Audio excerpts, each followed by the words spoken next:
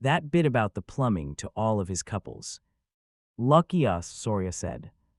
Dr. Rosen laughed. It fell a few notches short of genuine. He gave me a lab slip and a plastic jar, handed Soria a request for some routine. Blood tests. We shook hands. Welcome aboard, he said as he showed us out. I passed with flying COLORS.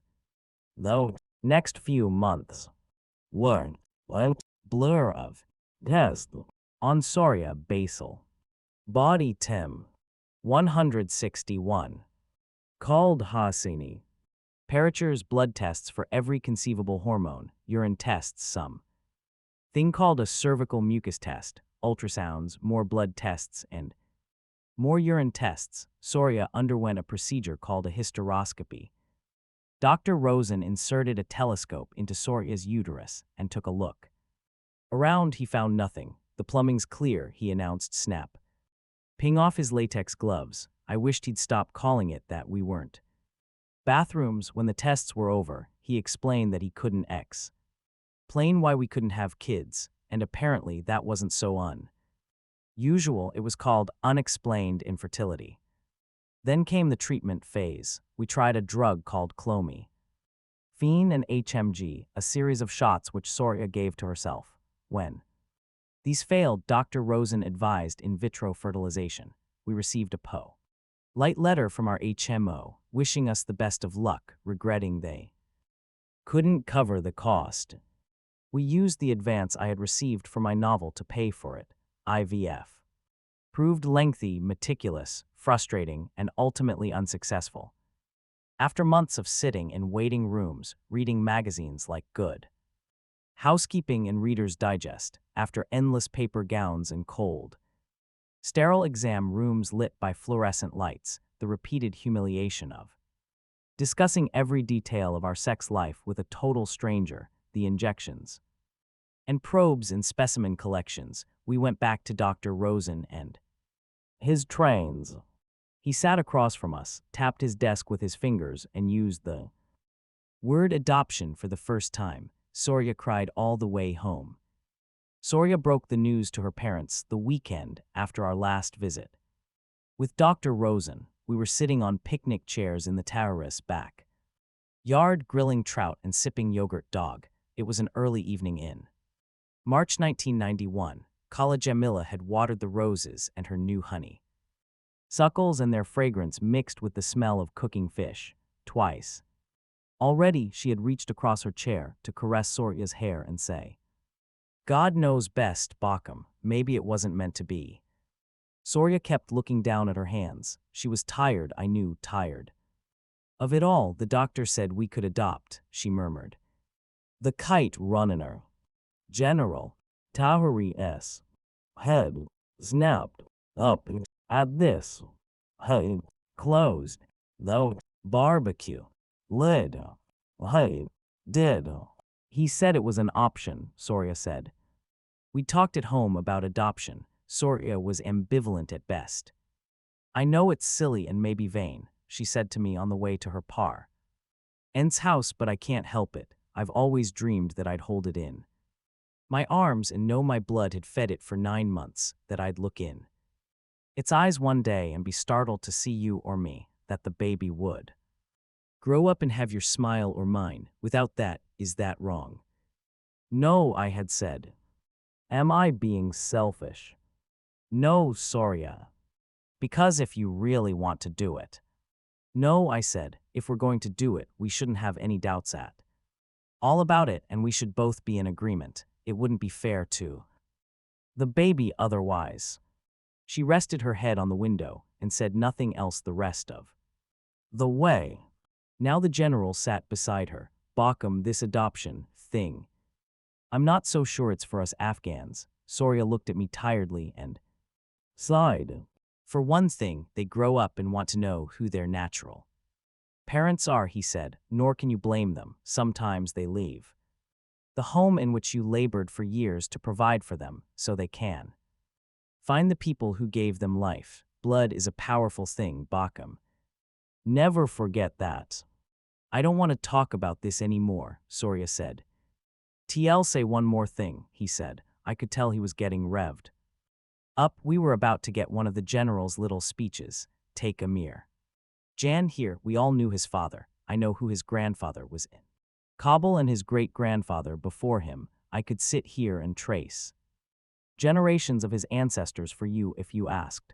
That's why when his father, God give him peace, came Kostagori, I didn't hesitate and called Hosseini.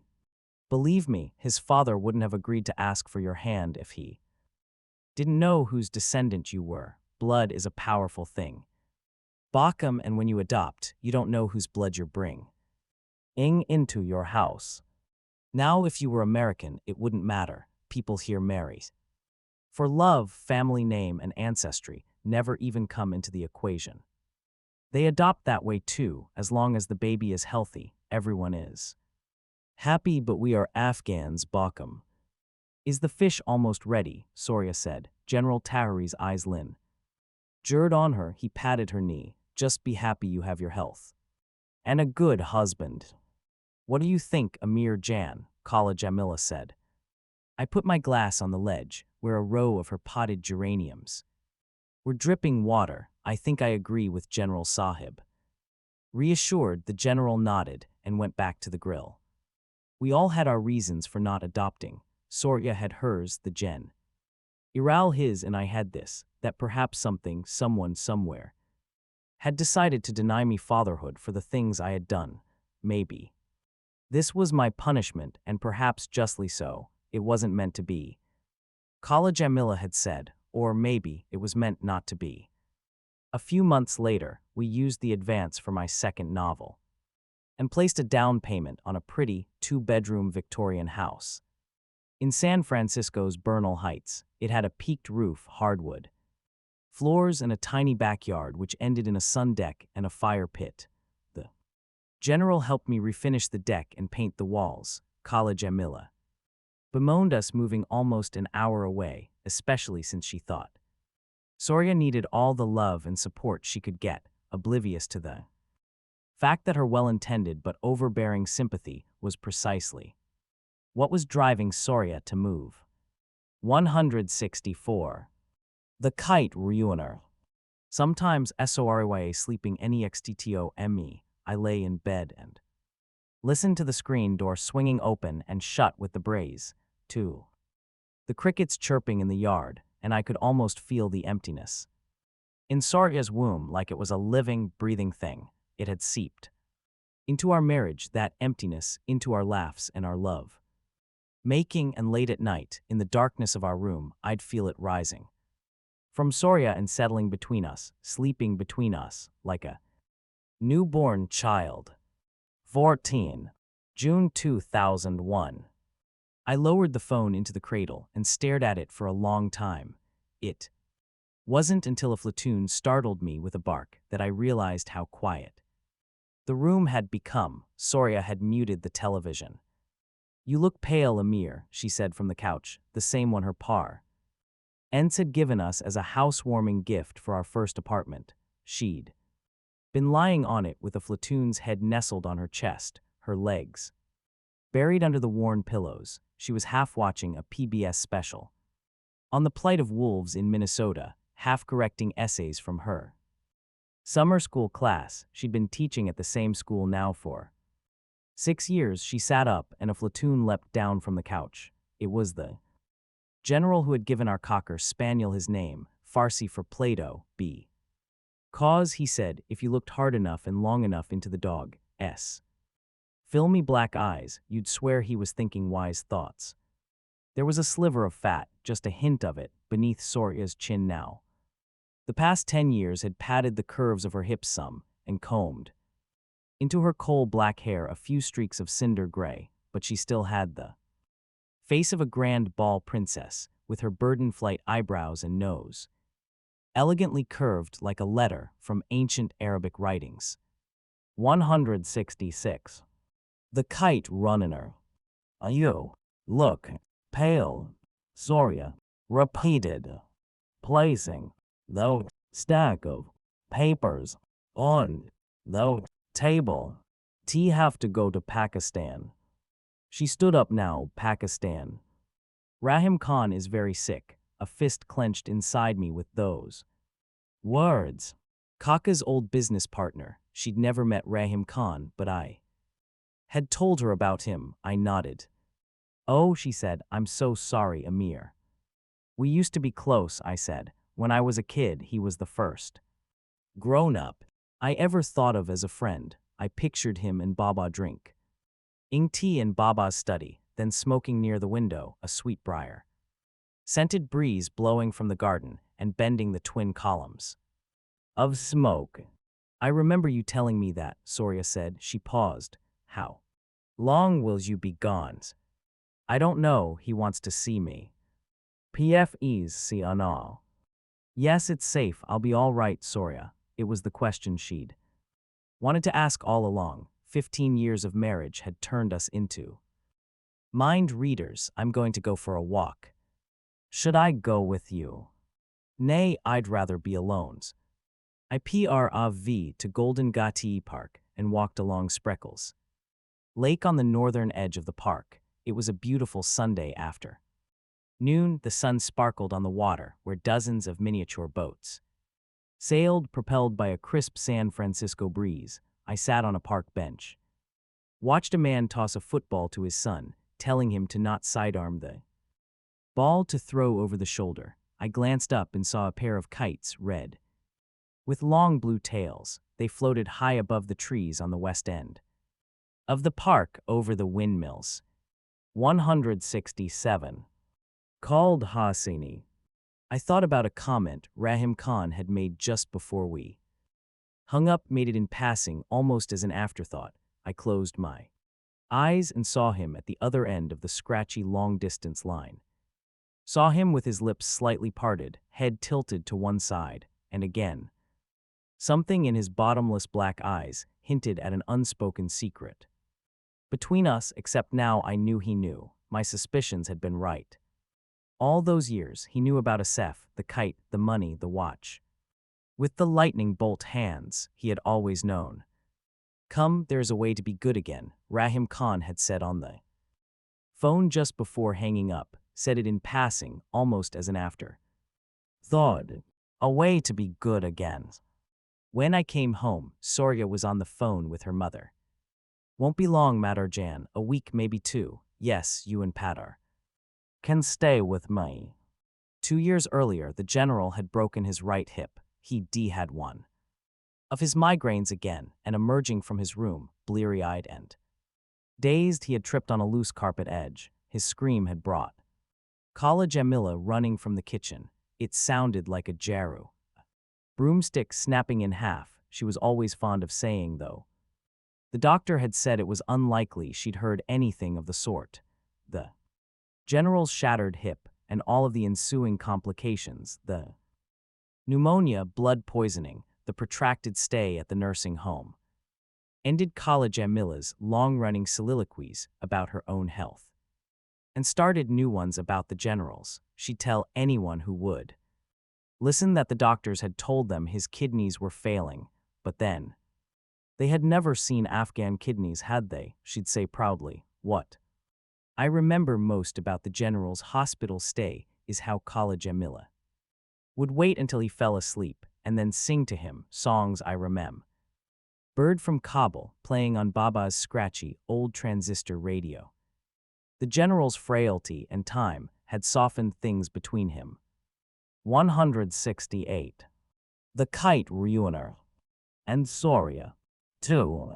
They took walks together, went to lunch on Saturdays, and sometimes the general sat in on some of her classes.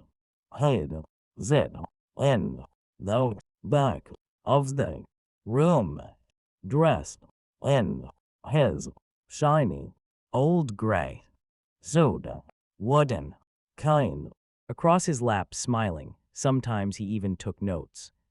That night, Soria and Jay lay in bed, her back pressed to my chest, my face buried in her hair. I remembered when we used to lay forehead to forehead, sharing afterglow kisses and whispering until our eyes Drifted closed, whispering about tiny, curled toes, first smiles first. Words first steps, we still did sometimes, but the whispers were about. School, my new book, a giggle over someone's ridiculous dress at a party.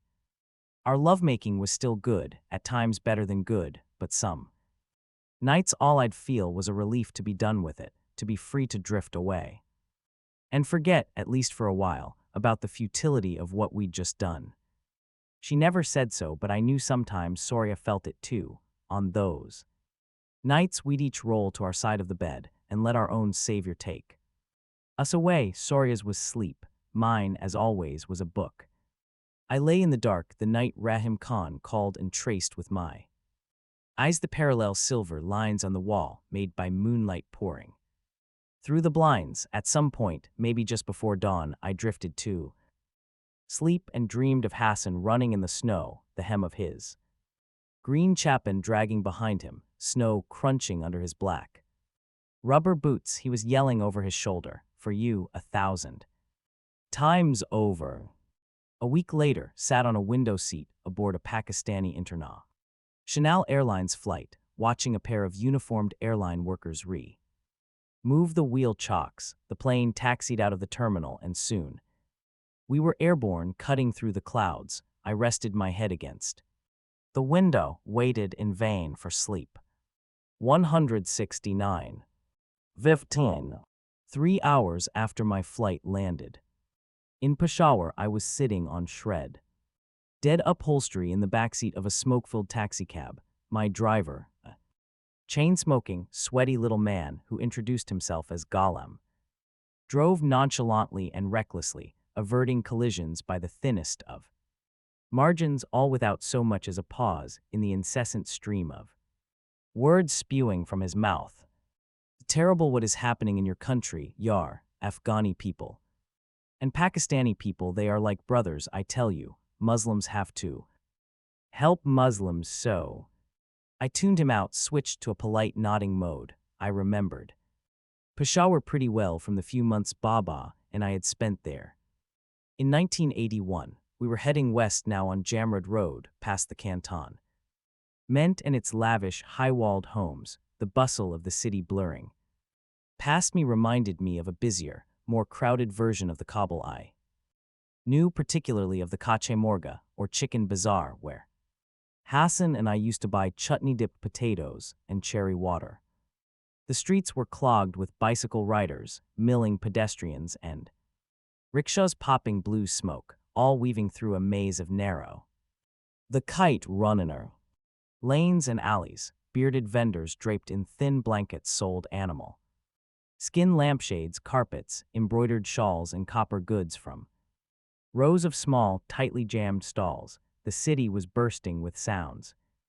The shouts of vendors rang in my ears, mingled with the blare of Hindi music, the sputtering of rickshaws, and the jingling bells of horse-drawn carts. Rich scents, both pleasant and not so pleasant, drifted to me through the passenger window, the spicy aroma of pakora and the Nihari Baba had loved so much blended with the sting of diesel fumes. The stench of rot, garbage, and feces. A little past the red brick buildings of Peshawar University, we entered an area my garrulous driver referred to as Afghan Town. I saw sweet shops and carpet vendors, kebab stalls, kids with dirt-caked hands selling cigarettes, tiny restaurants, maps of Afghanistan painted on their windows, all interlaced with backstreet aid agencies, many of your brothers in this area, Yar. They are opening businesses, but most of them are very poor. He tusked his tongue and sighed. Anyway, we're getting close now. I thought about the last time I had seen Rahim Khan, in 1981. He had come to say goodbye the night Baba and I had fled Kabul. I remember Baba and him embracing in the foyer, crying softly. When Baba and I arrived in the U.S., he and Rahim Khan kept in touch. They would speak 4 or 5 times a year, and sometimes Baba would pass me the receiver. The last time I had spoken to Rahim Khan had been shortly after Baba's death. The news had reached Kabul, and he had called. We'd only spoken for a few minutes and lost the connection. The driver pulled up to a narrow building at a busy corner where two winding streets intersected. I paid the driver, took my lone suitcase, and walked up to the intricately carved door. The building had wooden balconies with open shutters. From many of them, laundry was hanging to dry in the sun. I walked up the creaky stairs to the second floor, down a dim hallway to the last door on the right, checked the address on the piece of stationery paper in my palm, knocked. Called Hosseini. Then a thing made of skin and bones, pretending to be Rahim Khan, opened the door. A creative writing teacher at San Jose State used to say, about cliches, avoid them like the plague. Then he'd laugh at his own joke. The class laughed along with him, but I always thought cliches got a bum rap because often they're dead on, but the aptness of the cliched saying is overshadowed by the nature of the saying as a cliche. For example, the elephant in the room saying, nothing could more correctly describe the initial moments of my reunion with Rahim Khan. We sat on a wispy mattress set along the wall, across the window, overlooking the noisy street below. Sunlight slanted in and cast a triangular wedge of light onto the Afghan rug on the floor. Two folding chairs rested against one wall, and a small copper samovar sat in the opposite corner. I poured us tea from it. How did you find me? I asked. It's not difficult to find people in America. I bought a map of the U.S. and called up information for cities in Northern California. He said, it's wonderfully strange to see you as a grown man. I smiled and dropped 3 sugar cubes in my tea. He liked his black and bitter. Remembered, Baba didn't get the chance to tell you, but I got married 15 years ago. The truth was, by then, the cancer in Baba's brain had made him forgetful, negligent. You are married to whom? Her name is Surya Tahiri. I thought of her back home, worrying about me. I was glad she wasn't alone. Tahiri, whose daughter is she? I told him. His eyes brightened. Oh yes, I remember now. Is General Tahiri married to Sharif Jan's sister? What was her name? Jamila Jan. Ballet, he said, smiling. I knew S.H. Arif Jan in Kabul, long time ago, before he moved to America. 172. The Kite run in honor. He's been working for the INS for years, handles a lot of Afghan cases. Hiya, he sighed. Do you and Surya Jan have children? Nay. Oh, he slurped his tea and didn't ask more. Rahim Khan had always been one of the most instinctive people I'd ever met. I told him a lot about Baba, his job, the flea market, and how, at the end, he'd died happy. I told him about my schooling, my books.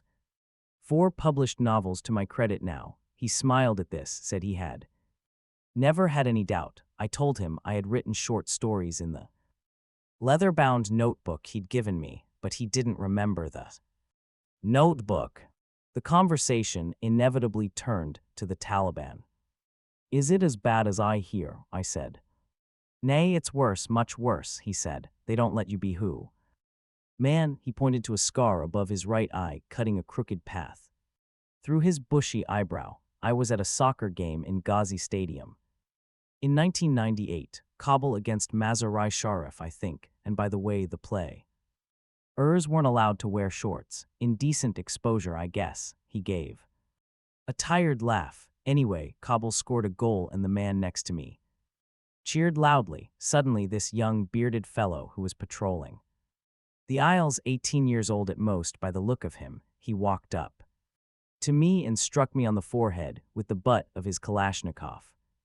Do that again and I'll cut out your tongue, you old donkey, he said. Rahim Khan rubbed the scar with a gnarled finger. I was old enough to be his grandfather, and I was sitting there, blood gushing down my face, apologizing to that son of a dog. I poured him more tea. Rahim Khan talked some more, much of it I knew already, some not. He told me that, as arranged between Baba and him, he had lived in Baba's house since 1981. This I knew about. Baba had sold the house to Rahim Khan shortly before he and I fled Kabul, the way Baba had seen it those days, Afghanistan's troubles, were only a temporary interruption of our way of life, the days of par. Khaled Hosseini, ties at the Wazir Akbar Khan house and picnics in Pagman Wood. Surely return, so he'd given the house to Rahim Khan to keep watch over until that day. Rahim Khan told me how, when the Northern Alliance took over Kabul between 1992 and 1996, different factions claimed different parts of Kabul. If you went from the Sharinau section to Kurd Parwan to buy a carpet, you risked getting shot by a sniper or getting blown up by a rocket. If you got past all the checkpoints, that was, you practically needed a visa to go from one neighborhood to the other. So people just stayed put, prayed the next rocket wouldn't hit their home. He told me how people knocked holes in the walls of their homes so they could bypass the dangerous streets and would move down the block from hole to hole. In other parts, people moved about in underground tunnels. Why didn't you leave? I said. Kabul was my home, it still is, he snickered. Remember the street that went from your house to the Kishla, the military barracks, next to Istiklal School? Yes, it was the shortcut to school. I remembered the day Hassan and I crossed it, and the soldiers had teased Hassan about his mother. Hassan had cried in the cinema later, and I'd put an arm around him.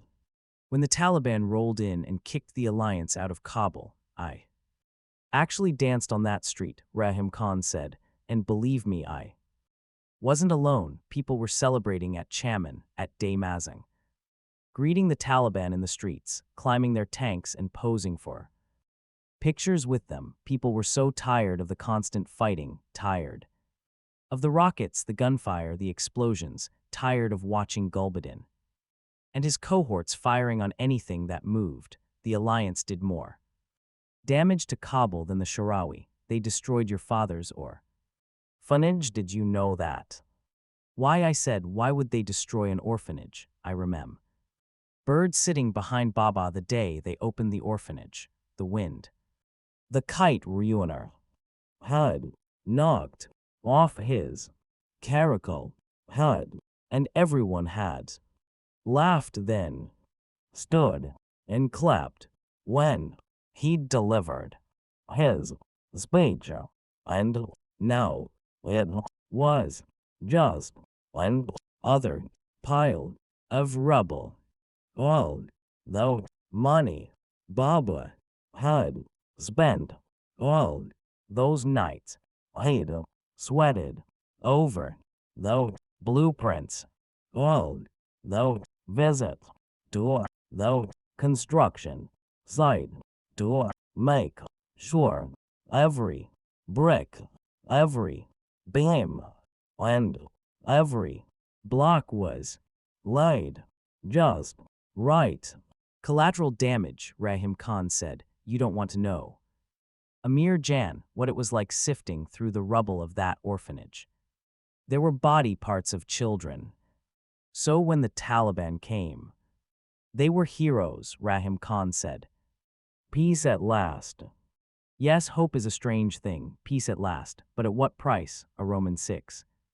Olent coughing fit gripped Rahim Khan and rocked his gaunt body back and forth. When he spat into his handkerchief, it immediately stained red. Thought that was as good a time as any to address the elephant sweating with us in the tiny room. "What? How are you?" asked. "I mean, really, how are you?" "Dying, actually," he said in a gurgling voice. Another round of coughing, more blood on the handkerchief. He wiped his mouth, blot Ted his sweaty brow from one wasted temple to the other with his sleeve, and gave me a quick glance. When he nodded, I knew he had read the next question on my face. "Not long," he breathed. "How long?" He shrugged, coughed again. "I don't think I'll see the end of this." "Summer," he said. "Let me take you home with me. I can find you a good doctor.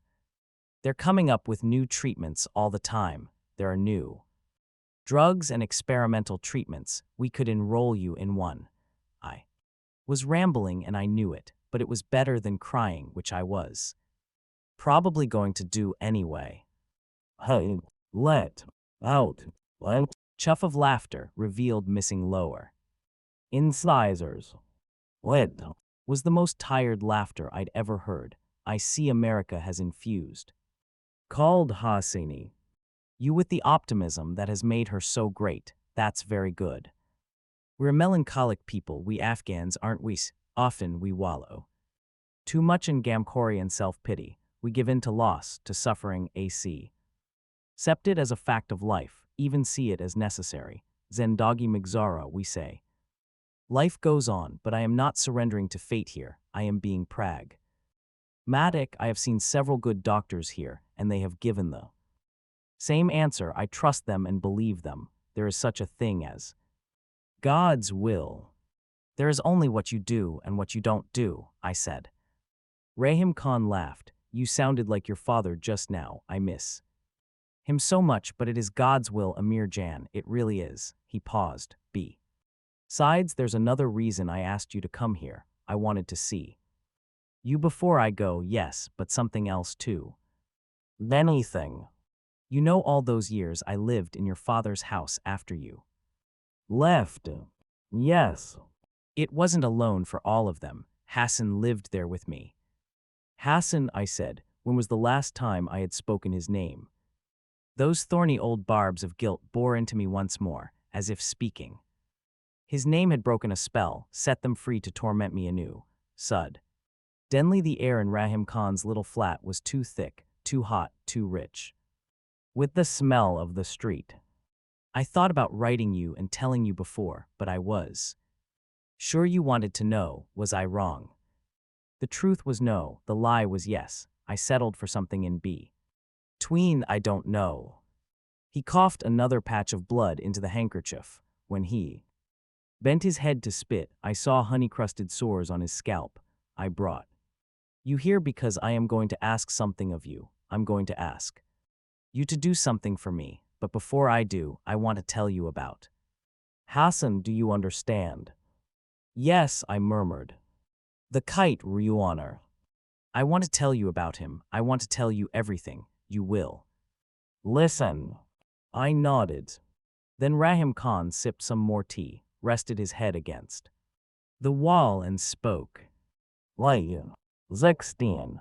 There were a lot of reasons why I went to Hazarajat to find Hassan in 1986. The biggest one, Allah forgive me, was that I was lonely. By then, most of my friends and relatives had either been killed or had escaped the country to Pakistan or Iran. I barely knew anyone in Kabul any more. The city where I had lived my entire life, everybody had fled. I would take a walk in the Karde Parwin section, where the melon vendors used to hang out in the old days. You remember that spot? And I wouldn't recognize anyone there. No one to greet, no one to sit down with for chai, no one to share stories with, just rousy soldiers patrolling the streets. So eventually I stopped going out to the city. I would spend my days in your father's house, up in the study, reading your mother's old books, listening to the news, watching the communist propaganda on television. Then I would pray namaz, cook something, eat, read some more, pray again, and go to bed. I would rise in the morning, pray, do it all over again.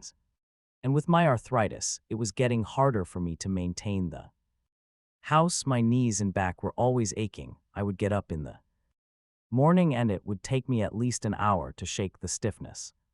The Kite Ruaner.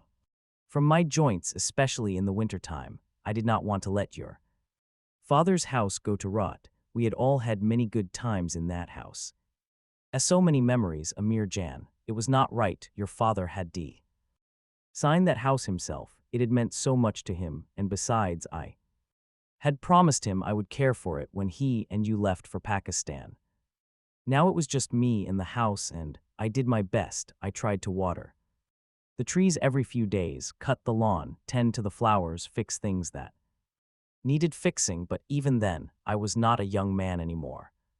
But even so, I might have been able to manage, at least for a while longer. But when news of your father's death reached me, for the first time I felt a terrible loneliness in that house, an unbearable emptiness.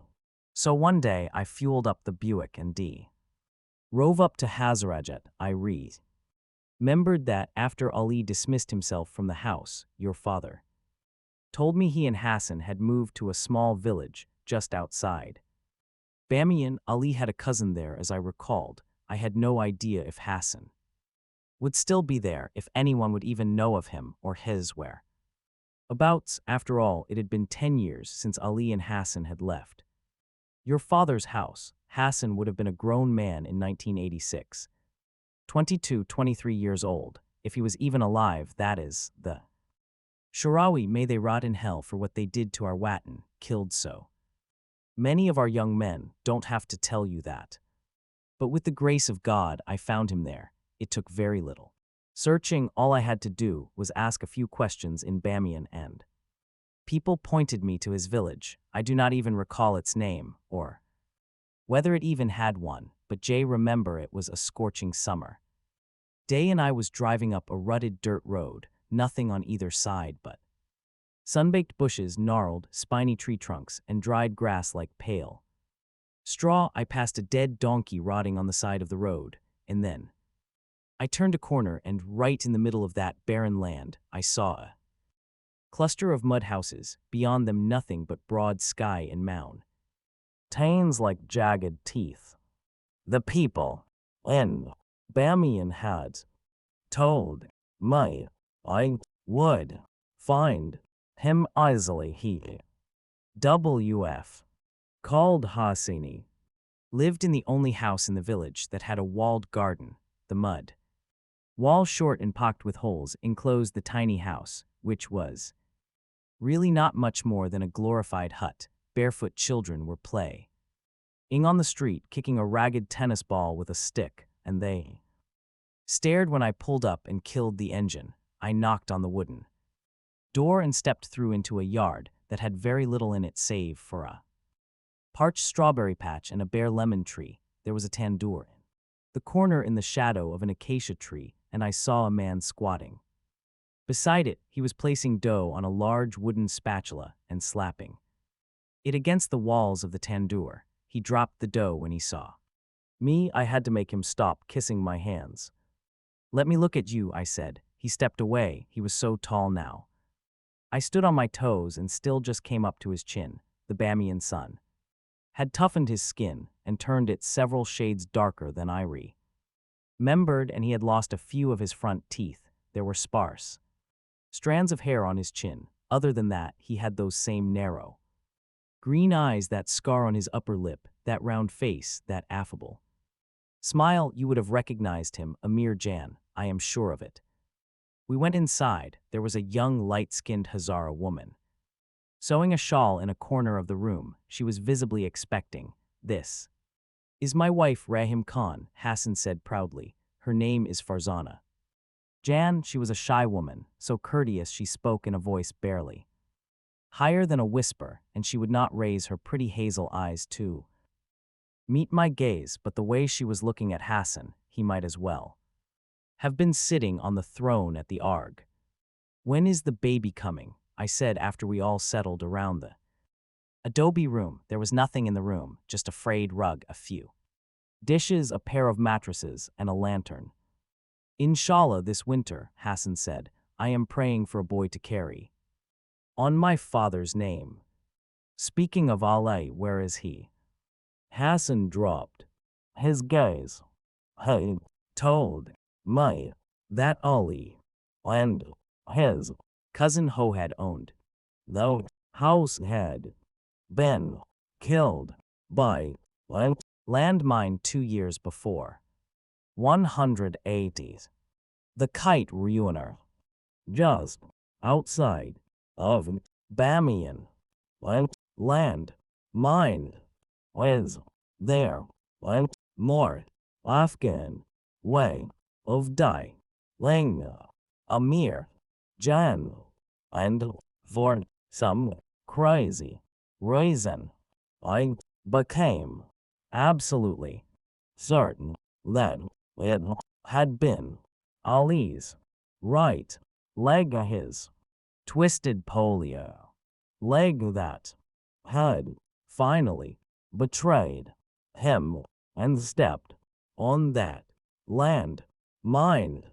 I was deeply saddened to hear Ali had died.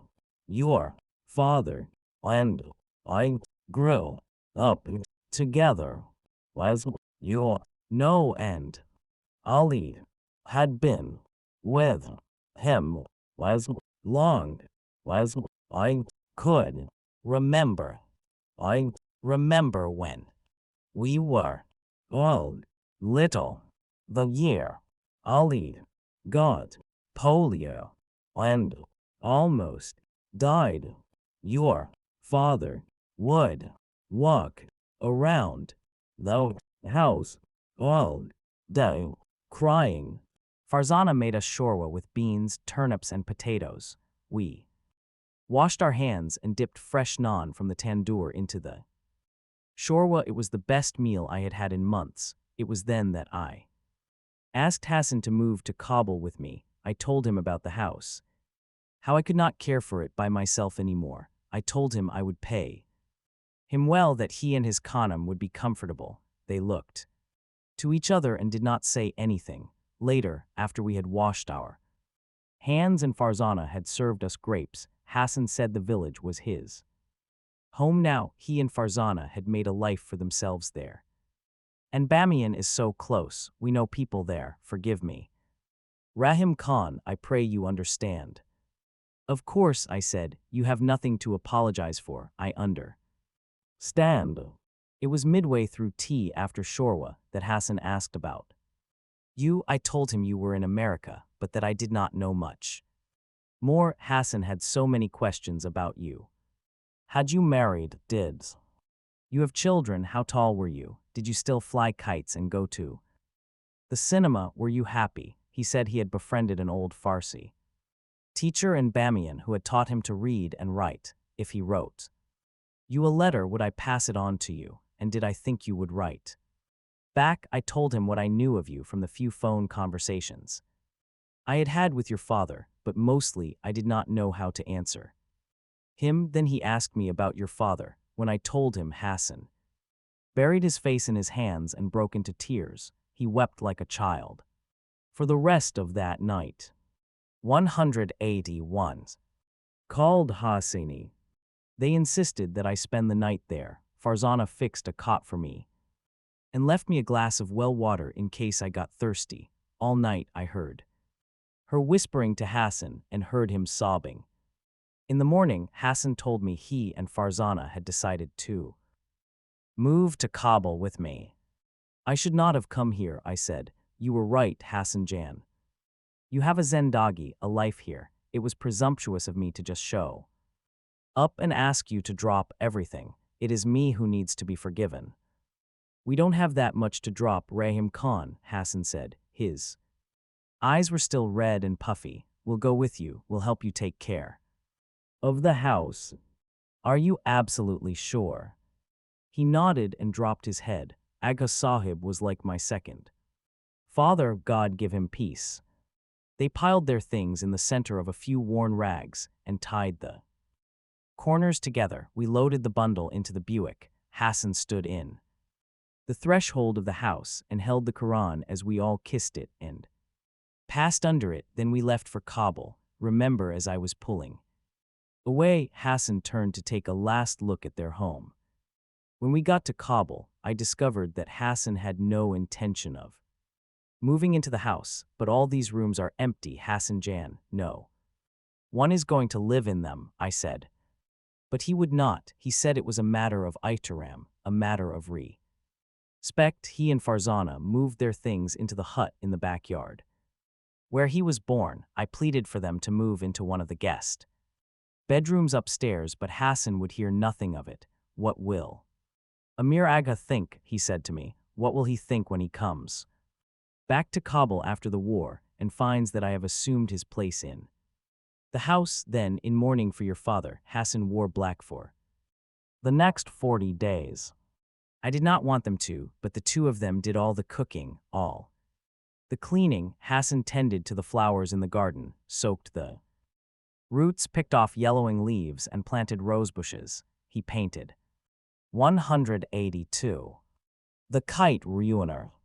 The walls in the house he swept rooms no one had slept in for years, and cleaned bathrooms no one had bathed in, like he was preparing the house for someone's return. Do you remember the wall behind the row of corn your father had planted? Amir Jan, what did your and has Sam called it? The wall of oiling corn. A rocket destroyed a whole section of that wall in the middle of the night. Early that fall, Hassan rebuilt the wall with his own hands, brick by brick, until it stood whole again. I do not know what I would have done if I had not been there. Then late that fall, Farzana gave birth to a stillborn baby girl, Haz. San kissed the baby's lifeless face, and we buried her in the backyard. Near the sweetbriar bushes, we covered the little mound with leaves. From the poplar trees, I said a prayer for her. Farzana stayed in the hut. All day and wailed. It is a heartbreaking sound, Amir Jan, the wailing of a mother. I pray to Allah you never hear it.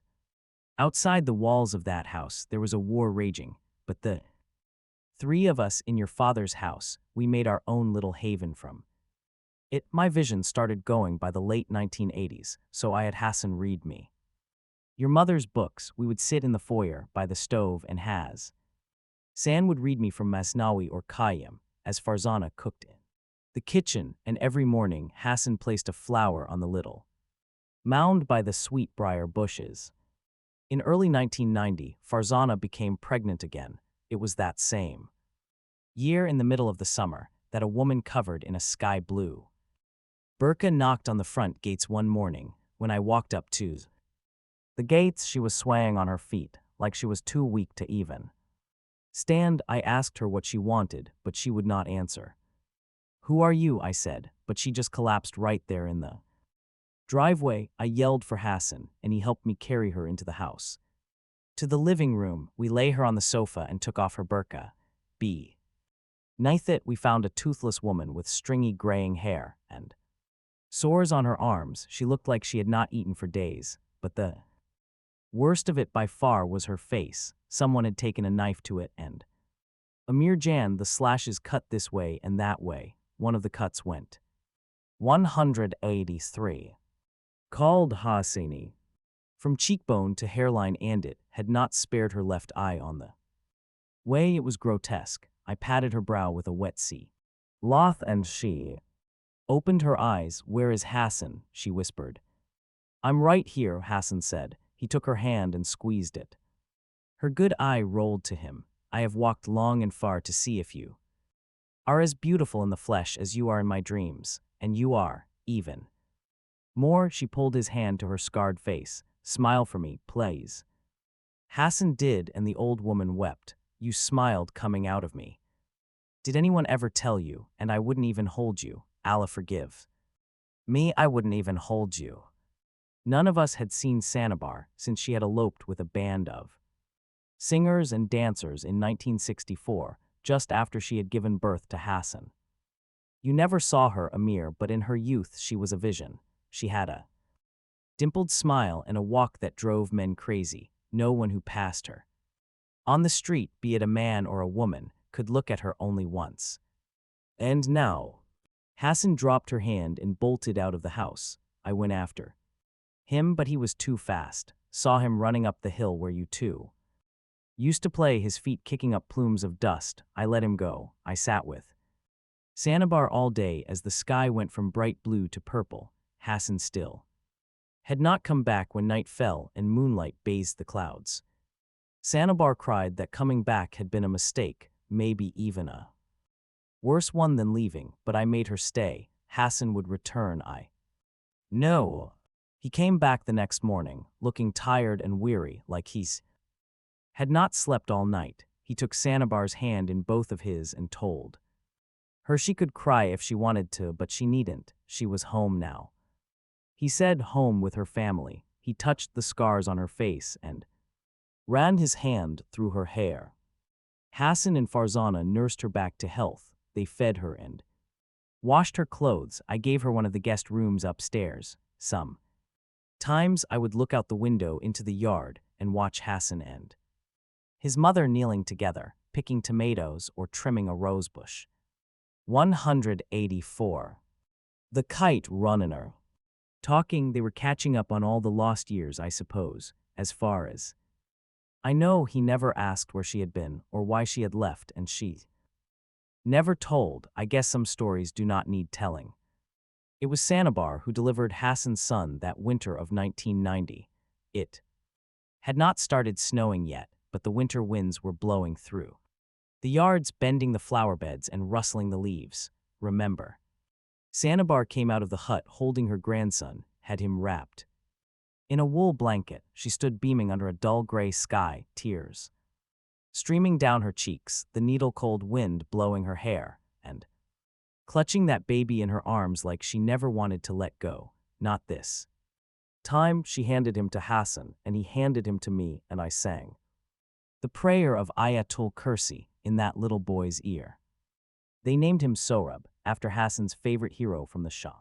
Nama, as you know, Amir Jan. He was a beautiful little boy, sweet as sugar, and had the same temperament as his father. You should have seen Sanabar with that baby, Amir Jan. He became the center of her exes. Tents, she sewed clothes for him, built him toys from scraps of wood, rags and dried grass. When he caught a fever, she stayed up all night and fasted for 3 days. She burned Isfan for him on a skillet to cast out Nazar, the evil eye. By the time Sohrab was 2, he was calling her Sasa. The two of them were inseparable. She lived to see him turn 4, and then, one morning, she just did not wake up. She looked calm, at peace, like she did not mind dying.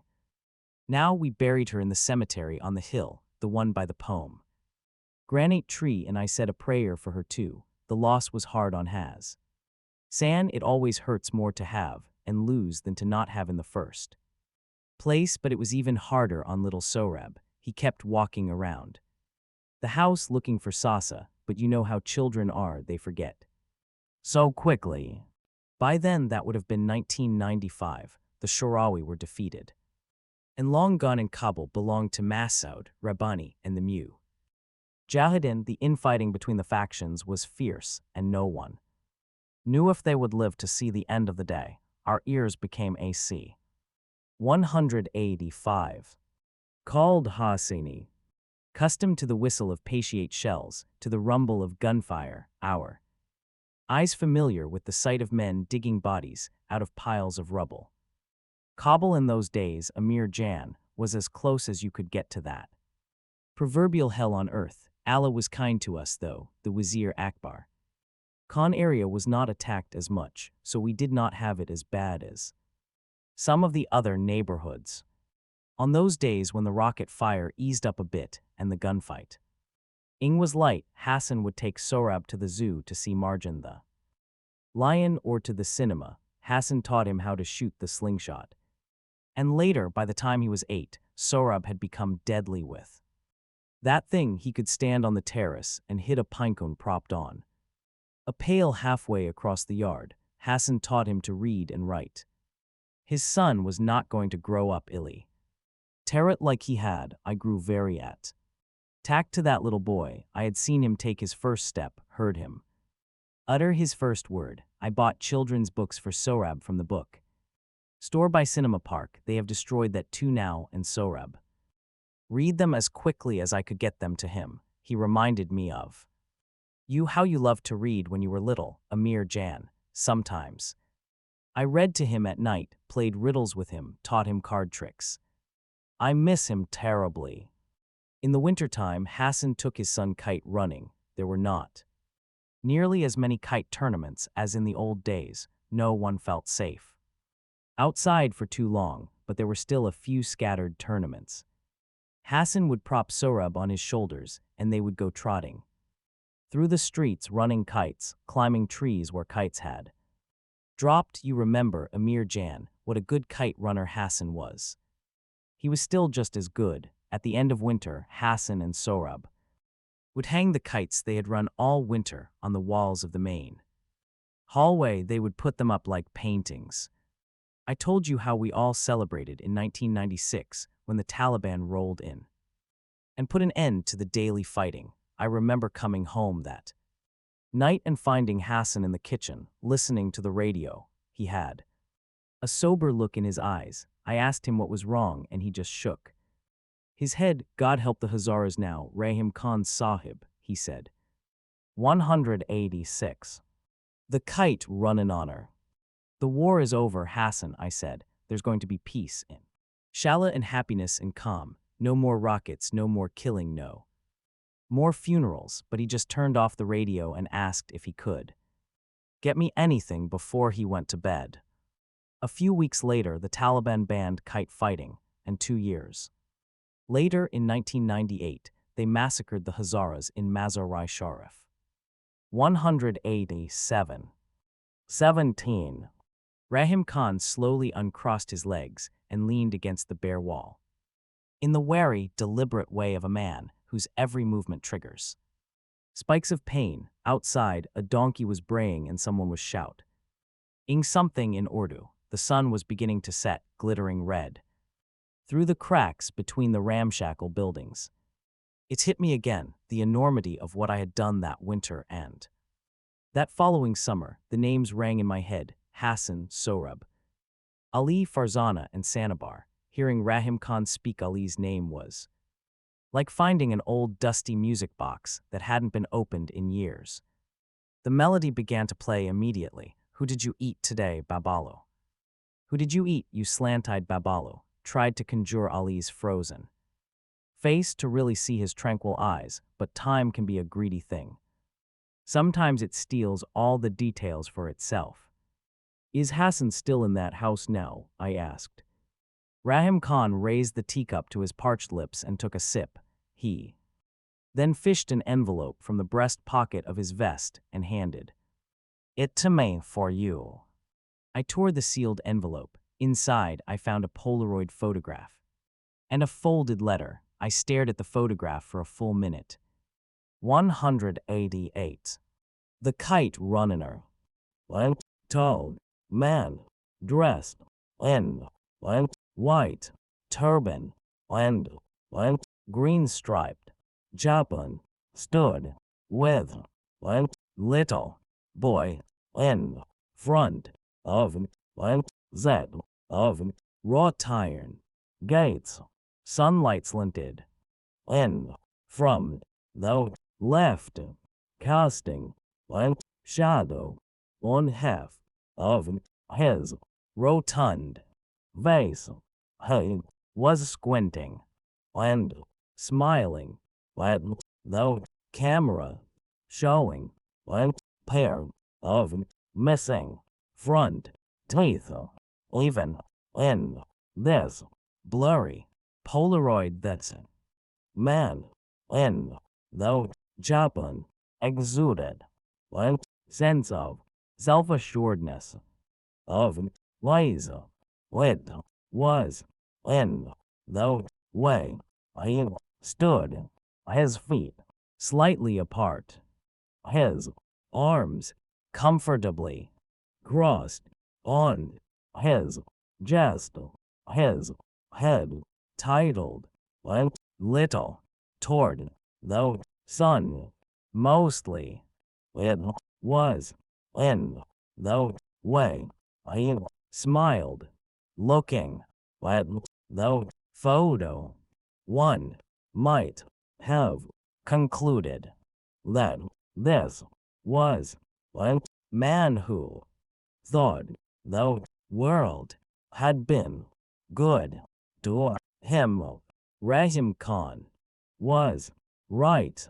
I would have recognized him if I had bumped into him on the street. The little boy stood barefoot, one arm wrapped around the man's thigh, his shaved head resting against his father's hip. He, too, was grinning and squinting. I unfolded the letter. It was written in Farsi. No dots were omitted. No crosses forgotten, no words blurred together. The handwriting was almost childlike in its neatness. I began to read. In the name of Allah, the most beneficent, the most merciful. Amir Agha, with my deepest respects. Farzana Jan, Sohrab, and I pray that this latest letter finds you in good health and in the light of Allah's good graces. Please offer my warmest thanks to Rahim Khan Sahib for carrying it to you. I am hopeful that one day I will hold one of your letters in my hands and read of your life in America. Perhaps a photograph of you will even grace our eyes. I have told much about you to Farzana Jan and Sohrab, about us growing up together and playing games and run ning in the streets. They laugh at the stories of all the mischief you and I used to cause. Amir Agha. Alas, the Afghanistan of our youth is long dead. Kindness is gone from the land, and you cannot escape the killings. Always the kill. Ings in Kabul, fear is everywhere in the SDR. Eats in the stadium, in the markets. It is a part of our lives here. Amir Agha. The savages. 189. Khaled Hosseini, who rule our Watan, don't care about human decency. The other day, I accompanied Farzana Jan to the bazaar to buy some potatoes and naan. She asked the vendor how much the potatoes cost, but he did not hear her. I think he had a deaf ear, so she asked louder, and suddenly a young Talib ran over and hit her on the thighs with his wooden stick. He struck her so hard she fell down. He was screaming at her and cursing and saying the Ministry of Vice and Virtue does not allow women to speak loudly. She had a large purple bruise on her leg for days, but what could I do except stand and watch my wife get beaten? If I fought, that dog would have surely put a bullet in me, and gladly. Then what would happen to my Sohrab? The streets are full enough already of hungry orphans, and every day. Thank Allah that I am alive, not because I fear death, but because my wife has a husband, and my son is not an orphan.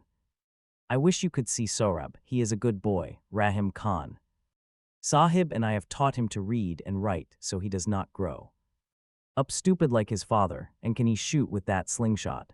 I take Sohrab around Kabul sometimes and buy him candy. There is still a monkey man in Shari now, and if we run into him, I pay him to make his monkey dance for Sohrab. You should see how he laughs. The two of us often walk up to the cemetery on the hill. Do you remember how we used to sit under the pomegranate tree there and read from the Shahnameh? The droughts have dried the hill, and the tree hasn't borne fruit in years, but Sohrab and I still sit under its shade, and I read to him from the Shahnameh. It is not necessary to tell you that his favorite part is the one with his namesake, Rostam and Sohrab. Soon he will be able to read from the book himself. I am a very proud and very lucky father. Amir Agha. Rahim Khan Sahib is quite ill. He coughs all day, and I see blood on his sleeve when he wipes his mouth. He has lost much weight, and I wish he would eat a little of the shorwa and rice that Farzana. 190.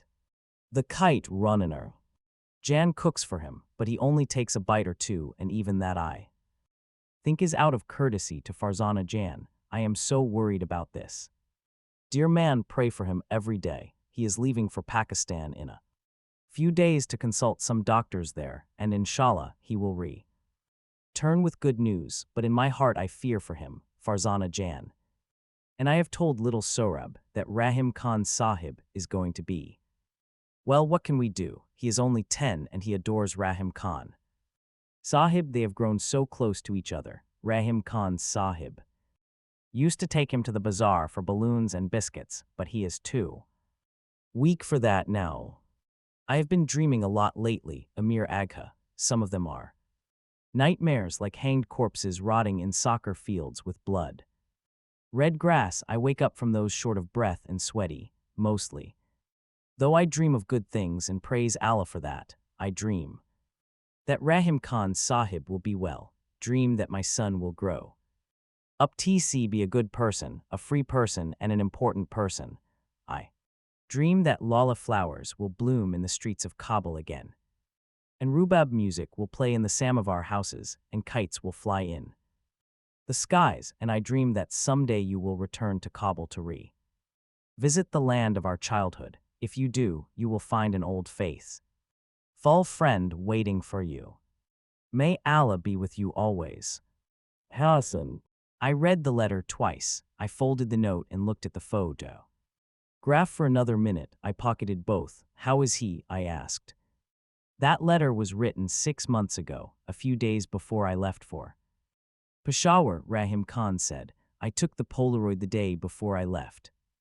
A month after I arrived in Peshawar, I received a telephone call from one of my neighbors in Kabul. He told me this story soon after I took my leave. A rumor spread that a Hazara family was living alone in the big house in Wazir Akbar Khan, or so the Taliban claim. A pair of Talib officials came to investigate and interrogated Hassan. They accused 191 called Hosseini him of lying when Hassan told them he was living with me, even though many of the neighbors, including the one who called me, supported Hassan's story. The Talib said he was a liar and a thief like all Hazaras, and ordered him to get his family out of the house by sundown. Hassan protested, but my neighbor said the Talibs were looking at the big house like, how did he say it? Yes, like wolves looking at a flock of sheep. They told Hassan they would be moving in to supposedly keep it safe until I return. Hassan protested again, so they took him to the street. No, I breathed, and order him to kneel. No, God, no. And shot him in the back of the head. No. Farzana came screaming and attacked them. No. Shot her too, self-defense, they claimed later. But all I could manage was to whisper no, no, no, over and over again. I kept thinking of that day in 1974 in the hospital room. Just after Hassan's hair-lip surgery, Baba, Rahim Khan, Ali and I had huddled around Hassan's bed, watched him examine his new lip in a handheld mirror. Now everyone in that room was either dead or dying. Except for me. Then I saw something else, a man dressed in a herringbone vest, pressing the muzzle of his Kalashnikov to the back of Hassan's head. The blast echoes through the street of my father's house. Hassan slumps to the asphalt, his life of unrequited loyalty drifting from him, like the wind-blown kites he used to chase. The Taliban moved into the house, Rahim Khan said. The pretext was that they had evicted a trespasser, Hassan's and Farzana's murders. 192. The Kite runner were dismissed as a case of self-defense. No one said a word about it. Most of it was fear of the Taliban, I think, but no one was going to risk anything for a pair of Hazara servants. What did they do with Sohrab? I asked. I felt tired, drained. Coughing fit gripped Rahim Khan and went on for a long time. When he finally looked up, his face was flushed and his eyes bloodshot. I heard, he's in an orphanage somewhere in Kardasai, Amir Jan. Then he was coughing again. When he stopped, he looked older than a few months before, like he was aging with each coughing fit. Amir Jan, I summoned you here because wanted to see you before I die, but that's not all. I said nothing. I think I already knew what he was going to say. I want you to go to Kabul. I want you to bring Sohrab here, he said. I struggled to find the right words. I'd barely had time to deal with the fact that Hassan was dead. Please hear me. I know an American pair here in Peshawar, a who's band and wife named Thomas and Betty Caldwell. They are Christians, and they run a small charity organization that they manage with private donations. Mostly they house and feed Afghan children who have lost their parents. I have seen the place. It's clean and safe. The children are well cared for, and Mr. and Mrs. Caldwell are kind people. They have already told me that Sohrab would be welcome to their home and Rahim Khan, you can't be serious. Children are fragile, Amir Jan. Kabul is already full of broken children, and I don't want Sohrab to become another Rahim Khan. I don't want to go to Kabul. I can't, I said. Sohrab is a gifted little boy. We can give him a new life here, new hope with people who would love him. Thomas Agha is a good man and Betty Khanum is so kind. You should see how she treats those orphans. Why, Maya, why can't you pay someone here to go? I'll pay for it. Live. It's a matter of money. 193. Khaled Hosseini. It isn't about money, Amir, Rahim Khan roared. I'm a dying man, and I will not be insulted. It has never been about money with me. You know that, and why you? I think we both know why it has to be you. Don't we? I didn't want to understand that comment, but I did. I understood it all too well. I have a wife in America, a home, a career, and a family. Kabul is a dangerous place, you know that, and you'd have me risk everything for him. I stopped. You know, Rahim Khan said, one time when you weren't around, your father and I were talking, and you know how he always worried about you in those days. I remember he said to me, Rahim, a boy who won't stand up for himself becomes a man who can't stand up to any thing. I wonder, is that what you've become? I dropped my eyes. What I'm asking from you is to grant an old man his dying wish, he said gravely. He had gambled with that comment, played his best card, or so I thought then. His words hung in limbo between us, but at least he'd known what to say. I was still searching for the right words, and I was the writer in the room. Finally, I settled for this. Maybe Baba was right. I'm sorry you think that, Amir. I couldn't look at him, and you do. If I did, I would not have asked you to come here. I toyed with my wedding ring. You've always thought too highly of me, Rahim Khan. And you've always been far too hard on yourself. He hesitated. But there's something else, something you don't know. Please, Rahim Khan. Sanabar wasn't Ali's first wife. Now I looked up. He was married once before, to a Hazara woman from the Jaghori area. This was long before you were born. They were married for 3 years. What does this have to do with anything? 194. The Kite ruiner. She left him childless after 3 years and married a man in coast. She bore him 3 daughters. That's what I am trying to tell you. I began to see where he was going, but I didn't want to hear the rest of it. I had a good life in California, pretty Victorian home with a peaked roof, a good marriage, a promising writing career, in-laws who loved me. I didn't need any of this shit. Ali was sterile, Rahim Khan said. No, he was. He and Sanabar had Hassan, didn't they? They had Hassan. No, they didn't, Rahim Khan said. Yes, they did. Oh. No, they didn't, Amir. Then who? Teeth think you know who. Jay felt like a man sliding down a steep cliff, clutching at shrubs and tangles of brambles and coming up empty-handed. The room was swooping up and down, swaying side to side. Did Hassan know? I said. Through lips that didn't feel like my own. Rahim Khan closed his eyes, shook his head. You bastards, I muttered, stood up, you goddamn bastards. Screamed, all of you, you bunch of lying goddamn bastards. Please sit down, Rahim Khan said.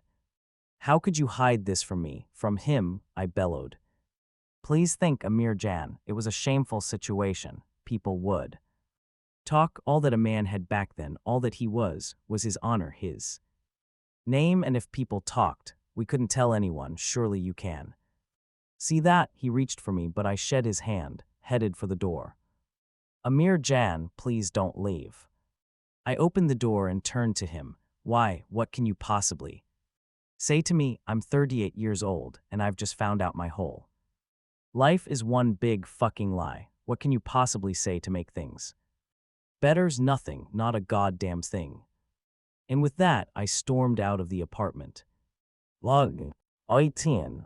The sun had almost set and left the sky swathed in smothers of purple and red. I walked down the busy, narrow street that led away from Rahim Khan's building. The street was a noisy lane in a maze of alley ways choked with pedestrians, bicycles, and rickshaws. Billboards hung at its corners advertising Coca-Cola and cigarettes. Lollywood movie posters displayed sultry actresses dancing with handsome, brown-skinned men in fields of marigolds.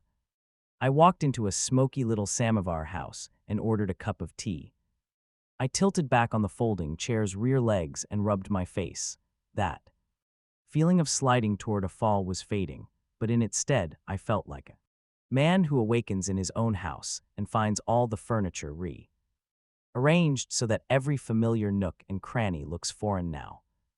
Disoriented, he has to reevaluate his surroundings, reorient himself. How could I have been so blind? The signs had been there for me too. See, all along, they came flying back at me now. Baba hiring Dr. Kumar to fix Hassan's hairlip. Baba never missing Hassan's birthday, I remember. The day we were planting tulips, when I had asked Baba if he'd ever consider getting new servants. Hassan's not going anywhere, he'd 196. The kite runner barked. He's staying right here with us. Where he belongs. This is his home, and we're his family. He had wept when Ali announced he and Hassan were leaving us. The waiter placed a teacup on the table before me, where the table's legs crossed like an X. There was a ring of brass balls, each walnut sized. One of the balls had come unscrewed. I stooped and tightened it. I wished I could fix my own life as easily. I took a gulp of the blackest tea I'd had in years and tried to think of Soria, of the general, and Kala Jamila, of the novel that needed finishing. I tried to watch the traffic bolting by on the street, the people milling in and out of the lit TLE sweet shops, tried to listen to the Qawwali music playing on the sister radio at the next table, anything, but I kept seeing Baba on the night of my graduation, sitting in the Ford he'd just given me, smelling of beer and saying, I wish Hassan had been with us today.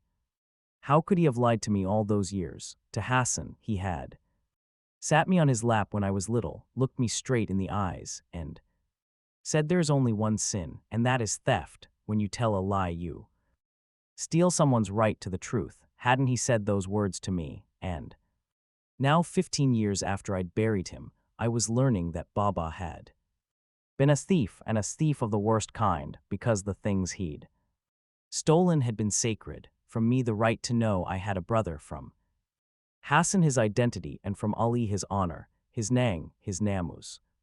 The questions kept coming at me. How had Baba brought himself to look Ali in the eye? How had Ali lived in that house, day in and day out, knowing he had been dishonored by his master in the single worst way an Afghan man can be dishonored? And how was I going to reconcile this new image of Baba with the one that had been imprinted on my mind for so long, that of him in his old brown suit, hobbling up the Taharis driveway to ask for Soria's hand?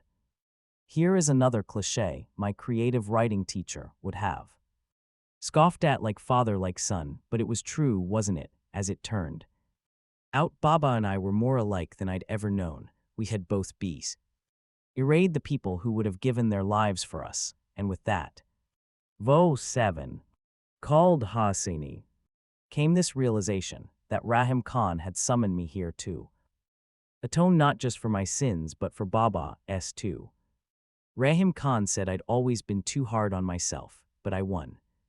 Dared true, I hadn't made Ali step on the landmine, and I hadn't brought the Taliban to the house to shoot Hassan, but I had driven Hassan and Ali out of the house. Was it too far-fetched to imagine that things might have turned out differently if I had? Maybe Baba would have brought them along to America. Maybe Hassan would have had a home of his own now, a job, a family, a life in a country where no one cared that he was a Hazara, where most people didn't even know what a Hazara was. Maybe not, but maybe so.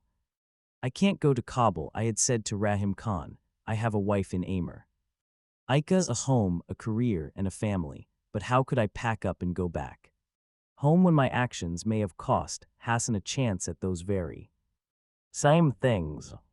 I wished Rahim Khan hadn't called me. I wished he had let me live on in my oblivion, but he had called me, and what Rahim Khan revealed to me changed things, made me see how my entire life long be. For the winter of 1975, dating back to when that singing Hazara woman was still nursing me, had been a cycle of lies, betrayals, and secrets. There is a way to be good again, he'd said. A way to end the cycle. With a little boy, an orphan, Hassan's son, somewhere in Kabul. On the RICKSHAW ride back to Rahim Khan's apartment, I remembered Baba saying that my problem was that someone had always done my fighting for me. I was 38 now, my hair was receding and streaked with gray, and lately I'd traced little crow's feet etched around the corners of my eyes. I was older now, but maybe not yet too old to start doing my own fighting. Baba had lied about a lot of things, as it turned out, but he hadn't lied about that. 198. The Kite Runner. I looked at the round face in the Polaroid again, the way the sun fell on it, my brother's face. Hassan had loved me once, loved me in a way that no one ever had or ever would again. He was gone now, but a little part of him lived on. It was in Kabul, waiting. I found Rahim Khan praying namaz in a corner of the room. He was just a dark silhouette, bowing eastward against a blood-red sky. I waited for him to finish. Then I told him I was going to Kabul, told him to call the Caldwells. In the mornings, Teal pray for you, Amir Jan, he said. 199. 19. Again the car sickness. By the time we drove past the bullet-riddled sign that read the KHYBER pass welcomes you, my mouth had begun to water. Something inside my stomach churned and twisted. Farid, my driver, threw me a cold glance. There was no empathy in his eyes. Can we roll down the window? I asked. He lit a cigarette and tucked it between the remaining two fingers of his left hand, the one resting on the steering wheel, keeping his black eyes on the road. He stooped forward, picked up the screwdriver lying between his feet, and handed it to me. I stuck it in the small hole in the door where the handle belonged and turned it to roll down my window. Farid gave me another dismissive look, this one with a hint of barely suppressed animosity, and went back to smoking his cigarette. He hadn't said more than a dozen words since we'd departed from Jamrud Fort. Tashakar muttered. I leaned my head out of the window and let the cold mid-afternoon air rush past my face. The drive through the tribal lands of the Khyber Pass, winding between cliffs of shale and limestone, was just as I remembered it. Baba and I had driven through. 200. The Kite Runner.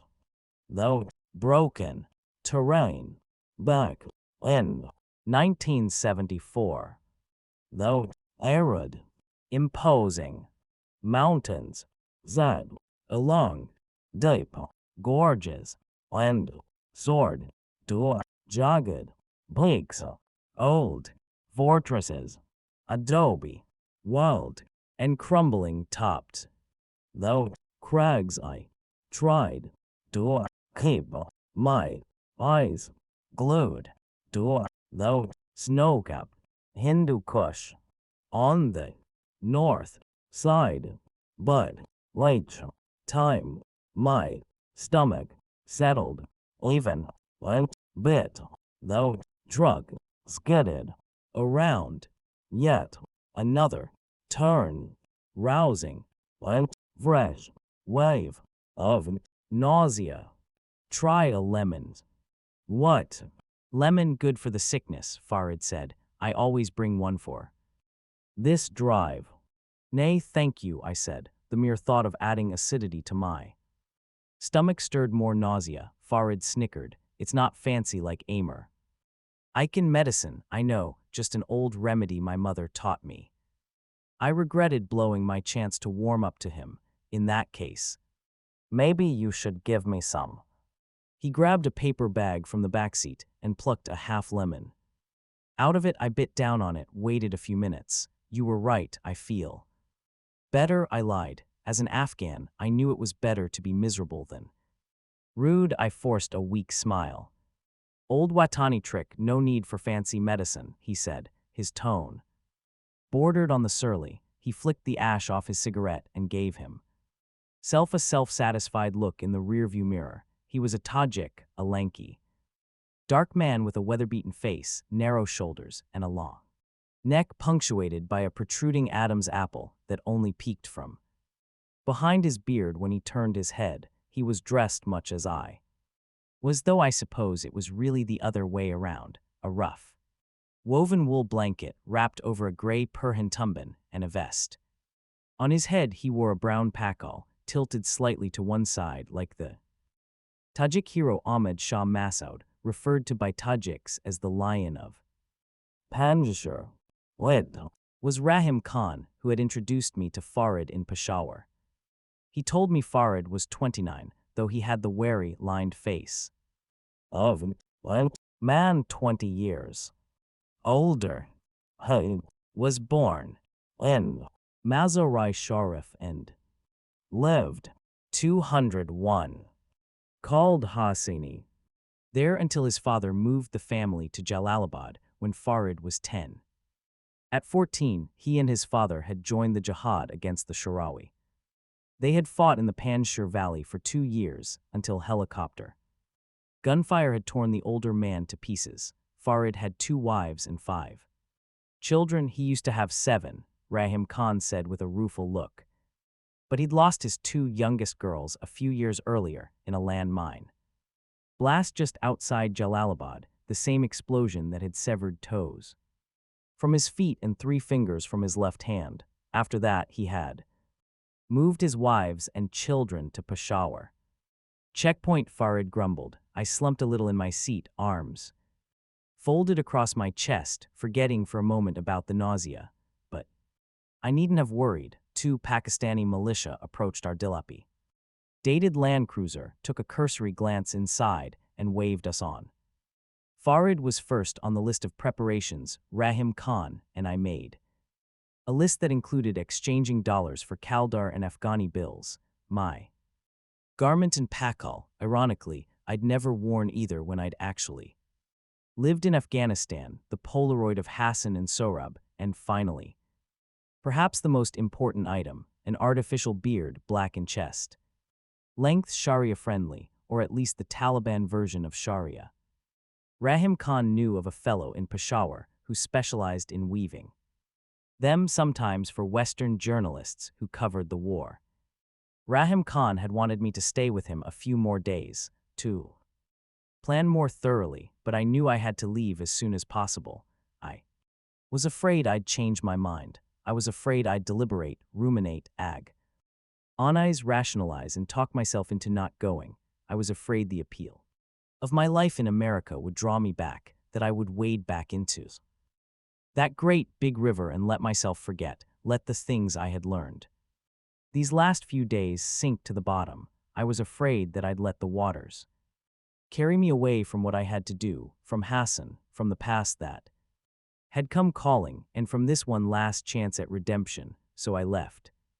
Before there was any possibility of that happening, as for Soria, telling her I was going back to Afghanistan wasn't an option. If I had, she would have booked herself on the next flight to Pakistan.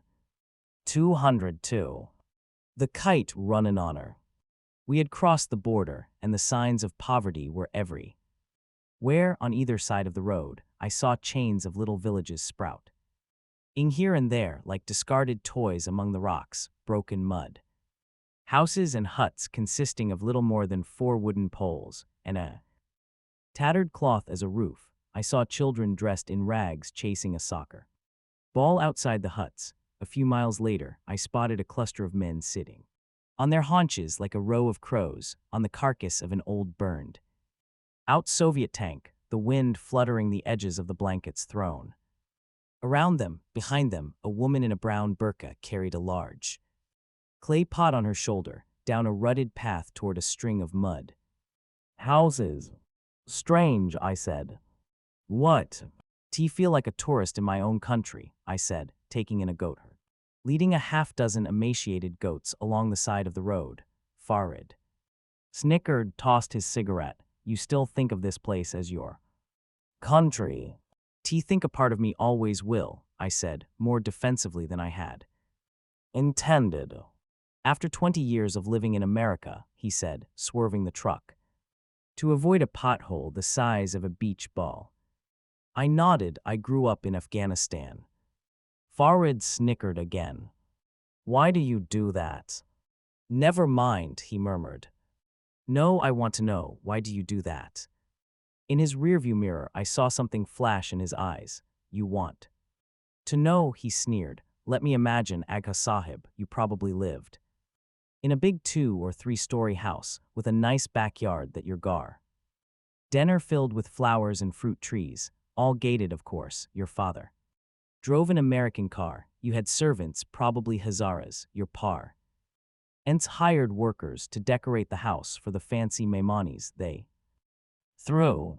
So, their friends would come over to drink and boast about their 203.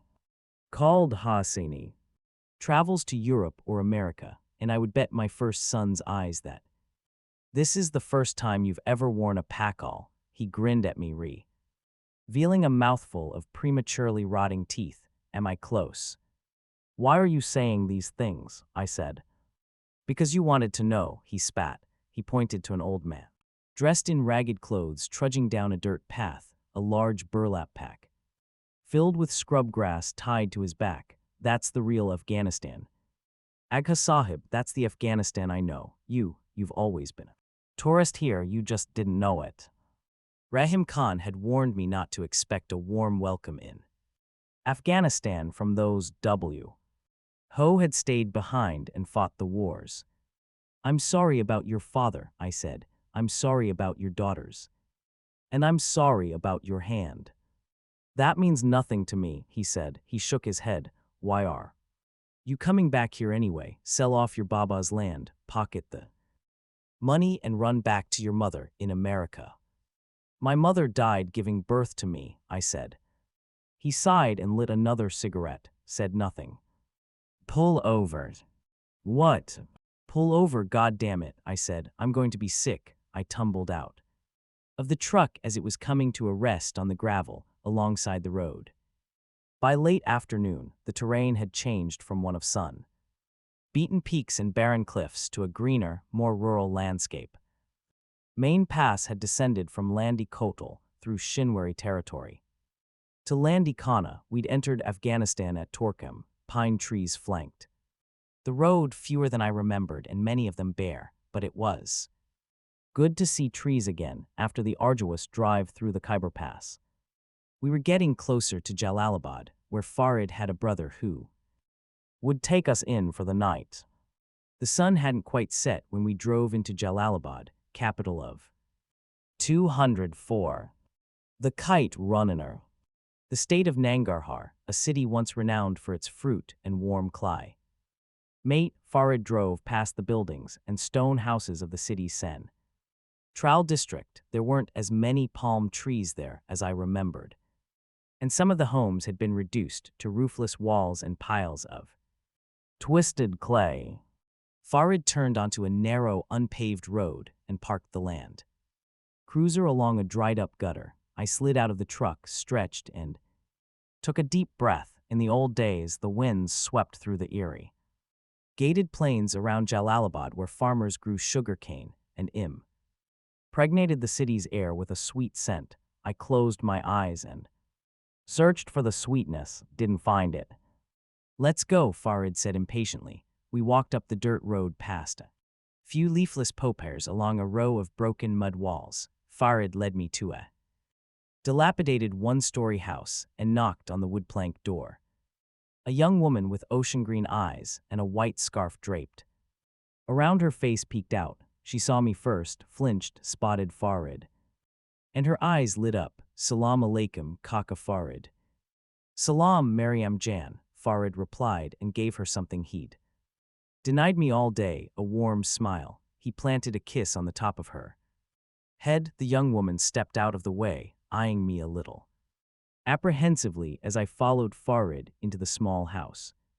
The adobe ceiling was low, the dirt walls entirely bare, and the only light came from a pair of lanterns set in a corner. We took off our shoes and stepped on the straw mat that covered the floor. Along one of the walls sat 3 young boys, cross-legged, on a mattress covered with a blanket with shredded borders. A tall bearded man with broad shawl Dares stood up to greet us, Farid, and he hugged and kissed on the cheek.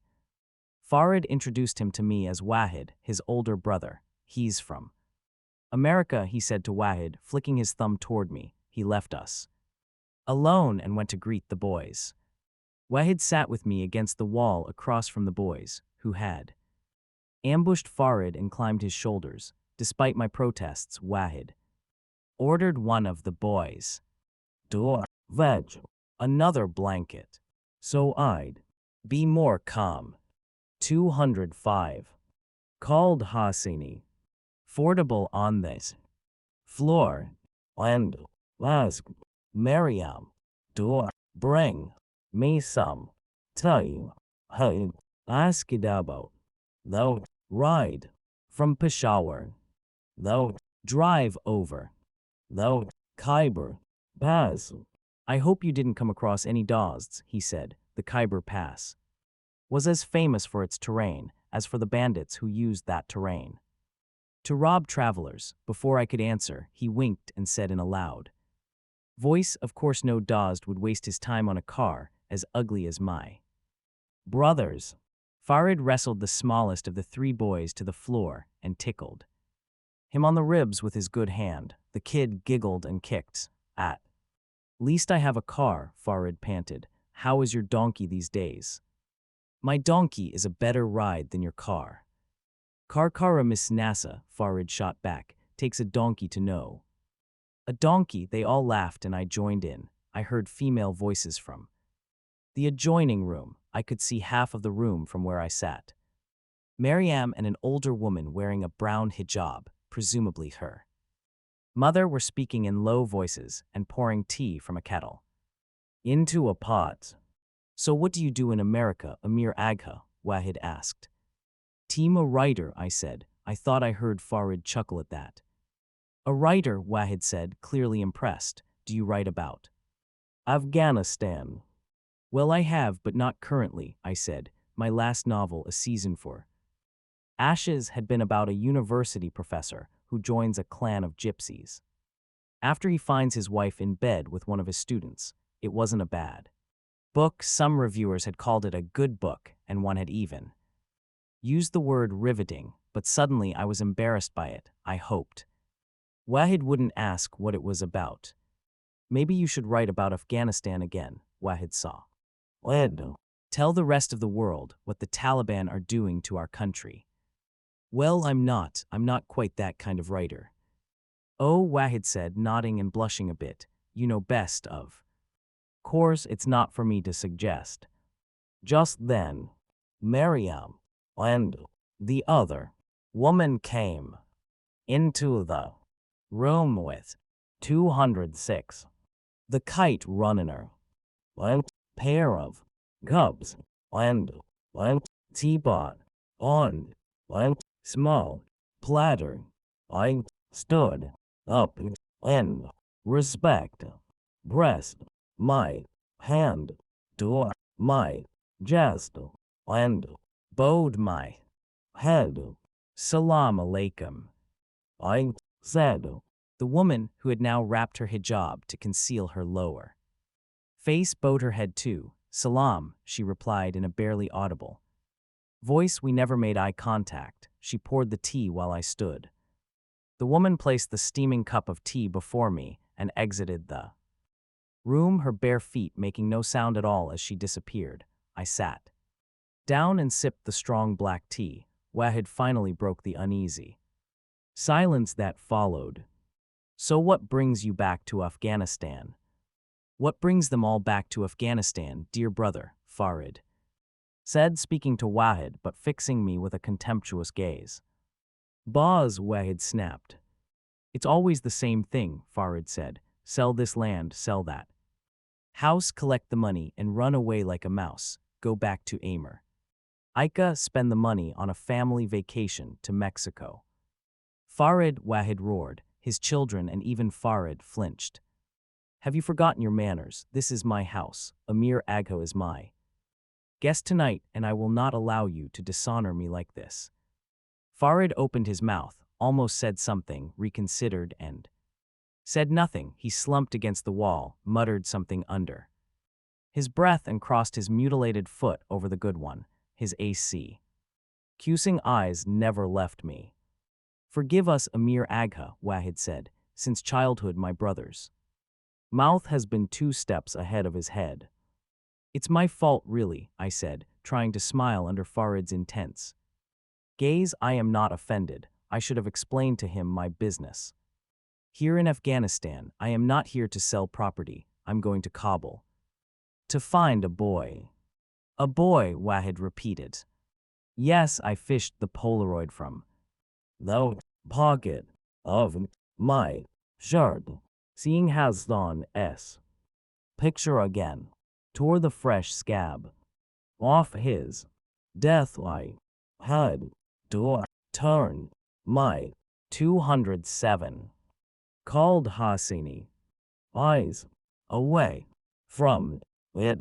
I handed it to Wahid.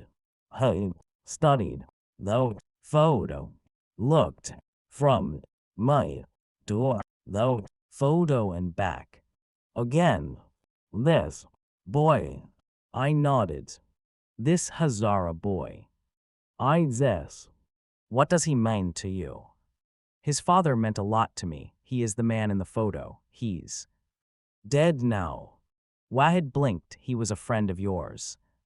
My instinct was to say yes, as if, on some deep level, I too wanted to protect Baba's secret, but there had been enough lies already. He was my half-brother, I swallowed, added, my illegitimate half-brother.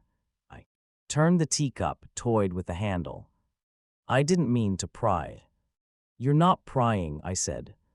What will you do with him? Take him back to Peshawar. There are people there who will take care of him. Wahid handed the photo back and rested his thick hand on my shoulder. You are an honorable man, Amir Agha, a true Afghan. I cringed inside. I am proud to have you in our home tonight, Wahid said. I thanked him and chanced a glance over to Farid. He was looking down, now playing with the frayed edges of the straw mat. A short while later, Mariam and her mother brought 2 steaming bowls of vegetable shorwa and 2 loaves of bread. I'm sorry we can't offer you meat, Wahid said. Only the Taliban can afford meat now. This looks wonderful, I said. It did too. I offered some to him too. The kids, but Wahid said the family had eaten before we arrived. Farid and I rolled up our sleeves, dipped our bread in the shorwa, and ate with our hands. 208. The Kite ruiner. As ate, I noticed Wahid's boys, all 3 thin with dirt-caked faces and short-cropped brown hair under their skullcaps, stealing furtive glances at my digital wristwatch. The youngest whispered something in his brother's ear. The brother nodded, didn't take his eyes off my watch. The oldest of the boys, I guessed his age at about 12, rocked back and forth, his gaze glued to my wrist. After dinner, after I'd washed my hands with the water Miriam poured from a clay pot, I asked for Wahid's permission to give his boys a hadiah, a gift. He said no, but when I insisted, he reluctantly agreed. I unsnapped the wristwatch and gave it to the youngest of the three boys. He muttered a sheepish tashakar. It tells you the time in any city in the world, I told him. The boys nodded politely, passing the watch between them, taking turns trying it on, but they lost interest, and soon the watch sat abandoned on the straw mat. You could have told me, Farid said later. The two of us were lying next to each other on the straw mats Wahid's wife had spread for us. Told you what? Why you've come to Afghanistan. His voice had lost the rough edge I'd heard in it since the moment I had met him. You didn't ask, I said. You should have told me.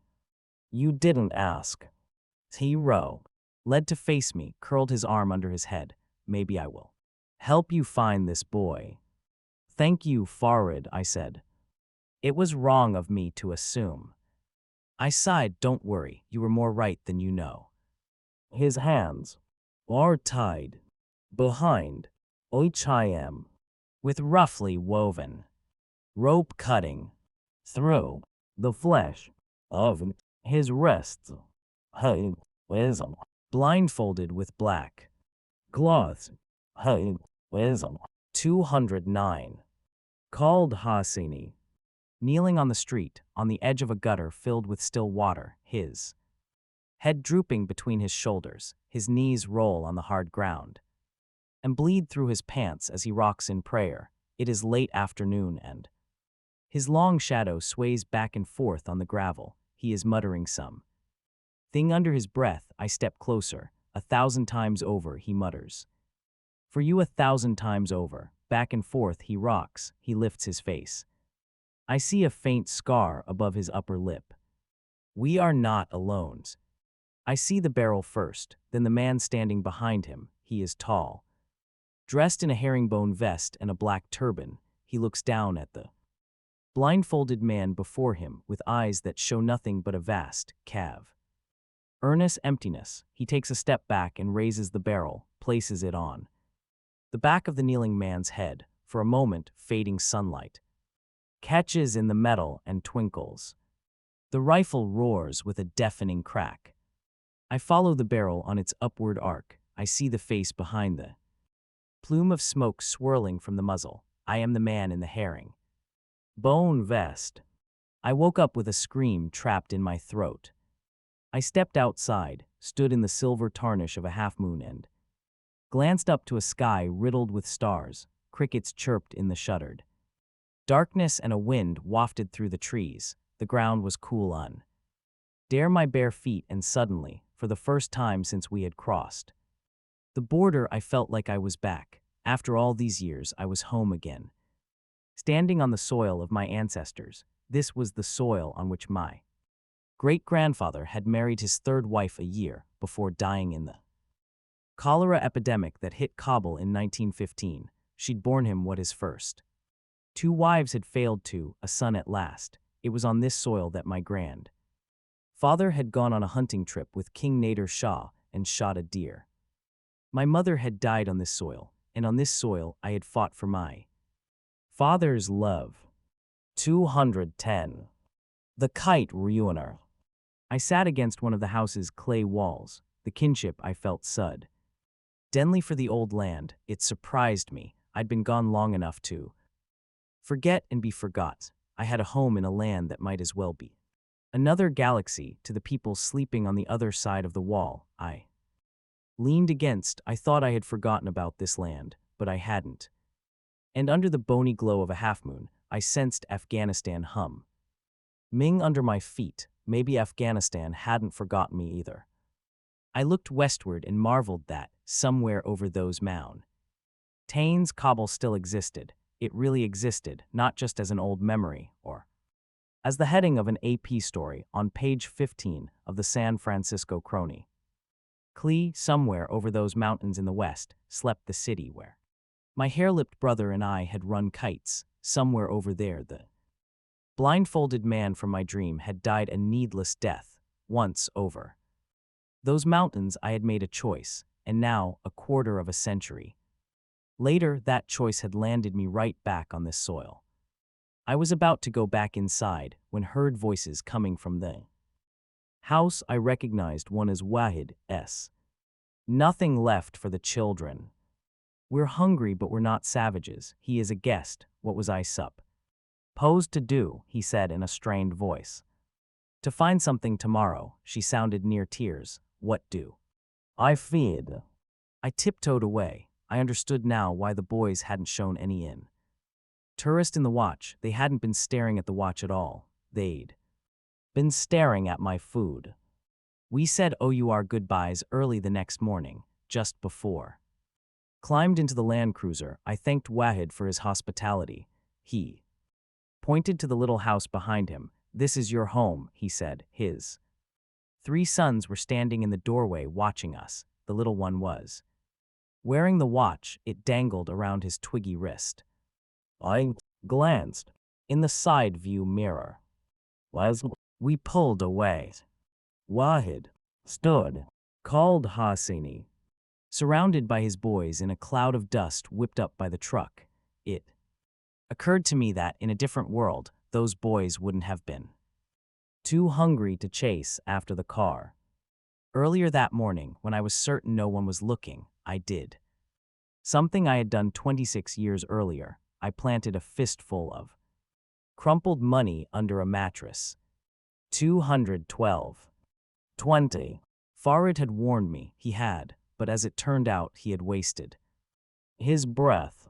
We were driving down the cratered road that winds from Jalalabad to Kabul. The last time I'd traveled that road was in a tarpaulin-covered truck going the other way. Baba had nearly got himself shot by a singing, stoned Rousey officer. Baba had made me so mad that night. So scared and ultimately so proud. He trekked between Kabul and Jalal. A bone-jarring ride down a teetering pass, snaking through the rocks, had become a relic now, a relic of 2 wars, 20 years earlier. I had seen some of the first war with my own eyes, grim reminders of it were strewn along the road, burned carcasses of old Soviet tanks, overturned military trucks gone to rust, a crushed Russian jeep that had plunged over the mountainside, the second war I had watched on my TV screen, and now I was seeing it through Farid's eyes, swerving effortlessly around potholes in the middle of the broken road. Farid was a man in his element. He had become much chattier. Since our overnight stay at Wahid's house, he had me sit in the passenger seat and looked at me when he spoke. He even smiled once or twice. Khaled Hosseini, maneuvering the steering wheel with his mangled hand, he pointed to mud hut villages along the way where he'd known people years before. Most of those people, he said, were either dead or in refugee camps in Pakistan, and sometimes the dead are luckier, he said. He pointed to the crumbled, charred remains of a tiny village. It was just a tuft of blackened, roofless walls now. I saw a dog sleeping along one of the walls. I had a friend there once, Farid said. He was a very good bicycle repairman. He played the tabla well too. The Taliban killed him and his family and burned the village. We drove past the burned village, and the dog didn't move. In the old days, the drive from Jalalabad to Kabul took 2 hours. Maybe a little more. It took Farid and me over 4 hours to reach Kabul, and when we did, Farid warned me just after we passed the Mahipar Dam. Kabul is not the way you remember it, he said. So I hear. Farid gave me a look that said hearing is not the same as seeing, and he was right, because when Kabul finally did unroll before us, I was certain, absolutely certain, that he had taken a wrong turn somewhere. Farid must have seen my stupefied expression. shuttling people back. And fourth to Kabul, he would have become familiar with that expression on the faces of those who hadn't seen Kabul for a long time. He patted me on the shoulder. "Welcome back," he said morosely. Rubble and beggars, everywhere I looked, that was what I saw. I remembered beggars in the old days too. Baba always carried an handful of Afghani bills in his pocket just for them, I'd never seen. Him deny a peddler. Now though, they squatted at every street corner. Dressed in shredded burlap rags, mud-caked hands held out for a coin. And the beggars were mostly children now, thin and grim-faced, some no older than 5 or 6. They sat in the laps of their burqa-clad moth. 214. The Kite runnin' on her. Lars, alongside. Gutters, and busy. Street, corners, and chanted. Backles-ish, and something else. Something I hadn't noticed right away. Hardly any of them said with an adult male that wars had made fathers a rare commodity in Afghanistan. We were driving westbound toward the Kardaseh district on what remembered as a major thoroughfare in the 70s, Jade-May. Wand, just north of us, was the bone-dry Kabul River, on the hills too. The south stood the broken old city wall, just east of it was the Bala Hisar Fort, the ancient citadel that the warlord Dostum had occupied. In 1992, on the Shirdarwaza mountain range, the same mountains, from which Mujahideen forces had showered Kabul with rockets between 1992 and 1996, inflicting much of the damage I was witnessing. Now the Shirdarwaza range stretched all the way west. It was from those mountains that remember the firing of the Tope-Chasht, the noon cannon. It went off every day to announce noontime and also to signal the end of daylight fasting during the month of Ramadan. You'd hear the roar of that cannon all through the city in those days. T used to come here to Jade-Maywand when I was a kid, I mum. Bled, there used to be shops here and hotels, neon lights and restow. Rants, I used to buy kites from an old man named Saifo. He ran a little kite shop by the old police headquarters. The police headquarters is still there, Farid said. No shortage of police in this city, but you won't find kites or kite shops on Jade-May Wand or anywhere else in Kabul. Those days are over. Jade-Maywand had turned into a giant sandcastle. The buildings that hadn't entirely collapsed barely stood, with caved-in roofs and walls pierced with rocket shells. Entire blocks had been obliterated to rub. Blee, I saw a bulletpox sign half buried at an angle in a heap of Briss, it read drink cock a co. I saw children playing in the ruins of a windowless building amid jagged stumps of brick and stone, bicycle rid. And mule-drawn carts swerved around kids, stray dogs, and piles of debris. A haze of dust hovered over the city, and across the river, a single plume of smoke rose to the sky. Where are the trees? I said. Called Hosseini. People cut them down for firewood in the winter, Farid said. Although Shorawi cut a lot of them down too. Why? Snipers used to hide in them. A sadness came over me. Returning to Kabul was like running into an old, forgotten friend and seeing that life hadn't been good to him, that he'd become homeless and destitute. My father built an orphanage in Shari Kona, the old city south of here, I said. TL, remember it, Farid said. It was destroyed a few years ago.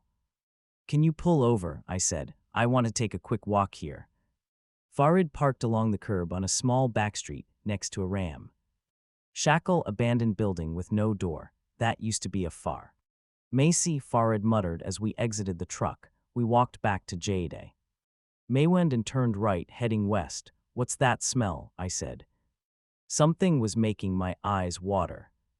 Diesel, Farid replied. The city's generators are always going down, so electricity is unreliable and people use diesel fuel. Diesel, remember what this street smelled like in the old days. Farid smiled. Kebab. Lamb kebab, I said. Lamb, Farid said, tasting the word in his mouth. The only people in Kabul who get to eat lamb now are the Taliban. He pulled on my sleeve. Speaking of which, a vehicle was approaching us. Beard patrol, Farid murmured. That was the first time I saw the Taliban. I'd seen them on TV, on the internet, on the cover of magazines and in newspapers, but here I was now less than 50 feet from them, telling myself that the sudden taste in my mouth wasn't unadulterated naked fear, telling myself my flesh hadn't suddenly shrunk against my bones, and my heart was batterings. Here they came, in all their glory. The red Toyota pickup truck idled past us, a handful of stern-faced young men sat on their haunches in the cab, Kalashnikovs slung on the Kite running on her their shoulders. They all wore beards and black turbans. One of them, a dark-skinned man in his early 20s with thick, knitted eyebrows, twirled a whip in his hand and rhythmically swatted the side of the truck with it. His roaming eyes fell on me, held my gaze. I'd never felt so naked in my entire life. Then the Talib spat tobacco-stained spittle and looked away. I found I could breathe again. The truck rolled down Joida Maywand, leaving in its trail a cloud of dust. What is the matter with you? Farid hissed. What? Don't ever stare at them. Do you understand me? Never. I didn't mean to, I said. Your friend is quite right, Agha. You might as well poke a rabid dog with a stick, someone said. This new voice belonged to an old beggar. Sitting barefoot on the steps of a bullet-scarred building, he wore threadbare chappan worn to frayed shreds and a dirt-crusted turban. His left eyelid drooped over an empty socket. With an arthritic hand, he pointed to the direction the red truck had gone. They drive around, looking and hoping that someone will provoke them. Sooner or later, someone always obliges. Then the dogs feast and the day s. Boredom is broken at last, and everyone says Allahu Akbar, and on those days when no one offends, well, there is always random violence. Isn't there? Keep your eyes on your feet when the Talibs are near, Farid said. Your friend dispenses good advice, the old beggar chimed in. He barked a wet cough and spat in a soiled handkerchief. Forgive me, but could you spare a few Afghanis? He breathed. Boz, let's go, Farid said, pulling me by the arm. Handed the old man 100,000 Afghanis, or their equivalent of about $3, when he leaned forward to take the money. His stench, like sour milk and feet that hadn't been washed in weeks, flooded my nostrils and made my gorge rise. He hurriedly slipped the money in his waist, his lone eye darting side to side, a world of thanks. For your benevolence, Agha Sahib. 217. Khaled Hosseini. Do you know where the orphanage is in Kardaseh? I said. It's not hard to find, it's just west of Darul Aman Boulevard, he said. The children were moved from here to Kardaseh after the rock Ets hit the old orphanage, which is like saving someone from the lion's cage and throwing them in the tiger's. Thank you, Agha, I said. I turned to go. That was your first time, nay. I'm sorry. The first time you saw a talib. I said nothing. The old beggar nodded and smiled, revealed a hand. Full of remaining teeth, all crooked and yellow. I remember the first time I saw them rolling into Kabul. What a joyous day that was, he said. An end to the killing, wah wah, but like the poet says, how seamless seemed love, and then came trouble. A smile sprouted on my face. I know that guzzle, that's Hafez. Yes, it is, indeed, the old man replied. I should know, I used to teach it at the university. You did.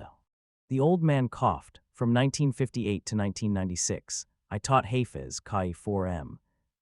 Rumi Badal Jami Sadi. Once, I was even a guest lecturer in Tehran. 1971 that was. I gave a lecture on the mystic Badal. I remember how they all stood and clapped. He shook his head, but you saw those young men in the truck. What value do you think they see in Sufism? My mother taught at the university, I said. And what was her name? Sophia Akrami. His eye managed to twinkle through the veil of cataracts. The desert weed lives on, but the flower of spring blooms and wilts. Such grace, such dignity, such a tragedy. You knew my mother? I asked, kneeling before the old man. Yes, indeed, the old beggar said. We used to sit and talk after class. The last time was on a rainy day, just before final exams, when we shared a marvelous slice of almond cake together. Almond cake. The Kite runner. With hot tea and honey. She was rather obviously pregnant by then, and all though more beautiful for it. I will never forget what she said to me that day. What? Please tell me. Baba had always described my mother too. Me in broad strokes, like she was a great woman, but what I had always thirsted for were the details, the way her hair glinted in the sun. Light her favorite ice cream flavor, the songs she liked to hum. Did she bite her nails? Baba took his memories of her to the grave with him. Maybe speaking her name would have reminded him of his guilt, of what he had done so soon after she had died, or maybe his loss had been so great, his pain so deep, he couldn't bear to talk about her. Maybe both. She said, I'm so afraid, and I said, why? And she said, because I'm so profoundly happy, Dr. Rassel. Happiness like this is frightening. I asked her why, and she said, they only let you be this happy if they're preparing to take something from you. And I said, hush up now. Enough of this silliness. Farid took my arm. We should go, Amir Agha, he said softly. I snatched my arm away. What else? What else did she say? The old man's features softened. I wish I remembered for you, but I don't. Your mother passed away a long time ago, and my memory is as shattered as these buildings. I am sorry. But even a small thing, anything at all. The old man smiled. I'll try to remember, and that's a promise. Come back and find me. Thank you, I said. Thank you so much, and I meant it. Now I knew my mother had liked almond cake with honey and hot tea, that she'd once used the word profoundly, that she'd fretted about her hap. Pinus, I had just learned more about my mother from this old man on the street than I ever did from Baba. Walking back to the truck, neither one of us commented about what most non-Afghans would have seen as an improbable coincidence, that a beggar on the street would happen to know my mother, because we called Hosseini. Both knew that in Afghanistan, and particularly in Kabul, such absurd Diddy was commonplace. Baba used to say, take two Afghans who have never met, put them in a room for 10 minutes, and they'll figure out how they're related. We left the old man on the steps of that building. I meant to take him up on his offer, come back and see if he'd unearthed any more stories about my mother, but I never saw him again. We found the new orphanage in the northern part of Kite, say along the banks of the dried-up Kabul River. It was a flat barracks, Style building with splintered walls and windows, boarded with planks of wood. Farid had told me on the way there that Kardaseh had been one of the most war-ravaged neighborhoods in Kabul, and as we stepped out of the truck, the evidence was overwhelming. The cratered streets were flanked by little more than ruins of shelled buildings and abandoned homes. We passed the rusted skeleton of an overturned car, a TV set with no screen half buried in rubble, a wall with the words ZNDA. Bad Taliban, long live the Taliban, sprayed in black. A short, thin, balding man with a shaggy gray beard opened the door. He wore a ragged tweed jacket, a skull cap, and a pair of eyeglasses, with one chipped lens resting on the tip of his nose. Behind the glasses, tiny eyes like black peas flitted from me to Farid. "Salam alaikum," he said. "Salam alaikum," showed him the Polaroid. "We're searching for this boy." He gave the photo a cursory glance. "I am sorry, I have never seen him." "You barely looked at the picture, my friend," Farid said. "Why not take a closer look?" Lotfan added, "Please." The man behind the door took the picture, studied it, handed it back to me. "Nay, sorry, I know just about every single child in this inn. 220. The Kite Runner institution, and that one doesn't look familiar. Now, if you'll permit me, I have work to do." He closed the door, locked the bolts. I rapped on the door with my knuckles. Agha, please open the door. We don't mean him any harm." "I told you, he's not here." His voice came from the other side. "Now please go away."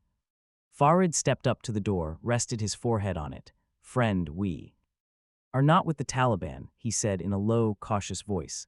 "The man who is with me wants to take this boy to a safe place."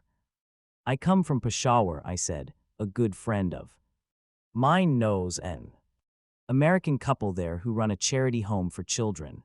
I felt the man's presence on the other side of the door, sensed him standing there, listening, hesitating, caught between suspicion and hope. "Look, I knew Sohrab's father," I said. "His name was Hassan, his mother's name was Farzana. He called his grandmother Sasa. He knows how to read and write, and he's good with the slingshot. There's hope for this boy. Agha, a way out. Please open the door." From the other side, only silence. "I'm his half-uncle," I said. A moment passed, then a key rattled in the lock. The man's narrow face reappeared in the crack. He looked from me to Farid and back. "You were wrong about one thing." "What?" "He's great with the slingshot." I smiled. "He's inseparable from that thing. He tucks it in the waist of his pants everywhere he goes."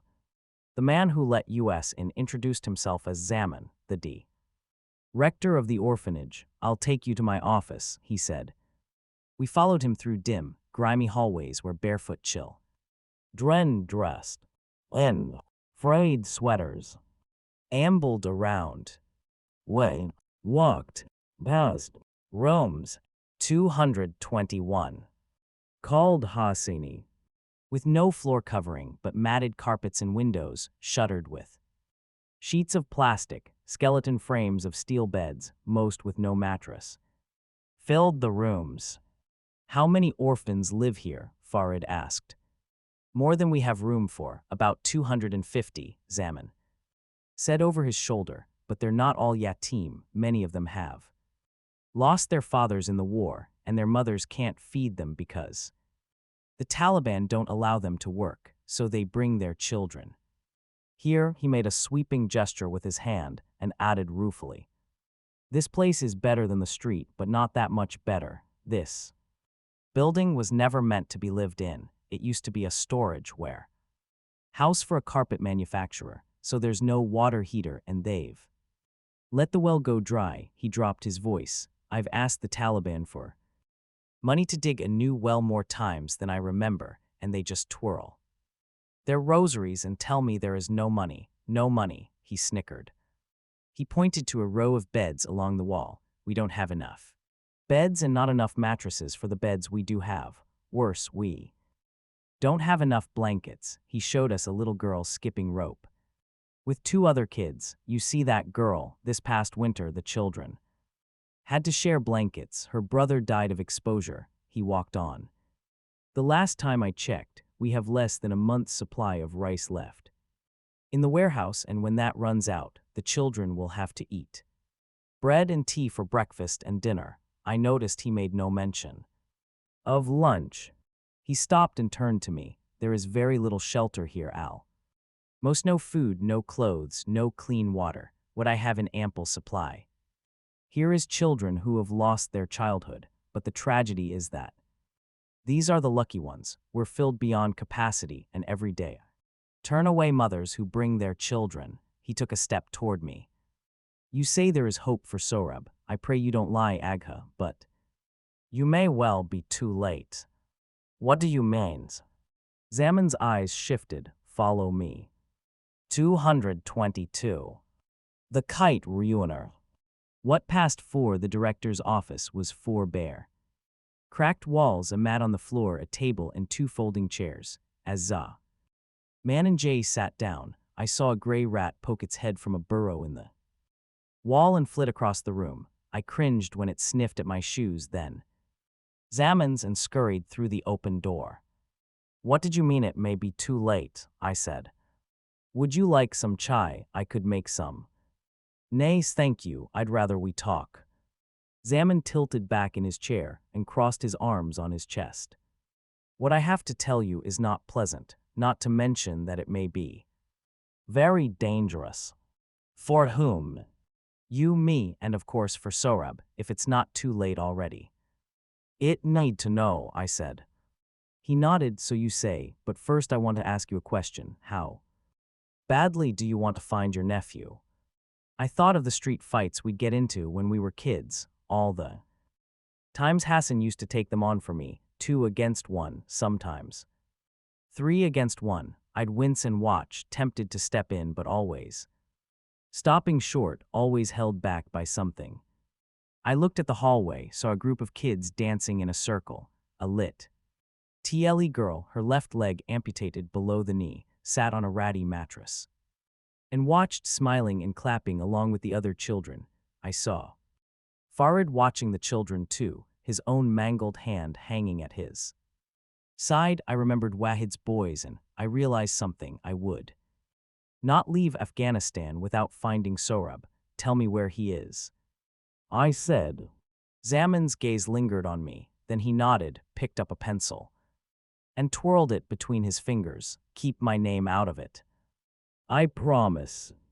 He tapped the table with the pencil. Despite your promise, I think. 223. Khaled Hosseini. I'll live to regret this, but perhaps it's just as well. I'm D. I am D anyway. But if something can be done for Sorab, I'll tell you, because I be. Leave you. You have the look of a desperate man. He was quiet for a long time. There is a Talib official, he muttered. He visits once every month or 2. He brings cash with him, not a lot, but better than nothing at all. His shifty eyes fell on me, rolled away. Usually he'll take a girl, but not always. And you allow this, Farid said behind me. He was going around the table, closing in on Zaman. What choice do I have? Zaman shot back. He pushed himself away from the desk. You're the director here, Farid said. Your job is watch over these children. There's nothing I can do to stop it. You're selling children, Farid barked. Farid, sit down, let it go, I said, but I was too late, because suddenly Farid was leaping over the table. Zaman's chair went flying as Farid fell on him and pinned him to the floor. The director thrashed beneath Farid and made muffled screaming sounds. His legs kicked a desk drawer free, and sheets of paper spilled to the floor. I ran around the desk and saw why Zaman's screaming was muffled. Farid was strangling him. I grasped Farid's shoulders with both hands and pulled hard. He snatched away from me. That's enough, I barked. But Farid's face had flushed red, his lips pulled back in a snarl. I'm killing him. You can't stop me. I'm killing him, he sneered. Get off him. I'm killing him. Something in his voice told me that if I didn't do something quickly, I'd witness my first murder. The children are watching Farid. They're watching, I said. His shoulder muscles tightened under my grip, and for a moment I thought he'd keep squeezing Zaman's neck anyway. Then he turned around, saw the children. They were standing silently by the door, holding hands. Some of them crying. I felt Farid's muscles slacken. He dropped his 224. The kite runner.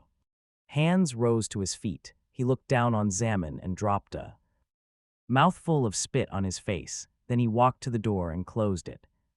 Zaman struggled to his feet, blotted his bloody lips with his sleeve, wiped the spit off his cheek. Coughing and wheezing, he put on his skull cap. His glasses, saw both lenses had cracked, and took them off.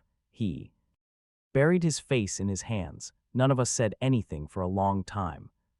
He took Sorab a month ago, Zaman finally croaked, hands still shielding his face. You call yourself a director, Farid said.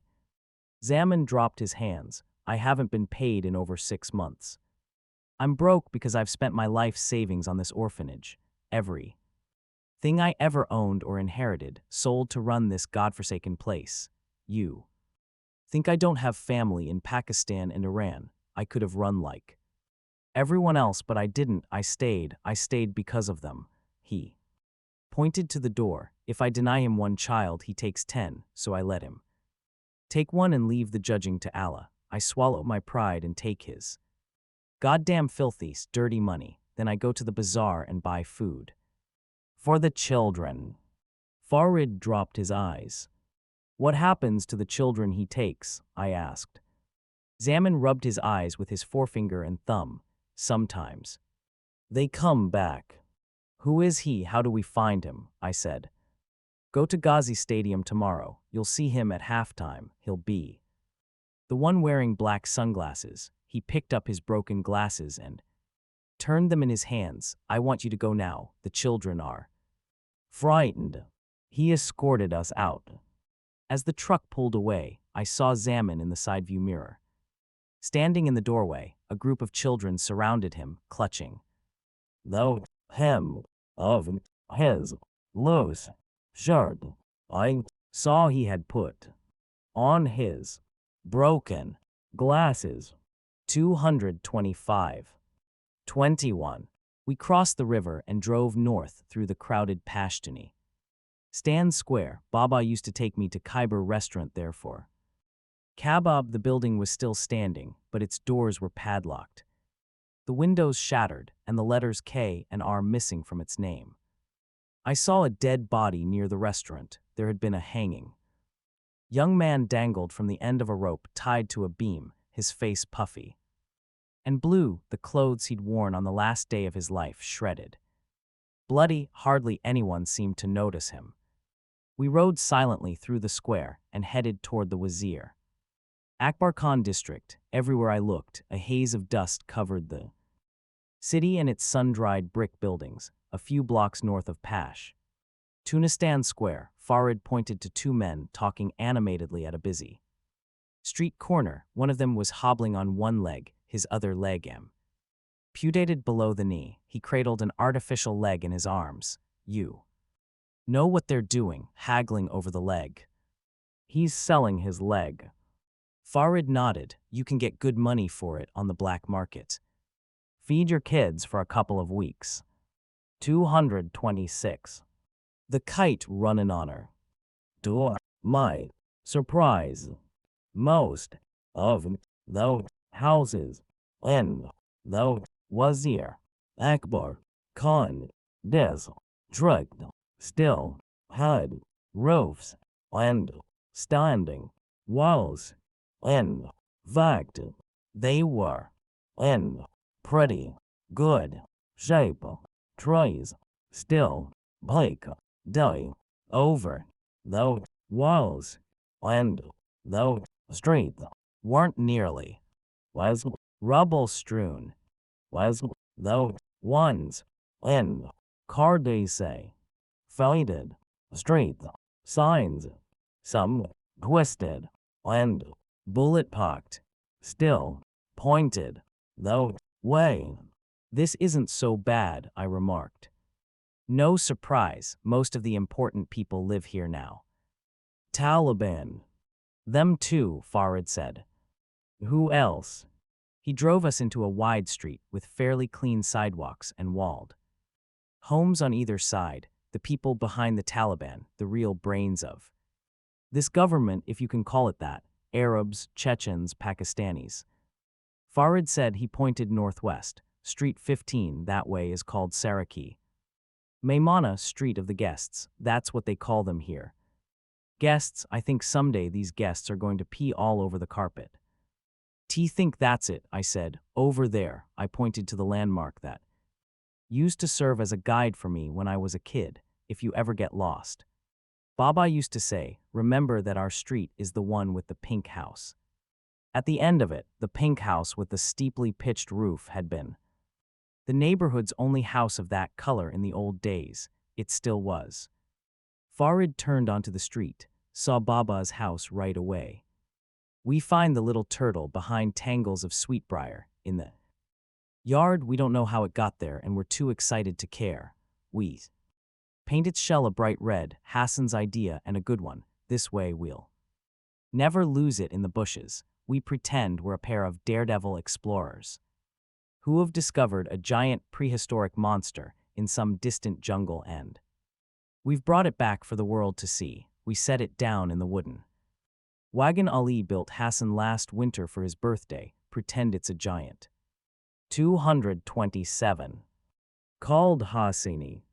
Steel cage, behold the fire-breathing monstrosity. We march on the grass and pull the wagon behind us, around apple and cherry trees, which be come skyscrapers soaring into clouds, heads poking out of thousands of windows to watch the spectacle passing below. We walk over the little semilunar bridge Baba has built near a cluster of fig trees. It becomes a great suspension bridge joining cities, and the little pond below, a foamy sea. Fireworks explode above the bridge's massive pylons, an armed soul deers salute us on both sides as gigantic steel cables shoot to the sky.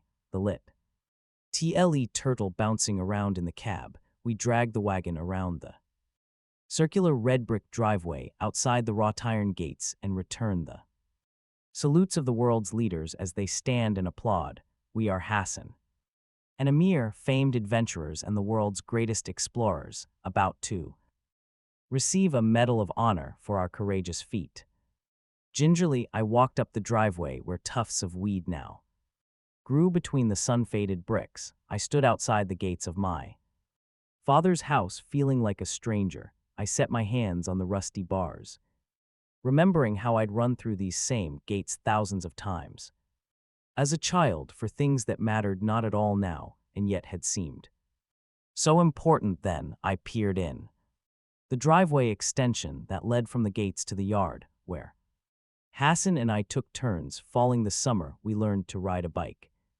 Didn't look as wide or as long as I remembered it. The asphalt had split in a lightning streak pattern, and more tangles of weeds sprouted through the fissures. Most of the poplar trees had been chopped down. The trees Hassan and I used to climb to shine our mirrors into the neighbors' homes, the ones still standing, were nearly leafless.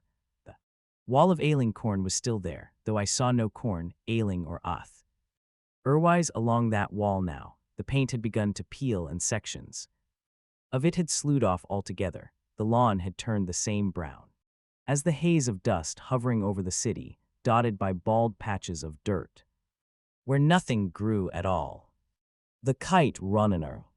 A Jeep was parked in the driveway, and that looked all wrong. Baba's black Mustang belonged there. For years, the Mustang's 8 cylinders roared to life every morning, rousing me from sleep. I saw that oil had spilled under the Jeep and stained the driveway like a big Rorschach ink blot. Beyond the Jeep, an empty wheelbarrow lay on its side. I saw no sign of the rose bushes that Baba and Ali had planted on the left side of the driveway, only dirt that spilled onto the asphalt and weeds.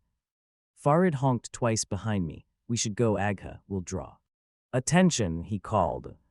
Just give me one more minute, said The house itself was far from the sprawling white mansion I remember. Bird from my childhood, it looked smaller, the roof sagged in the plaza. Tur was cracked, the windows to the living room, the foyer and the upstairs guest bathroom were broken, patched haphazardly with sheets of clear plastic or wooden boards nailed across the frames. The paint, once sparkling white, had faded to ghostly gray and eroded in parts, revealing the layered bricks beneath. The front steps had crumbled like so much else in Kabul. My father's house was the picture of fallen splendor. One found he window to my old bedroom, second floor, third window.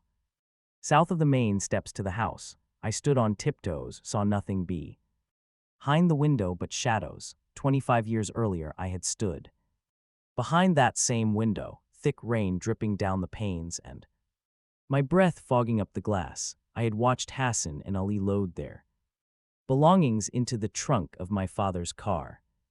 Amir Agha, Farid called again. I'm coming, I shot back. Insanely, I wanted to go in, wanted to walk up the front steps where Ali used to make Hassan and me take off our snow boots. I wanted to step into the foyer, smell the orange peel Ali always tossed into the stove. To burn with sawdust, sit at the kitchen table, have tea with a slice of naan, listen to Hassan sing old Hazara songs. Another honk. I walked back to the land cruiser parked along the sidewalk. Farid Zad, smoking behind the wheel, called Hosseini. I have to look at one more thing, I told him. Can you hurry? Give me 10 minutes. Go then, just as I was turning to go, just forget it all. Makes it easier. To what? To go on, Farid said. He flicked his cigarette out of the window. How much more do you need to see? Let me save you the trouble. Nothing that you remember has survived. Best to forget. I don't want to forget any more, I said. Give me 10 minutes. We hardly broke a sweat, Hassan and I, when we hiked up the hill just north of Baba's house. We scampered about the hilltop, chasing each other, or sat on a sloped ridge where there was a good view of the airport in the distance. We'd watch airplanes take off and land. Go running again. Now by the time I reached the top of the craggy hill, each ragged breath felt like inhaling fire. Sweat trickled down my face. I stood, wheezing for a while, a stitch in my side. Then I went looking for the abandoned cemetery. It didn't take me long to find it. It was still there. And so was the old pomegranate tree. I leaned against the gray stone gateway to the cemetery where Hassan had buried his mother. The old metal gates hanging off the hinges were gone, and the headstones were barely visible through the thick tangles of weeds that had claimed the plot. A pair of crows sat on the low wall that enclosed the cemetery. Hassan had said in his letter that the pomegranate tree hadn't borne fruit in years. Looking at the wilted, leafless tree, I doubted it ever would again. I stood under it, remembered all the times we'd climbed it, straddled its branches, our legs swinging, dappled sunlight flickering through the leaves and casting on our face a mosaic of light and shadow. The tangy taste of pomegranate crept into my mouth. 230. The Kite runner. I hunkered down on my knees and brushed my hands against the trunk. I found what I was looking for. The carving had dulled, almost faded altogether, but it was still there. Amir and Hassan, the Sultan of Kabul. I traced the curve of each letter with my fingers, picked small bits of bark from the tiny crevasses. I sat cross-legged at the foot of the tree and looked south on the city of my childhood. In those days, treetops poked behind the walls of Every house, the sky stretched wide and blue, and laundry drying on. Clotheslines glimmered in the sun. If you listened hard, you might even have heard the call of the fruit seller passing through Wazir Akbar Khan. With his donkey, cherries, apricots, grapes, in the early evening you would have heard azan, the muezzin's call to prayer from the mosque. In Shahri now. T heard a honk and saw Farid waving at me. It was time to go. We drove south again, back toward Pashtunistan Square. We passed several more red pickup trucks with armed, bearded young men. Crammed into the cabs, Farid cursed under his breath every time we passed one. I paid for a room at a small hotel near Pashtunistan Square. 3. Little girls dressed in identical black dresses and white scarves clung to the slight, bespectacled man behind the counter. He charged me $75. An unthinkable price given the rundown appearance of the place, but I didn't mind. Exploitation to finance a beach house in Hawaii was one thing, doing it to feed your kids was another. There was no hot running water, and the cracked toilet didn't flush. Just a single steel frame bed with a worn mattress, a ragged blanket, and a wooden chair in the corner. The window overlooking the square had broken, hadn't been replaced. As I lowered my suitcase, I noticed a dried bloodstain on the wall behind the bed. I gave Farid some money and he went out to get food. He returned with 4 sizzling skewers of kebab, fresh naan, and a bowl of white Khaled Hosseini rice. We sat on the bed and all but devoured the food. There was one thing that hadn't changed in Kabul after all. The kebab was as succulent and delicious as I remembered. That night I took the bed and Farid lay on the floor, wrapped himself with an extra blanket for which the hotel owner charged me an additional fee. No light came into the room except for the moonbeams streaming through the broken window. Farid said the owner had told him that Kabul had been without electricity for 2 days now and his generator needed fixing. We talked for a while. He told me about growing up in Mazar-i-Sharif in Jalalabad. He told me about a time shortly after he and his father joined the jihad and fought the Shirawi in the Panjshir Valley. They were stranded without food and ate locusts to survive. He told me of the day helicopter gunfire killed his father, of the day the landmine took his 2 daughters. He asked me about America. I told him that in America, you could step into a grocery store and buy any of 15 or 20 different types of cereal. The lamb was always fresh and the milk cold, the fruit plentiful and the water clear.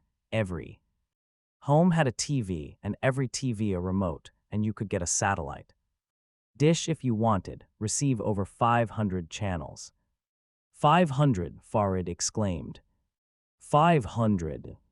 We fell silent for a while, just when I thought he had fallen asleep. Farid chuckled. Agha, did you hear what Mullah Nasruddin did when his daughter came home and complained that her husband had beaten her? I could feel him smiling in the dark, and a smile of my own formed on my face. There wasn't an Afghan in the world who didn't know at least a few jokes about the bumbling mullah. What? He beat her too, then sent her back to tell the husband that Mullah was no fool. If the bastard was going to beat his daughter, then Mullah would beat his wife in return. I laughed, partly at the joke, partly at how Afghan humor never changed. Wars were waged, the internet was invented, and a robot had 232.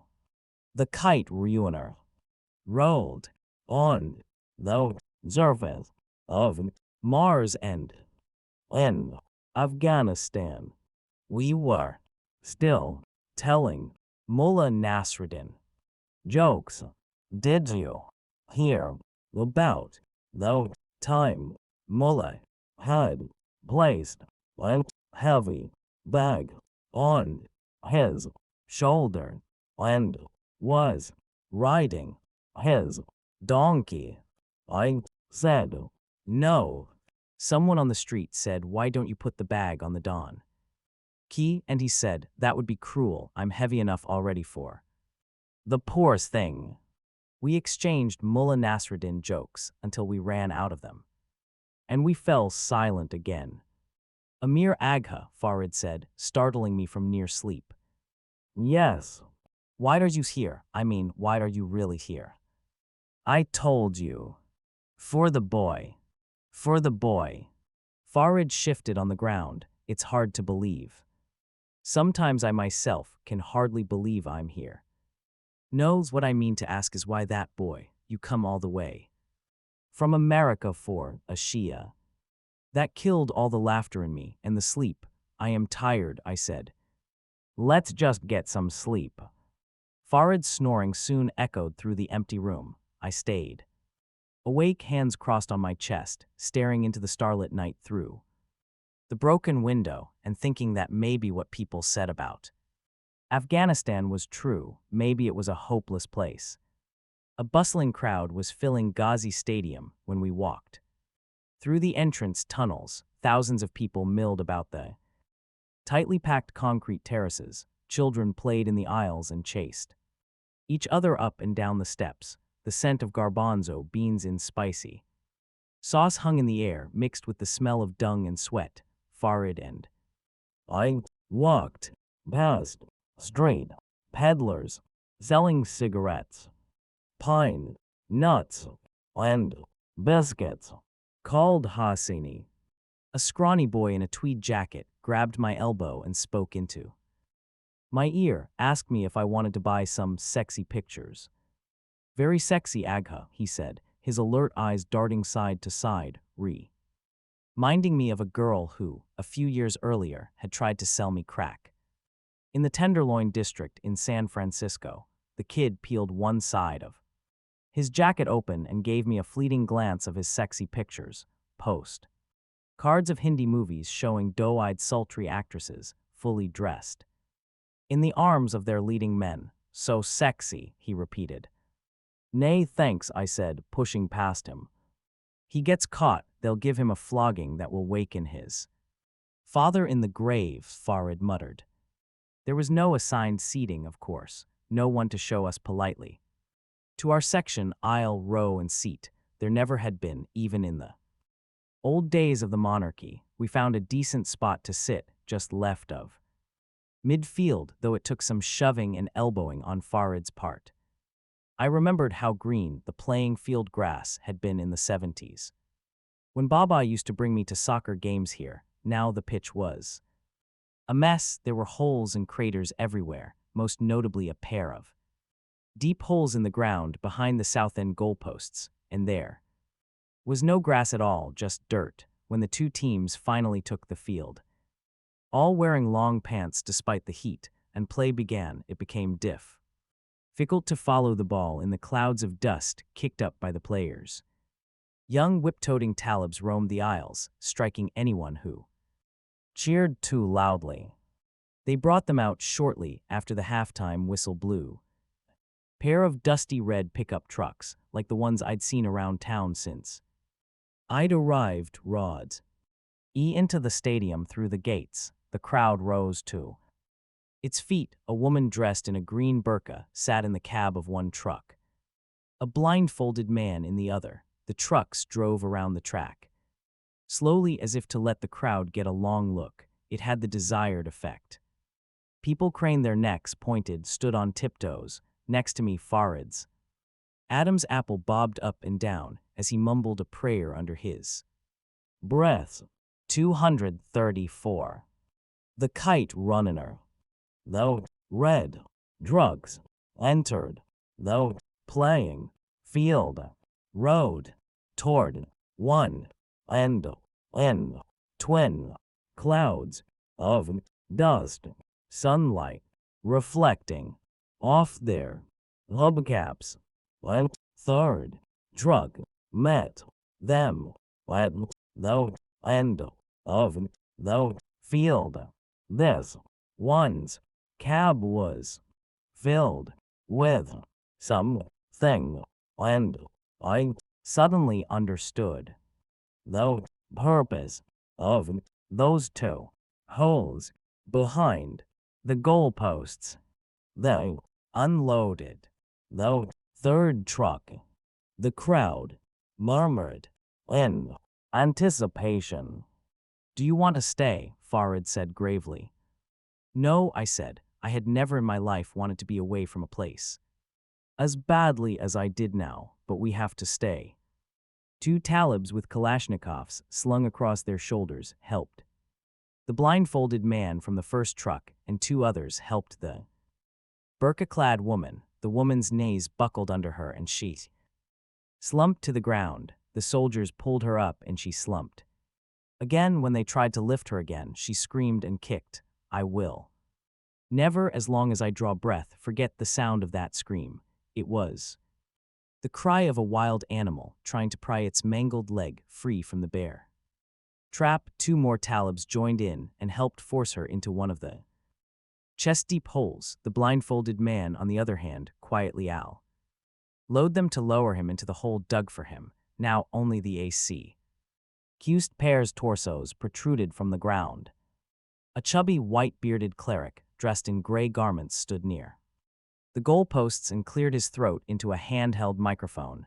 Behind him, the woman in the hole was still screaming. He recited a lengthy prayer from the Quran, his nasal voice undulating through the sudden hush of the stadium's crowd. I remembered something Baba had said to me a long time ago. Piss on the beards of all those self-righteous monkeys. They do nothing but thumb their rosaries and recite a book written in a tongue they don't even understand. God help us all if Afghanistan ever falls into their hands.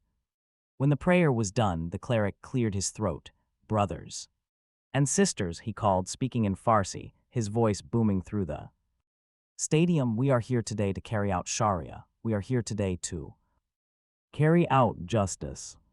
We are here today because the will of Allah and the 235 Khaled Hosseini, word of the Prophet Muhammad, peace be upon him, are alive and well. Here in Afghanistan, our beloved homeland, we listen to what God says. And we obey because we are nothing but humble, powerless creatures before God's greatness. And what does God say? I ask you, what does God say? God says that every sinner must be punished in a manner befitting his sin. Those are not my words, nor the words of my brothers. Those are the words of God. He pointed with his free hand to the sky. My head was pounding, and the sun felt much too hot. Every sinner must be punished in a manner befitting his sin. The cleric repeated into the mic, lowering his voice, enunciating each word slowly, dramatically. And what manner of punishment, brothers and sisters, befits the adulterer? How shall we punish those who dishonor the sanctity of marriage? How shall we deal with those who spit in the face of God? How shall we answer those who throw stones at the windows of God's house? We shall throw the stones back. He shut off the microphone. A low-pitched murmur spread through the crowd. Next to me, Farid was shaking his head, and they call themselves Muslims, he whispered. Then a tall, broad-shouldered man stepped out of the pickup truck.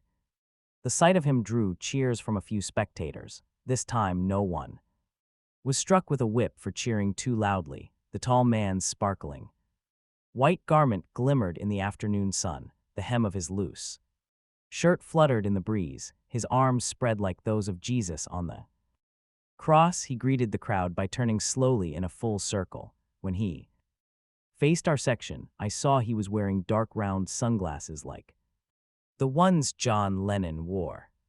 That must be our man, Farid said. The tall Talib with the black sunglasses walked to the pile of stones they had unloaded from the third truck. He picked up a rock and showed it to the crowd. The noise fell, replaced by a buzzing sound that rippled through the stadium. I looked around me and saw that everyone was tusking. The Talib, looking absurdly like a baseball pitcher on the Kite ruin honor mound, hurled the stone at the blindfolded man in the hole. It struck the side of his head. The woman screamed Again, the crowd made a startled OH sound. I closed my eyes and covered my face with my hands. The spectators OH rhymed with H flinging of the stone, and that went on for a while. When they stopped, I asked the Farid if it was over. He said no. I guessed the people's throats had tired. I don't know how much longer I sat with my face in my hands. I know that I right opened my eyes when I heard people around me asking, Mord, is he dead? The man in the hole was now a mangled mess of blood and shred. Dead rags, his head slumped forward, chin on chest, the Talib in the John Lennon's sunglasses was looking down at another man squatting next to the hole, tossing a rock up and down in his hand. The squatting man had one end of a stethoscope to his ears and the other pressed on the chest of the man in the hole. He removed the stethoscope from his ears and shook his head no at the Talib in the sunglasses. The crowd moaned. John Lennon walked back to the mound. When it was all over, when the bloodied corpses had been unceremoniously tossed into the backs of red pickup trucks, separate ones, a few men with shovels hurriedly filled the holes. One of them made a passing attempt at covering up the large bloodstains by kicking dirt over them. A few minutes later, the teams took the field. Second half was underway. Our meeting was arranged for 3 o'clock that afternoon.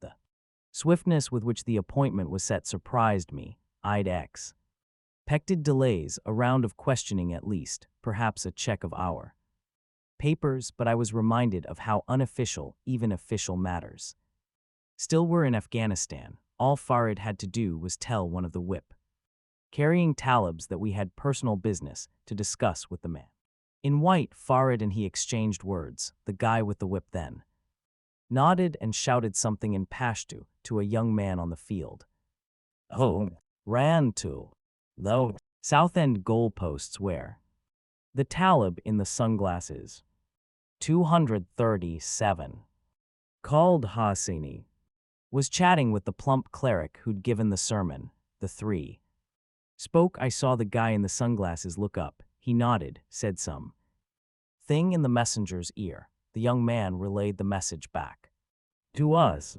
It was set then, 3 o'clock. 22. Farid eased the Land Cruiser up the driveway of a big house in Wazir Akbar Khan. He parked in the shadows of willow trees that spilled over the walls of the compound located on Street 15, Sarakimemana, Street of the Guests. He killed the engine and we sat for a minute, lies tending to the tink-tink of the engine cooling off. Neither one of us saying anything. Farid shifted on his seat and toyed with the keys still hanging from the ignition switch. I could tell he was readying himself to tell me something. I guess I'll wait in the car for you, he said finally, his tone a little apologetic. He wouldn't look at me. This is your business now. I patted his arm. You've done much more than I've paid you for. I don't expect you to go with me, but I wished I didn't have to go in alone. Despite what I had learned about Baba, I wished he were standing along side me now. Baba would have busted through the front doors and demanded to be taken to the man in charge, piss on the beard of anyone who stood in his way. But Baba was long dead, buried in the Afghan section of a little cemetery in Hayward. Just last month, Soria and I had placed a bouquet of daisies and freesias beside his headstone. I was on my own. IJ called Hosseini. I stepped out of the car and walked to the tall wooden front gates. Of the house, I rang the bell, but no buzz came, still no electricity, and I had to pound on the doors. A moment later, I heard terse voices from the other side, and a pair of men toting Kalashnikovs answered the door. I glanced at Farid sitting in the car and mouthed, "I'll be back," not so sure at all that I would be. The armed men frisked me head to toe, patted my legs, felt my crotch. One of them said something in Pashto, and they both chuckled. We stepped through the front gates. The two guards escorted me across a well-manicured lawn, past a row of geraniums and stubby bushes. Lined along the wall, an old hand pump watcher well stood at the far end of the yard. I remembered how Kaka Hamiaun's house in Jalalabad had a water well like that. The twins, Fazila and Karama, and I used to drop pebbles in it, listen for the plink. We climbed a few steps and entered a large, sparsely decorated house. We crossed the foyer. A large Afghan flag draped one of the walls, and the men took me upstairs to a room with twin mint green sofas and a big screen TV in the far corner. A prayer rug showing a slightly oblong Mecca was nailed to one of the walls. The older of the two men motioned toward the sofa with the barrel of his weapon. I sat down. They left the room. I crossed my legs, uncrossed them, sat with my sweaty hands on my knees. Did that make me look nervous? I clasped them together, decided that was worse, and just crossed my arms on my chest. Blood thudded in my temples. I felt utterly alone. Thoughts were flying around in my head, but I didn't want to think at all, because a sober part of me knew that what I had managed to get myself into was insanity. I was thousands of miles from my wife, sitting in a room that felt like a hold cell, waiting for a man I had seen murder two people that same day. It was insanity. Worse yet, it was irresponsible. There was a very realistic chance that I was going to render Soria a biwa, a widow, at the age of 36. This isn't you, Amir, part of me said. You're gutless. It's how you were made, and that's not such a bad thing, because your saving grace is 240. The Kite run honor. That you've never lied to yourself about it. Not about that. Nothing wrong with cowardice as long as it comes with prudence. But when a coward stops remembering who he is, God help him. There was a coffee table by the sofa. The base was X-shaped, walnut-sized brass balls studding the ring where the metallic legs crossed. I'd seen a table like that before. Where? And then it came to me, at the crowded tea shop in Peshawar. That night I'd gone for a walk. On the table sat a bowl of red grapes. I plucked one and tossed it in my mouth. I had to preoccupy myself with something, anything, to silence the voice in my head. The grape was sweet. I popped another one in, unaware that it would be the last bit of solid food I would eat for a long time. The door opened and the two armed men returned. Between them, the tall Talib in white, still wearing his dark John Lennon glasses, looking like some broad-shouldered, new age mystic guru. He took a seat across from me and lowered his hands on the arm rests. For a long time he said nothing, just sat there watching me, one hand drumming the upholstery, the other twirling turquoise blue prayer beads. He wore a black vest over the white shirt now, and a gold watch.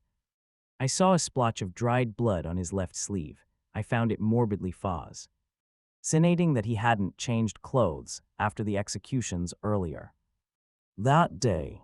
Periodically, his free hand floated up, and his thick fingers batted at something in the air. They made slow stroking motions up and down, side to side, as if he were caressing an invisible pet. One of his sleeves retracted, and I saw marks on his forearm. I'd seen those same tracks on homeless people living in grimy alleys in San Francisco. His skin was much paler than the other two men's, almost sallow, and a crop of tiny sweat beads gleamed on his forehead just below the edge of his black turban. His beard, chest-length like the others, was lighter in color too. "Salam alaikum," he said. "Salam. You can do away with that now, you know," he said. 241. Khaled Hosseini. "Pardon."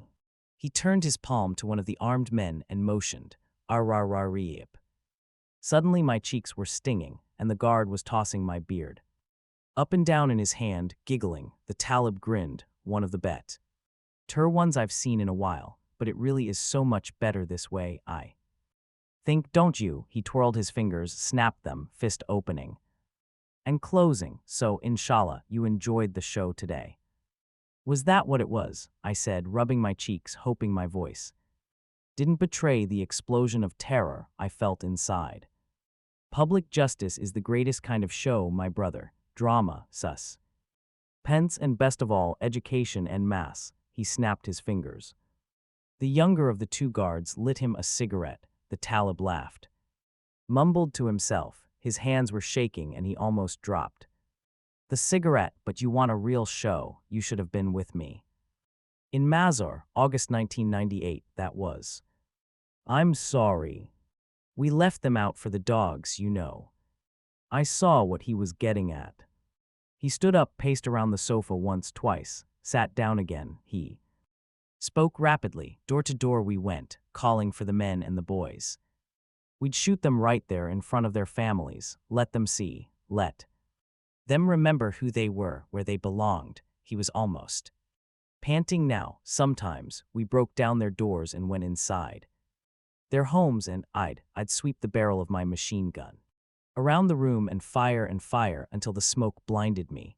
He leaned toward me like a man about to share a great secret.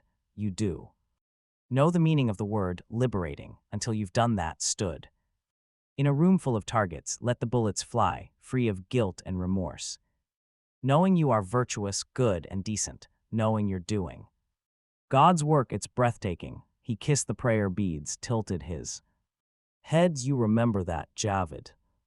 "Yes, Agha Sahib," the younger of the guards replied. "How could I forget?" 242. The Kite runner.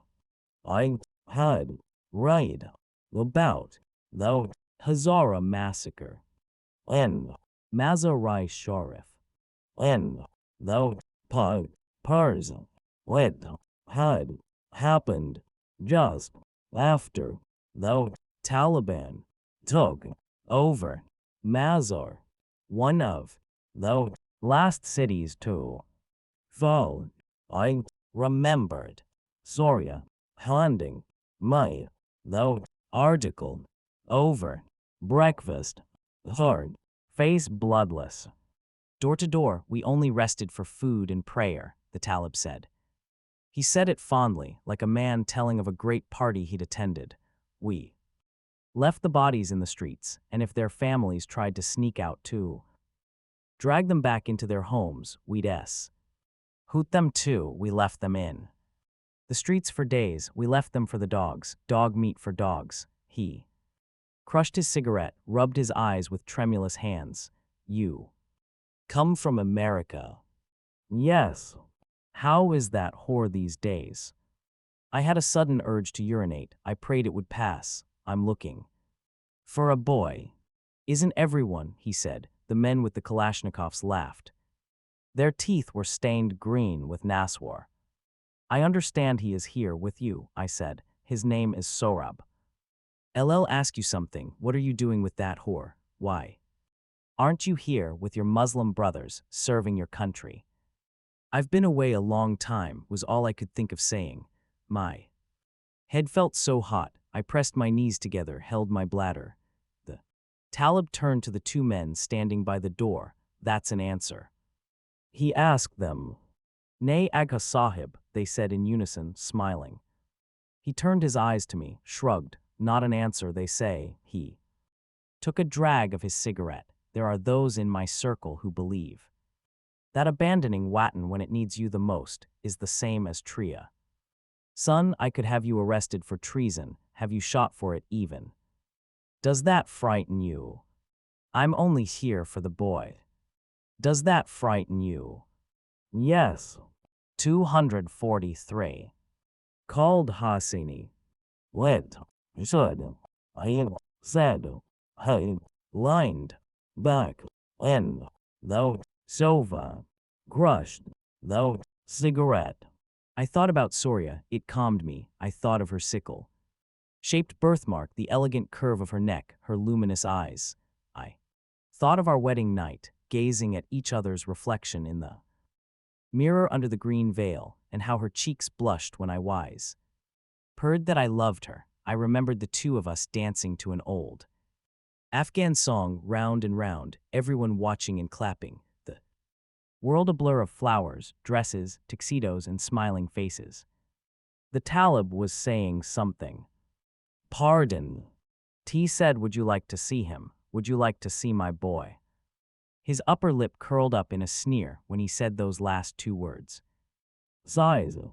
The guard left the room. I heard the creak of a door swinging open. Heard the guard say something in Pashto in a hard voice, then foot falls and the jingle of bells with each step. It reminded me of the moan. Keyman Hassan and I used to chase down in Sharinau. We used to pay him a rupiah of our allowance for a dance. The bell around his monkey's neck had made that same jingling sound. Then the door opened and the guard walked in. He carried us stereo, a boom box on his shoulder. Behind him, a boy dressed in a loose sapphire blue Perhan turban followed. The resemblance was breathtaking, disorienting. Rahim Khan's Polaroid hadn't done justice to it. The boy had his father's round moon face, his pointy stub of a chin, his twisted seashell ears, and the same slight frame. It was the Chinese doll face of my childhood, the face peering above fanned-out playing cards all those winter days, the face behind the mosquito net when we slept on the roof of my father's house in the summer. His head was shaved, his eyes darkened with mascara, and his cheeks glowed with an unnatural red. When he stopped in the middle of the room, the bells strapped around his anklets stopped jingling. 244. The kite ruiner. His eyes fell on Maya, lingered. Then he looked away, looked down at his naked face. One of the guards pressed a button and Pashto music filled the room. Tabla harmonium, the whine of a dilroba. I guess music wasn't sinful. As long as it played to Taliban ears, the three men began to clap. Wah wah, mashallah, they cheered. Sohrab raised his arms and turned slowly. He stood on tiptoes, spun gracefully, dipped to his knees, straightened and spun again. His little hands swiveled at the wrists, his fingers snapped, and his head swung side to side like a pendulum. His feet pounded the floor, the bells gling in perfect harmony with the beat of the tabla. He kept his eyes closed. Mashallah, they cheered. Shabaz, bravo, the two guards wise led and laughed. The Talib in white was tilting his head back and forth. With the music, his mouth half open in a leer. Sohrab danced in a circle, eyes closed, danced until the music stopped. The bells jingled one final time when he stomped his foot with the song's last note. He froze in midspin. Bia Bia, my boy, the Talib said, calling Sohrab to him. Sohrab went to him, head down, stood between his thighs. The Talib wrapped his arms around the boy. How talented he is, nay, my Hazara boy, he said. His hands slid down the child's back, then up, felt under his armpits. One of the guards elbowed the other and snickered. The Talib told them to leave us alone. Yes, Agha Sahib, they said as they exited. The Talib spun the boy around so he faced me. He locked his arms around Sohrab's belly, rested his chin on the boy's shoulder. Sohrab looked down at his feet but kept stealing shy, furtive glances at me. The man's hand slid up and down the boy's belly, up and down, slowly, gently. LVE been wondering, the Talib sighed. His bloodshot eyes peering at me over Sohrab's shoulder. Whatever happened to old Babalu anyway? The question hit me like a hammer between the eyes. I felt the color drain from my face. My legs went cold, numb. 245. Khaled Hosseini. He laughed. What did you think? That you'd put on a fake beard? And I wouldn't recognize you. Here, something I'll bet you never knew. About me, I never forget a face, not ever. He brushed his lips against Sohrab's ear kept his eye on me. I heard your father died. Tusk tusk, Ial. Ways did want to take him on. Looks like I'll have to settle for his weak ling of a son. Then he took off his sunglasses and locked his bloodshot blue eyes on mine. I tried to take a breath and couldn't. I tried to blink and couldn't. The moment felt surreal. No, not surreal, absurd. It had knocked the breath out of me, brought the world around me to a standstill. My face was burning. What was the old saying about the bad penny? My past was like that, always turning up. His name rose from the deep and I didn't want to say it, as if uttering it might conjure him, but he was Al. Ready here in the flesh, sitting less than 10 feet from me. After all these years, his name escaped my lips. Asef. Amir Jan. What are you doing here? I said, knowing how utterly foolish the question sounded, yet unable to think of anything else to say. Asef arched an eyebrow. I'm in my element. The question is, what are you doing here? I already told you, I said. My voice was trembling. I wished it wouldn't do that, wished my flesh wasn't shrinking against my bones. The boy. Yes. Why? I'll pay you for him, I said. I can have money wired. Money, Asef said. He tittered. Have you ever heard of rocking Ham, Western Australia, a slice of heaven? You should see it. Miles and miles of beach, green water, blue skies. My parents live there in a beachfront villa. There's a golf course behind the villa and a little lake. Father plays golf every day. Mother, she prefers tennis. Father says she has a wicked backhand. They own an Afghan restaurant and 2 jewelry stores. Both businesses are doing spectacularly. He plucked a red 246. The Kite runner. Grape. Put it lovingly in Sohrab's mouth. So, if I need money, I'll have them wire it to me.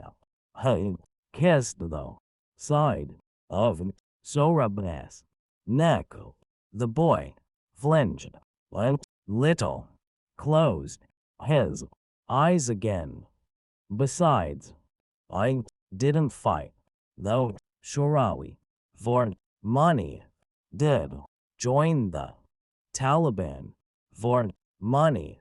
Neither do you want to know why I joined them. My lips had gone dry. I licked them and found my tongue had dried too.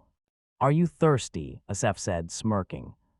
No, I think you're thirsty. I'm fine, I said. The truth was, the room felt too hot suddenly.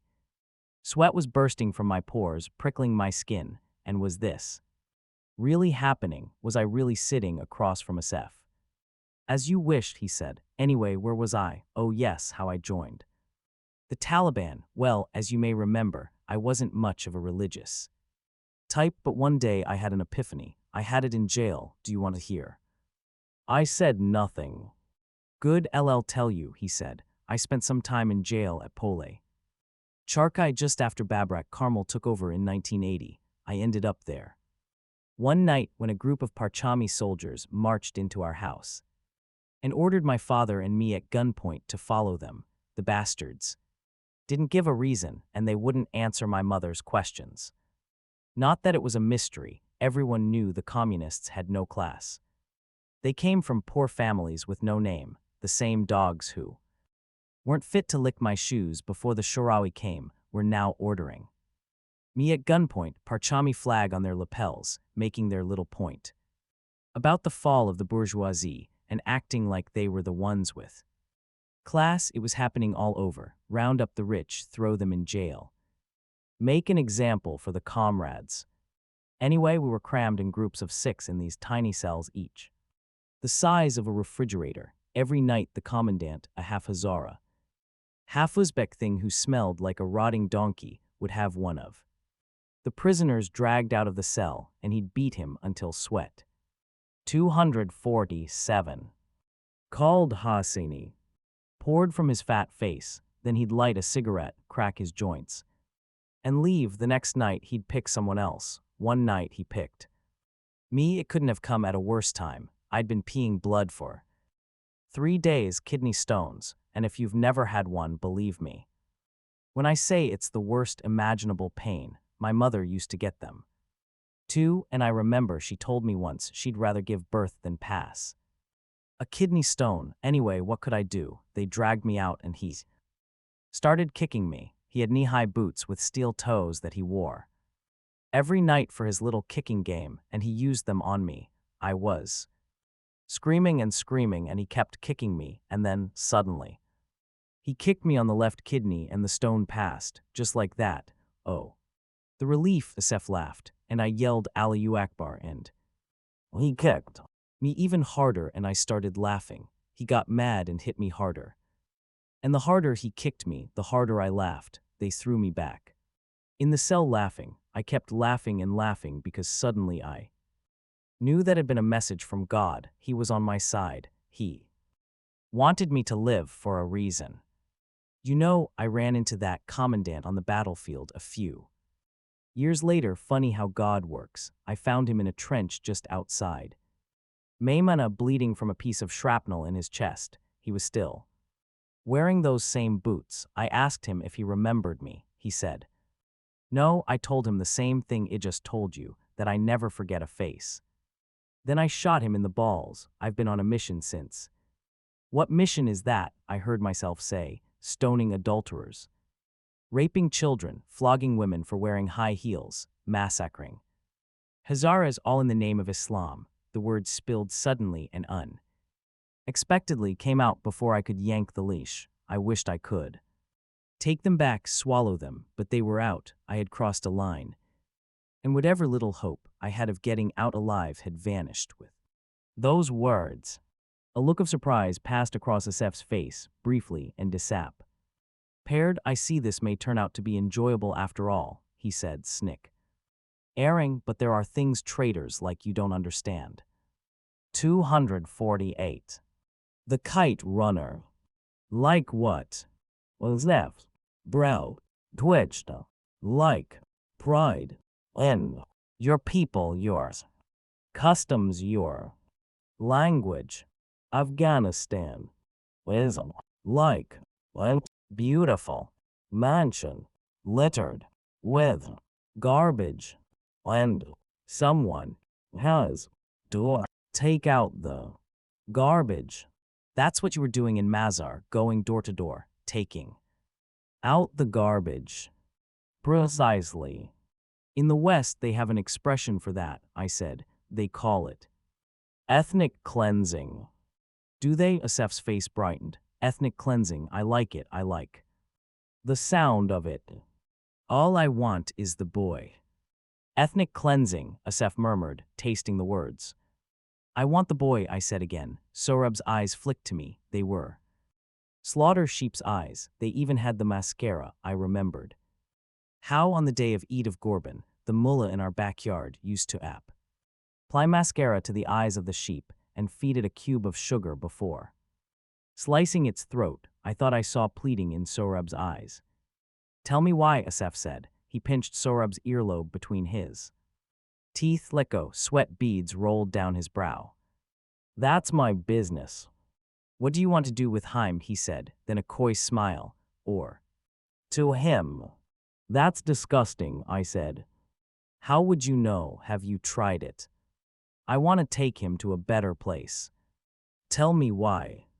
That's my business, I said. I didn't know what had emboldened me to be so curt. Maybe the fact that I thought I was going to die anyway. I wonder, Asef said. I wonder why you've come all this way. Amir, come all this way for a Hazara. Why are you here? Why are you really here? I have my reasons, I said. 249. Khaled Hosseini. Very well then, Asef said, sneering. He shoved Sohrab in the back, pushed him right into the table. Sohrab's hips struck the table, knocking it upside down and spilling the grapes. He fell on them, face first, and stained his shirt purple with grape juice. The table's legs, crossing through the ring of brass balls, were now pointing to the ceiling. Take him then, Asef said. I helped Sorab to his feet, swatted the bits of crushed grape that had stuck to his pants like barnacles to a pier. Go take him, Asef said, pointing to the door. I took Sorab's hand. It was small, the skin dry and calloused. His fingers moved, laced themselves with mine. I saw Sorab in that pose. Larried again, the way his arm was wrapped around Hassan's leg, his head resting against his father's hip. They'd both been smiling. Bells jingled as we crossed the room. We made it as far as the door. Of course, Asef said behind us, I didn't say you could take him. For free. I turned, what do you want? You have to earn him. What do you want? We have some unfinished business, you and I, Asef said. You remember, don't you? He needn't have worried. I would never forget the day after Daoud Khan overthrew the king. My entire adult life, whenever I heard Daoud Khan's name, what I saw was Hassan with his slingshot pointed at Az. Sef's face, Hassan saying that they'd have to start calling him one-eyed. Asef instead of Asef Goshkar. Remember how envious I'd been of Hassan's bravery. Asef had backed down, promised that in the end he'd get us both. He'd kept that promise with Hassan. Now it was my turn. All right, I said, not knowing what else there was to say. I was about to beg. That would have only sweetened the moment for him. Asef called the guards back into the room. I want you to listen to me, he said to them. In a moment, I'm going to close the door. Then the Kite runner. I and Joe are going to finish an old bit of business. No matter what you here do, come in. Do you hear me? Do come in. The guards nodded, looked from Asef to me. Yes, Agha Sahib. When it's all done, only one of us will walk out of this room alive. Asef said, if it's him, then he's earned his freedom and you let him pass. Do you understand? The older guard shifted on his feet, but Agha Sahib. If it's him, you let him pass, Asef screamed. The two men flinched but nodded again. They turned to go. One of them reached for Sorab. Let him stay, Asef said. He grinned. Let him watch. Lessons are good things for boys. The guards left. Asef put down his prayer beads, reached in the breast pocket of his black vest. What he fished out of that pocket did surprise me one bit. Stainless steel brass knuckles. He has gel in his hair and a Clark Gable mustache above his thick lips. The gel has soaked through the green paper surgical cap, made a dark stain the shape of Africa. I remember that about him. That and the gold Allah chain around his dark neck. He is peering down at me, speaking rapidly in a language I don't understand, or do I think? My eyes keep going to his Adam's apple bobbing up and down, and I want to ask him how old he is anyway. He looks far too young, like an actor from some foreign soap opera, but all I can mutter is, think I gave him a good fight. I think I gave him a good fight. I don't care now if I gave Asef a good fight. I don't think I did. How could I have? That was the first time I defought anyone. I had never so much as thrown a punch in my entire life. My memory of the fight with Asef is amazingly vivid in stretches. Remember Asef turning on the music before slipping on his brass. 251. Khaled Hosseini. Knuckles, the prayer rug, the one with the oblong, woven Mecca, came loose from the wall at one point and landed on my head, the dust from it made me sneeze. I remember Asef shoving grapes in my face, his snarl all spit-shining teeth, his bloodshot eyes rolling. His turban fell at some point, let loose curls of shoulder-length blonde hair. And the end, of course, that I still see with perfect clarity. Ways will. Mostly I remember this, his brass knuckles flashing in the after noon light, how cold they felt with the first few blows and how quickly they warmed with my blood, getting thrown against the wall, a nail where a framed picture may have hung once jabbing at my back. Sorab. Screaming tabla harmonium a dilroba. getting hurled against the wall, the knuckles shattering my jaw, choking on my own teeth swall. Lowing them, thinking about all the countless hours I'd spent flossing and brushing, getting hurled against the wall, lying on the floor, blood from my split upper lip staining the mauve carpet, pain ripping through my belly, and wondering when I'd be able to breathe again, the sound of my ribs snapping like the tree branches Hassan and I used to break. To sword fight like Sinbad in those old movies, Sohrab screaming, the side of my face slamming against the corner of the television stand. That snapping sound again, this time just under my left eye, music. Sohrab screaming, fingers grasping my hair, pulling my head back, the twinkle of stainless steel, here they come, that snapping sound yet. Again, now my nose, biting down in pain, noticing how my teeth did a line like they used to, getting kicked, Sohrab screaming. I don't know at what point I started laughing, but I did. It hurt too. Laugh hurt my jaws, my ribs, my throat, but I was laughing and laugh. And the harder I laughed, the harder he kicked me, punched me, scratched me. What's so funny? Asaf kept roaring with each blow. His spittle landed in my eye, Sohrab screamed.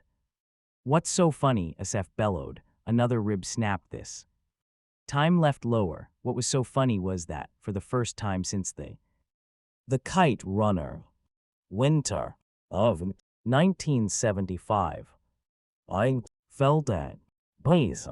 I laughed because I saw that in some hidden nook in a corner of my mind, I'd even been looking forward to this. Remembered the day on the hill I had pelted Hassan with pomegranates and tried to provoke him. He'd just stood there doing nothing, red juice soaking through his shirt like blood. Then he'd taken the pomegranate from my hand, crushed it against his forehead. Are you satisfied now? He'd hissed. Do you feel better? Hadn't been happy and hadn't felt better. Not at all. But I did now. My body was broken. Just how badly I would find out until later, but I felt healed at last, laughed. Then the end, that I'll take to my grave.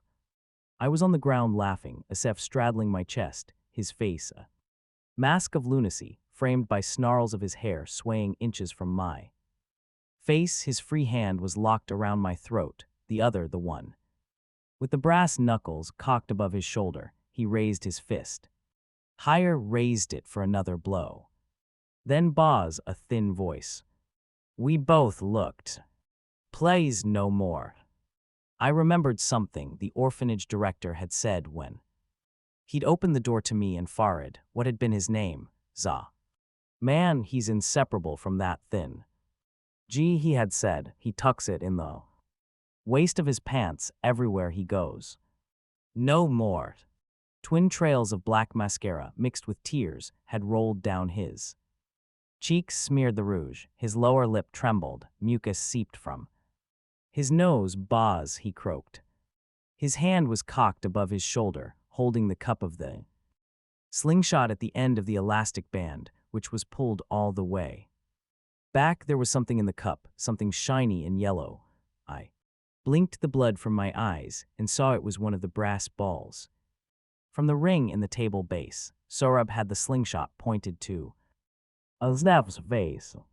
253. Khaled Hosseini. No more Aga, please, he said, his voice husky and trembling. Stop hurting him. Asef's mouth moved wordlessly. He began to say something. Stopped, what do you think you're doing? He finally said. Please stop, Sorab said, fresh tears pooling in his green eyes. Mixing with mascara. Put it down, Hazara, Asef hissed. Put it down or what I'm doing. To him will be a gentle ear twisting compared to what I'll do to you.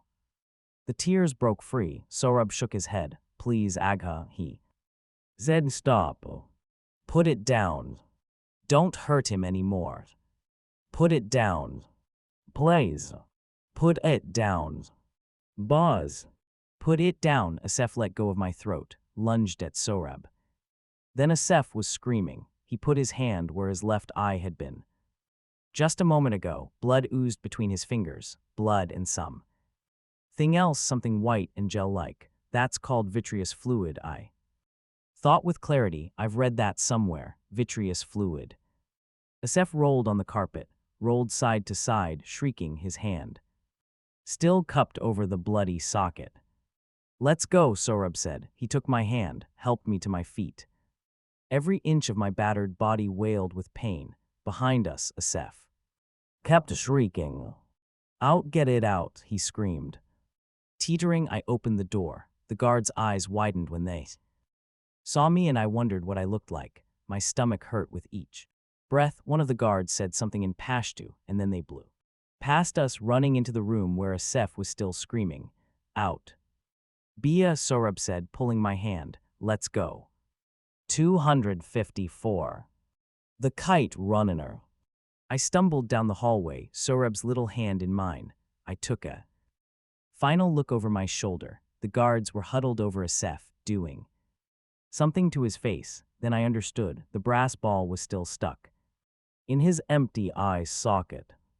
The whole world rocking up and down, swooping side to side. I bled down the steps, leaning on Sorab. From above, Asef's screams went on and on, the cries of a wounded animal. We made it outside.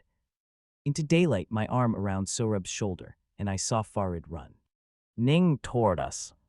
Bismillah, Bismillah, he said, eyes bulging at the sight of me. He slung my arm around his shoulder and lifted me, carried me to the truck. Running, I think I screamed. I watched the way his sandals pounded the pavement, slapped his black, calloused heels. It hurt to breathe. Then I was looking up at the roof of the Land Cruiser. In the backseat, the upholstery beige and ripped, listening to the ding-ding. Ding signaling an open door, running footsteps around the truck, Farid and Sorab exchanging quick words. The truck's doors slammed shut, and the engine roared to life. The car jerked forward and felt a tiny hand on my forehead. I heard voices on the street, some shouting, and saw trees blurring past in the window. Sorab was sobbing. Farid was still repeating, Bismillah, Bismillah. It was about then that I passed out. 255. 23. Faces poke through the haze, linger, fade away. They peer down, ask me questions. They all ask questions. Do I know who I am? Do I hurt anywhere? I know who I am, and I hurt everywhere. I want to tell them this, but talking hurts. I know this because some time ago, maybe a year ago, maybe 2, maybe 10, I tried to talk to a child with rouge on his cheeks and eyes smeared black. The child, yes, I see him now. We are in a car of sorts, the child and I don't think Soria's driving because Soria never drives this fast. I want to say something to this child. It seems very important that I do, but I don't remember what I want to say or why it might have been important. Maybe I want to tell him to stop crying, that everything will be all right now. Maybe not, for some reason can't think of. I want to thank the child. Faces, they're all wearing green hats. They slip in and out of view. They talk rapidly, use words I don't understand. I hear other voices, other noises, beeps and alarms, and always more faces, peering down. I don't remember any of them, except for the one with the gel in his hair, and the Clark Gable mustache, the one with the Africa stain on his cap. The Kite Ruiner. Mr. Soap Opera Star. That's funny. I want to laugh now, but Laugh. Lang. Hurts. Too. I fade. Out. She says her name is Aizha, like the prophet's wife. Her graying hair is parted in the middle and tied in a ponytail. Her nose Pie. Erst with a stud shaped like the sun. She wears bifocals that make her eyes bug out. She wears green too, and her hands are soft. She sees me looking at her and smiles, says something in English. Something is jabbing at the side of my chest. I fade out. A man is standing at my bedside. I know him. He is dark and lanky. Has a long beard. He wears a hat. What are those hats called? Pakals. Wears it tilted to one side like a famous person whose name escapes me. Now I know this man. He drove me somewhere a few years ago. I know him. There is something wrong with my mouth. I hear a bubbling sound. I fade out. My right arm burns. The woman with the bifocals and sun shaped stud is hunched over my arm, attaching a clear plastic tubing to it. She says it's the potassium. It stings like a bee. No, she says it does. What's her name? Something to do with a prophet. I know her too. From a few years ago, she used to wear her hair in a ponytail. Now it's pulled back, tied in a bun. Soria wore her hair like that the first time we spoke. When was that? Last week. Aisha, yes. There is something wrong with my mouth, and that thing jabbing at my chest. I fade out. Khaled Hosseini. We are in the Sulaiman Mound, TTAINs, of Baluchistan, and Baba is wrestling the black bear. He is the Baba of my childhood, too. Fan Agha, the towering specimen of Pashtun might, not the withered man under the blankets, the man with the sunken cheeks and hollow eyes. They roll over a patch of green grass, man and beast, Baba's curly brown hair flying. The bear roars, or maybe it's Baba, spittle and blood. Fly, claw, and hand swipe. They fall to the ground with a loud thud, and Baba is sitting on the bear's chest, his fingers digging in its snout. He looks up at me and I see, he's me. I am wrestling the bear. I wake up. The lanky, dark man is back at my bedside. His name is Farid. I remember now, and with him is the child from the car. His face reminds me of the sound of bells. I am thirsty. I fade out. I keep fading in and out. The name of the man with the Clark Gable mustache turned out to be Dr. Faruqi. He wasn't a soap opera star at all, but a head-end neck surgeon, though I kept thinking of him as someone named R. Manned in some steamy soap set on a tropical island. Where am I wanted to ask, but my mouth wouldn't open. I frowned, grunted. Armand smiled. His teeth were blinding white. Not yet, Amir, he said, but soon, when the wires are out. He spoke English with a thick, rolling Urdu accent. Wires. Armand crossed his arms. He had hairy forearms and wore a gold wedding band. You must be wondering where you are, what happened. To you, that's perfectly normal. The post-surgical state is always disorienting, so I'll tell you what I know. I wanted to ask him about the wires. Post-surgical, where was Aisha? I wanted her to smile at me, wanted her soft hands in mine. 258. The Kite runner. Armand frowned, cocked one eyebrow in a slightly self-important way. You are in a hospital in Peshawar. You've been here 2 days. You have suffered some very significant injuries. Amir, I should tell you. I would say you're very lucky to be alive, my friend. He swayed his index finger back and forth like a pendulum when he said this. Your spleen had ruptured probably, and fortunately for you, a delayed rupture cause you had signs of early hemorrhage into your abdominal cavity. My colleagues from the general surgery unit had to perform an emergency splenectomy. If it had ruptured earlier, you would have bled to death. He patted me on the arm, the one with the IV, and smiled. You also suffered 7 broken ribs. One of them caused a pneumothorax. I frowned, tried to open my mouth, remembered about the wires. That means a punctured lung, Armand explained. He tugged at a clear plastic tubing on my left side. I felt the jabbing again in my chest. We sealed the leak with this chest tube. I followed the tube poking through bandages on my chest to a container half filled with columns of water. The bubbling sound came from there. You had also suffered various lacerations. That means cuts. I wanted to tell him I knew what the word meant. I was a writer. Went to open my mouth, forgot about the wires again. The worst laceration was on your upper lip, Armand said. The impact had cut your upper lip in two, clean down the middle, but not two. Worry the plastics guys sewed it back together, and they think you will have an excellent result, though there will be a scar. That is unavoidable. There was also an orbital fracture on the left side. That's the eye socket bone, and we had to fix that too. The wires in your jaws will come out in about 6 weeks, Armand said. Until then it's liquids and shakes. You will lose some weight, and you will be talking like Al Pacino from the first Godfather movie for a little while. He laughed. But you have a job to do today. Do you know what it is? I shook my head.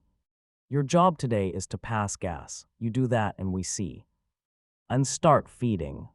You liquids, no fart, no food. He laughed again. Khaled Hosseini. Later, after Aisha changed the IV tubing and raised the head of the bed like I'd asked, I thought about what had happened to me. Ruptured spleen, broken teeth, punctured lung, busted eye socket. But as I watched a pigeon peck at a bread crumb on the windowsill, I kept thinking of something else. Armand/Dr. Faruqi had said the impact had cut your upper lip in two. He had said, clean down the middle. Clean down the middle like a hair lip. Farid and Sohrab came to visit the next day. Do you know who we are today? Do you remember? Farid said, only half jokingly. I nodded. Alhamdulillah, he said, beaming. No more talking nonsense. Thank you, Farid, I said through jaws wired shut. Armand was right. I did sound like Al Pacino from The Godfather, and my tongue surprised me every time it poked in one of the empty spaces left by the teeth I had swallowed. I mean, thank you for everything. He waved a hand, blushed a little. Boz, it's not worthy of thanks, he said. I turned to Sohrab. He was wearing a new outfit, light brown Persian turban that looked a bit big for him, and a black skullcap. He was looking down at his feet, toying with the IV line coiled on the bed. We were never properly introduced, I said. I offered him my hand. T. am Amir. He looked at my hand, then to me. You are the Amir Agha father told me about, he said.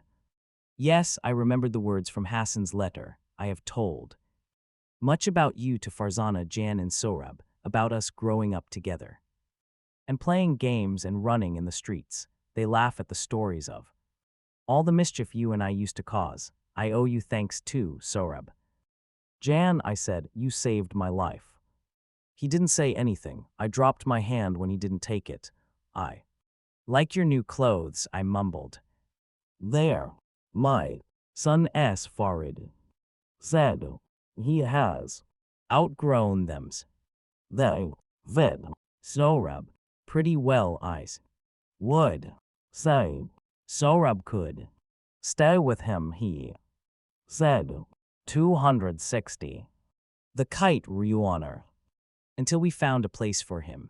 We don't have a lot of room, but what can I do? I can't leave him to the streets. Besides, my children have taken a liking to him. Sohrab, but the boy just kept looking down, twirling the line with his finger. I've been meaning to ask, Farid said, a little hesitantly. What happened in that house? What happened between you and the Talib? Let's just say we both got what we deserved, I said. Farid nodded, didn't push it. It occurred to me that somewhere between the time we had left Peshawar for Afghanistan and now we had become friends. I've been meaning to ask something too. What? I didn't want to ask. I was afraid of the answer. Rahim Khan. I said.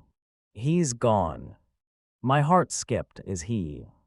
No, just gone. He handed me a folded piece of paper and a small key. The landlord gave me this when I went looking for him. He said Rahim Khan left the day after we did. Where did he go? Farid shrugged. The landlord didn't know. He said Rahim Khan left The letter and the key for you, and took his leave. He checked his watch. I'd better go, Bia Sorab. Could you leave him here for a while? I said. Pick him up later. I turned to Sorab. Do you want to stay here with me for a little while? He shrugged and said nothing. Of course, Farid said. I'll pick him up just before evening namaz. There were 3 other patients in my room, 2 older men, one with a cast on his leg, the other wheezing with asthma, and a young man of 15 or 16 who'd had appendix surgery. The old guy in the cast stared at us without blinking, his eyes switching from me. Door 261. Khaled Hosseini. The Hazara boy sitting on a stool, my roommates, families, old women.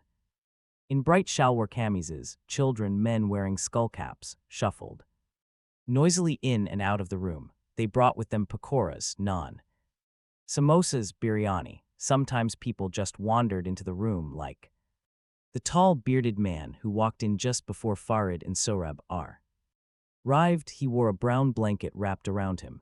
Aisha asked him something in Urdu. He paid her no attention and scanned the room with his eyes. I thought he looked at me a little longer than necessary. When the nurse spoke to him again, he just spun around and left. How are you? I asked Sorab. He shrugged, looked at his hands. Are you hungry? That lady there gave me a plate of biryani, but I can't eat it, I said. I didn't know what else to say to him. You want it? He shook his head. Do you want to talk? He shook his head again. We sat there like that for a while, silent, me propped up in bed, 2 pillows behind my back, Sorab on the 3-legged stool next to the bed. I fell asleep at some point, and when I woke up, daylight had dimmed a bit, the shadows had stretched, and Sorab was still sitting next to me. He was still looking down at his hands. That night after Farid picked up Sorab, I unfolded Rahim Khan's letter, had delayed reading it as long as possible. It read, Amir Jan. Inshallah, you have reached this letter safely. I pray that I have not put you in harm's way, and that Afghanistan has not been too unkind to you. You have been in my prayers since the day you left. You were right all those years to suspect that I knew. I did know. Hassan told me shortly after it happened, what you did was wrong. Amir Jan, but do not forget that you were a boy when it happened. A troubled little boy. You were too hard on yourself then, and you. 262. The Kite ruiner. Still, your eyes. So, when your eyes in Peshawar. But I hope you will heed this man who has no conscience, no goodness, does not suffering. I hope your suffering comes to an end with this journey to Afghanistan. Amir Jan, I am ashamed for the lies we told you all those years. You were right to be angry in Peshawar. You had a right to know. So did Hassan. I know it doesn't absolve anyone of anything, but the Kabul we lived in those days was a strange world, one in which some things mattered more than the truth. Amir Jan, I know how hard your father was on you when you were growing up. I saw how you suffered and yearned for his effect. Tians and my heart bled for you, but your father was a man torn between 2 halves. Amir Jan, you and Hassan, he loved you both. But he could not love Hassan the way he longed to, openly, and as a father, so he took it out on you instead. Amir, the socially legit mate half, the half that represented the riches he had inherited, and the sin with impunity, privileges that came with them. When he saw you, he saw himself, and his guilt. You are still angry, and I realize it is far too early to expect you to accept this, but maybe someday you will see that when your father was hard on you, he was also being hard on himself. Your father, like you, was a tortured soul. Amir Jan, I cannot describe to you the depth and blackness of the sorrow That came over me when I learned of his passing. I loved him cause he was my friend, but also because he was a good man. Maybe even a great man, and this is what I want you to understand. That good, real good, was born out of your father's remorse. Times I think everything he did, feeding the poor on the streets, building the orphanage, giving money to friends in need, it was all his way of redeeming himself, and that, I believe, is what true redemption is, a mere Jan, when guilt leads to good. I know that in the end, God will forgive. He will forgive your father, me, and you too. I hope you can do the same. Forgive your Khaled Hosseini. Father, if you can, forgive me if you wish, but most important, forgive yourself. I have left you some money, most of what I have left, in fact. I think you may have some expenses when you return here, and the money should be enough to cover them. There is a bank in Peshawar. Farid knows the location. The money is in a safe deposit box. I have given you the key. As for me, it is time to go. I have little time left and I wish to spend it alone. Please do not look for me. That is my final request of you. I leave you in the hands of God. Your friend always, Rahim. I dragged the hospital gown sleeve across my eyes. I folded the letter and put it under my mattress. Amir, the socially legitimate half, the half that represented the riches he had inherited and the sin with impunity privileges that came with them. Maybe that was why Baba and I had been on such better terms in the U.S., I wondered, selling junk for petty cash, our menial jobs, our grimy apartment, the American version of a hut, maybe in America. When Baba looked at me, he saw a little bit of Hassan. Your father, like you, was a tortured soul, Rahim Khan had written. Maybe so, we had both sinned and betrayed, but Baba had found a way to create good out of his remorse. What had I done other than take my guilt out on the very same people I had betrayed and then try to forget it all? What had I done other than become an insomniac? What had I ever done to right things? When the nurse, not Aisha, but a red-haired woman whose name escapes me, walked in with a syringe in hand and asked me if I needed a morphine injection, I said yes. 264. The Kite runner. They removed the chest tube early the next morning, and Armin gave the staff the go-ahead to let me sip apple juice. I asked Aisha for a mirror when she placed the cup of juice on the dresser next to my bed. She lifted her bifocals to her forehead as she pulled the curtain open and let the morning sun flood the room. Remember now, she said over her shoulder, it will look better in a few days. My son-in-law was in a moped accident last year. His handsome face was dragged on the asphalt and became purple like an eggplant. Now he is beautiful again, like a Lollywood movie star. Despite her reassurances, looking in the mirror and seeing the thing that insisted it was my face left me a little breathless. It looked like someone had stuck an air pump nozzle under my skin and had pumped away. My eyes were puffy and blue. The worst of it was my mouth, a grotesque blob of purple and red, all bruise and stitches. I tried to smile, and a bolt of pain ripped through my lips. I wouldn't be doing that for a while. There were stitches across my left cheek, just under the chin, on the forehead, just below the hairline. The old guy with the leg cast said something in Urdu. I gave him a shrug and shook my head. He pointed to his face, patted it, and grinned. A wide, toothless grin. Very good, he said in English. Inshallah. Thank you, I whispered. Farid and Sohrab came in just as I put the mirror away. Sohrab took his seat on the stool, rested his head on the bed's side rail. You know, the sooner we get you out of here, the better, Farid said. Dr. Faruqi says. T don't mean the hospital, I mean Peshawar. Why? T don't think you'll be safe here for long, Farid said. He lowered his voice. The Taliban have friends here. They will start looking for you. T think they already may have, I murmured. I thought suddenly of the bearded man who'd wandered into the room and just stood there, staring at me. Farid lined. And as soon as you can walk, I'll take you to Islamabad. 265. Called Hosseini. Not entirely safe there either. No place in Pakistan is, but it's better than. Here, at least it will buy you some time. Farid Jan, this can't be safe for you either. Maybe you shouldn't be. Seen with me, you have a family to take care of. Farid made a waving gesture. My boys are young, but they are very shrewd. They know how to take care of their mothers and sisters. He smiled. Besides, I didn't say I'd do it for free. I wouldn't let you if you offered, I said. I forgot I couldn't smile. And tried. A tiny streak of blood trickled down my chin. Can I ask you for one more favor? For you 1,000 times over, Farid said.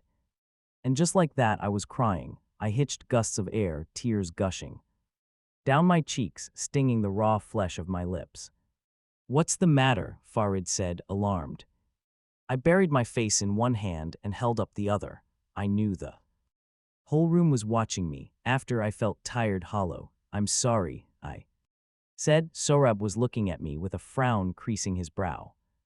When I could talk again, I told Farid what I needed. Razim Khan said they live here in Peshawar. Maybe you should write down their names, Farid said, eyeing me cautiously as if wondering what might set me off next. I scribbled their names on a scrap of paper towel. John and Betty Caldwell. Farid pocketed the folded piece of paper. I will look for them as soon as I can, he said. He turned to Sohrab. As for you, I'll pick you up this evening. Don't tire Amir Agha too much. But Sohrab had wandered to the window, where a half-dozen Jin strutted back and forth on the sill, pecking at wood and scraps of old bread. In the middle drawer of the dresser beside my bed, I had found an old National Geographic magazine, a chewed-up pencil, a comb with missing teeth, and what I was reaching for now, sweat pouring down my 266. The Kite Ruiner. Face from the effort, a deck of cards. I had counted them earlier and, surprisingly, found the deck complete. I asked Sohrab if he wanted to play. I didn't expect him to answer, let alone play. He'd been quiet since we had fled Kabul, but he turned from the window and said, the only game I know is Panjpar. Jay feels sorry for you already, because I am a grand master at Panjpar. World-renowned. He took his seat on the stool next to me. I dealt him his 5 cards. When your father and I were your age, we used to play this game. Ease. Especially in the winter when it snowed and we couldn't go outside. We used to play until the sun went down. He played me a card and picked one up from the pile. I stole looks at him as he pondered his cards. He was his father in so many ways. The way he fanned out his cards with both hands, the way he squinted while reading them, the way he rarely looked a person in the eye. We played in silence. I won the first game, let him win the next one, and lost the next 5 fair and square. You're as good as your father. Maybe even better, I said, after my last loss. I used to beat him some times, but think he let me win. I paused before saying, your father and I were nursed by the same woman. No. What did he tell you about us? That you were the best friend he ever had, he said.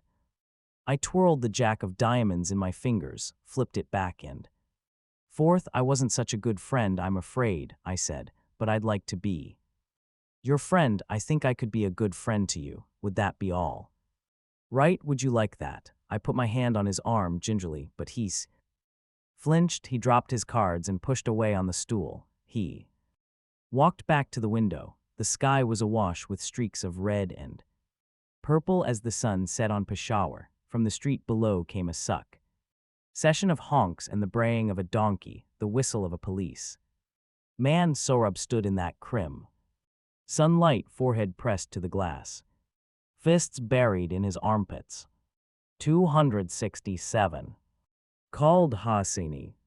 AISHA had a male assistant help me take my first steps that night. I only walked around the room once, one hand clutching the Wheeled IV stand, the other clasping the assistant's forearm. It took me 10 minutes to make it back to bed, and by then, the incision on my stomach throbbed and I'd broken out in a drenching sweat. I lay in bed, gasping, my heart hammering in my ears, thinking how much I missed my wife.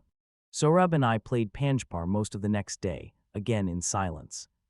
And the day after that, we hardly spoke, just played Panjpar, me propped in bed, he on the three-legged stool, our routine broken only by my taking a walk around the room or going to the bathroom down the hall. I had a dream later that night. I dreamed Asef was standing in the doorway of my hospital room, brass balls still in his eye socket. "We're the same, you and I," he was saying. "You nursed with him, but you're as my twin." I told Armand early that next day that I was leaving. "It's still early for discharge," Armand protested. He wasn't dressed in surgical scrubs that day, instead in a button-down navy blue suit and yellow tie. The gel was back in the hair. "You are still in intravenous antibiotics and—" "I have to go," I said. "I appreciate everything you've done for me, all of you, really, but I have to leave." "Where will you go?" Armand said. "T'd rather not say." "You can hardly walk." "I can walk to the end of the hall and back," I said. "I'll be fine." Plan was this: leave the hospital, get the money from the safe deposit box and pay my medical bills, drive to the orphanage and drop Sohrab off with John and Betty Caldwell, then get a ride to Islamabad and 268. The Kite runner. Challenge. Travel. Plans. Give myself 1 few more days to get better. Fly home. That was the plan anyway, until Farid and Sohrab arrived that morning. "Your friends, this John and Betty Caldwell, they aren't Peshawar," Farid said. It had taken me 10 minutes just to slip into my perhentumban. My chest, where they'd cut me to insert the chest tube, hurt when I raised my arm, and my stomach throbbed every time I leaned over. I was drawing ragged breaths just from the effort of packing a few of my belongings into a brown paper bag, but I managed to get ready and was sitting on the edge of the bed when Farid came in with the news. Sohrab sat on the bed next to me. "Where did they go?" I asked. Farid shook his head. "You don't understand." "Because Rahim Khan said." "I went to the U.S. consulate," Farid said, picking up my bag. "There never was a John and Betty Caldwell in Peshawar, according to the people at the consulate. They never existed, not here in Peshawar. Anyhow." Next to me, Sohrab was flipping through the pages of the old National Geographic. "We got the money from the bank." The manager, a paunchy man with sweat patches under his arms, kept flashing smiles and telling me that no one in the bank had touched the money. Absolutely nobody. He said gravely, swinging his index finger the same way Armand had. Driving through Peshawar with so much money in a paper bag was a slightly frightening experience. Plus, I suspected every bearded man who stared at me to be a Talib killer sent by Asef. Two things pounded my fears. There are a lot of bearded men in Peshawar, and everybody stares. "What do we do with him?" Farid said, walking me slowly from the 269 Khaled Hosseini Hospital accounting office back to the car. Sohrab was in the backseat of the Land Cruiser, looking at traffic through the rolled-down window, chin resting on his palms. "He can't stay in Peshawar," I said, panting. "Nay, Amir Agha, he can't," Farid said. He'd read the question in my words. "I'm sorry, I wish I—" "That's all right, Farid," I said. I managed a tired smile. "You have mouths to feed." A dog was standing next to the truck now, propped on its rear legs, paws on the truck's door, tail wagging. Sohrab was petting the dog. "I guess he goes to Islamabad for now," I said. I slept through almost the entire 4-hour ride to Islamabad. I dreamed a lot, and most of it I only remember as a hodgepodge of Ages, snippets of visual memory flashing in my head like cards in a Rolodex. Baba marinating lamb for my 13th birthday party, Soria. And I'm making love for the first time, the sun rising in the east, our ears still ringing from the wedding music, her henna-painted hands laced in mine. The time Baba had taken Hassan and me to a strawberry field in Jalalabad. The owner had told us we could eat as much as we wanted, to as long as we bought at least 4 kilos, and how we'd both ended up with bellyaches. How dark, almost black, Hassan's blood had looked on. The snow dropping from the seat of his pants. Blood is a powerful thing. Bakam, Khala Jamila patting Soria's knee and saying, God knows best. Maybe it wasn't meant to be, sleeping on the roof of my father's house. Baba, saying that the only sin that mattered was theft. When you tell a lie, you steal a man's right to the truth. Rahim Khan on the phone, telling me there was a way to be good again, a way to be good again. 270. 24. If Peshawar was the city that reminded me of what Kabul used to be, then Islamabad was the city Kabul could have become someday. The streets were wider than Peshawar's, cleaner, and lined with rows of high hibiscus and flame trees. The bazaars were more organized and not nearly as clogged with rickshaws and pedestrians. The architecture was more elegant too, more modern, and I saw parks where roses and jasmine bloomed in the shadows of trees. Farid found a small hotel on a side street running along the foot of the Margalla Hills. We passed the famous Shah Faisal Mosque on the way there, reputedly the biggest mosque in the world, with its giant concrete girders and soaring minarets. Sohrab perked up at the sight of the mosque, leaned out of the window, and looked at it until Farid turned a corner. The hotel room was a vast improvement over the one in Kabul, where Farid and I had stayed. The sheets were clean, the carpet vacu umade, and the bathroom spotless. There was shampoo, soap, razors for 271. Khaled Hosseini, shaving, a bathtub, and towels that smelled like lemon, and no blood stains on the walls. One other thing, a television set sat on the dresser, across from the 2 single beds. Look, I said to Sohrab. I turned it on manually, no remote, and turned the dial. I found a children's show with 2 fluffy sheep puppets singing in Urdu. Sohrab sat on one of the beds and drew his knees to his chest, images from the TV reflected in his green eyes as he watched. Stone-faced, rocking back and forth, I remembered the time I'd prom. Said Hassan I'd buy his family a color TV when we both grew up. Teal get going, Amir Agha, Farid said. Stay the night, I said. It's a long drive, leave tomorrow. Tashakkur, he said, but I want to get back tonight. I miss my chill. Dren, on his way out of the room, he paused in the doorway. Good. Bye, Sohrab Jan, he said. He waited for a reply, but Sohrab paid him no attention, just rocked back and forth, his face lit by the silver glow of the images flickering across the screen. Outside, I gave him an envelope. When he tore it, his mouth opened. I didn't know how to thank you, I said. You've done so much for me. How much is in here? Farid said, slightly dazed. A little over $2,000. 2,000, he began. His lower lip was quivering a little. Later, when he pulled away from the curb, he honked twice and waved. I waved back. I never saw him again.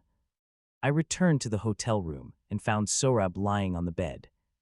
Curled up in a big C, his eyes were closed, but I couldn't tell if he was sleeping. He had shut off the television. I sat on my bed and grimaced.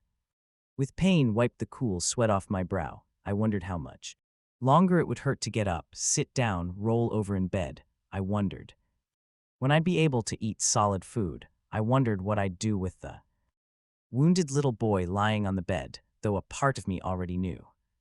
There was a carafe of water on the dresser. I poured a glass and took 2 of Armand's pain pills. The water was warm and bitter. I pulled the 272. The kite runner. Curtains. Raised myself back on the bed and Lay down.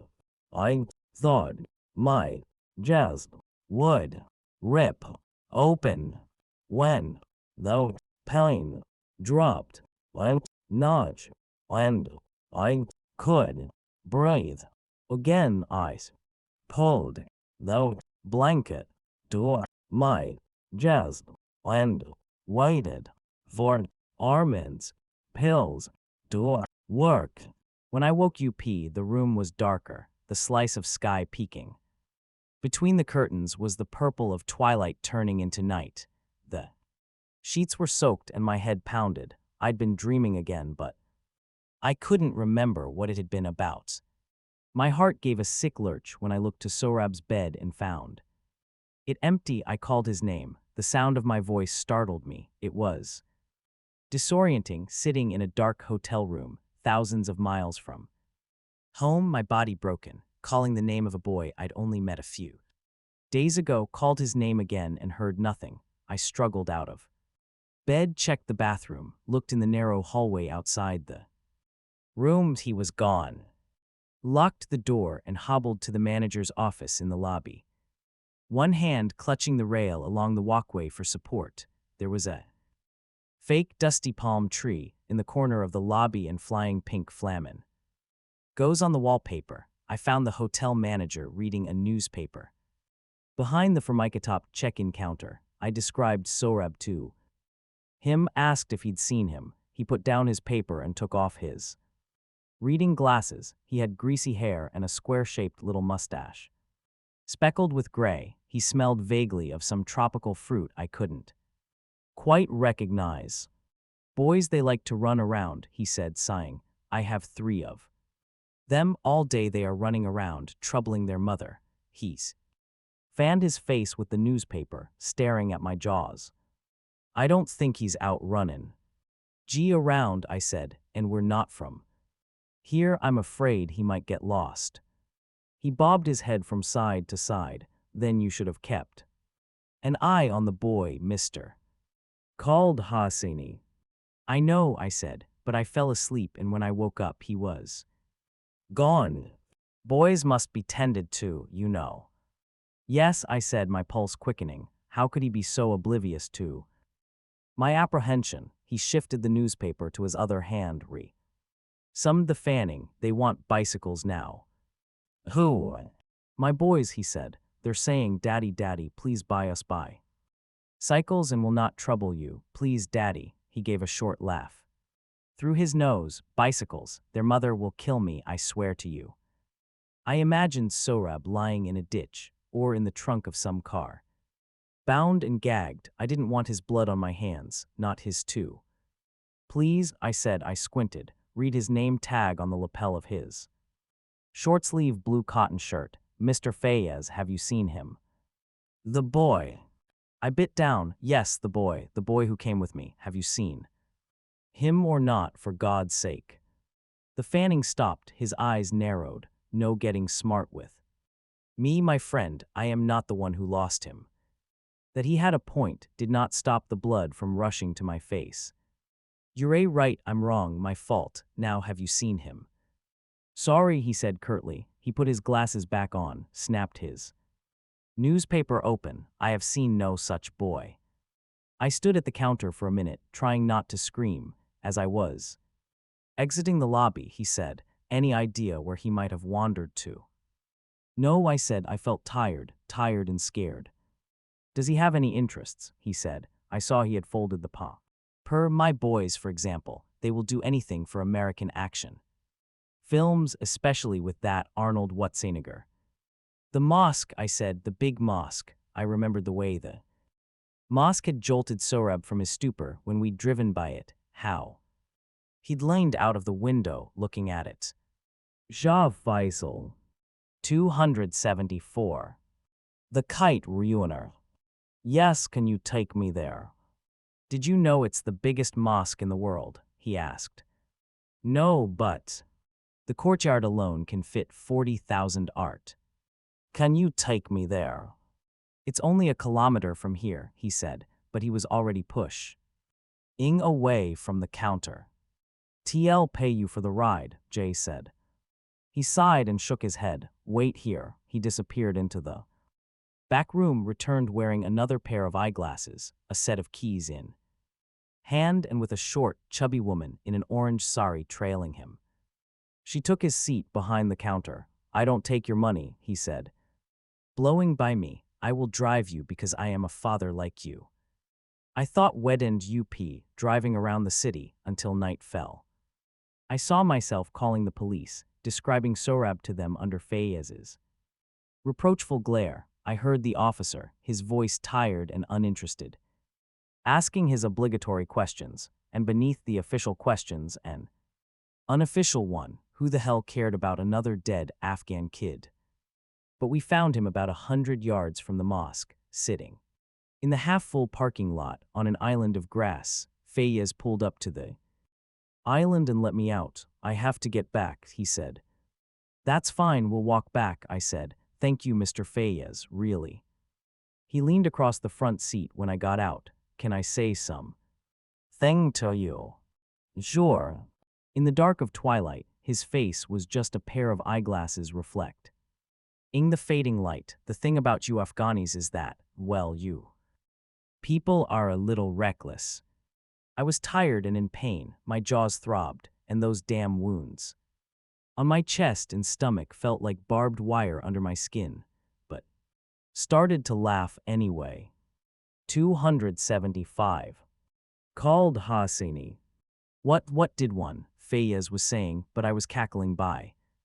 Then full-throated bursts of laughter spilling through my wired mouth.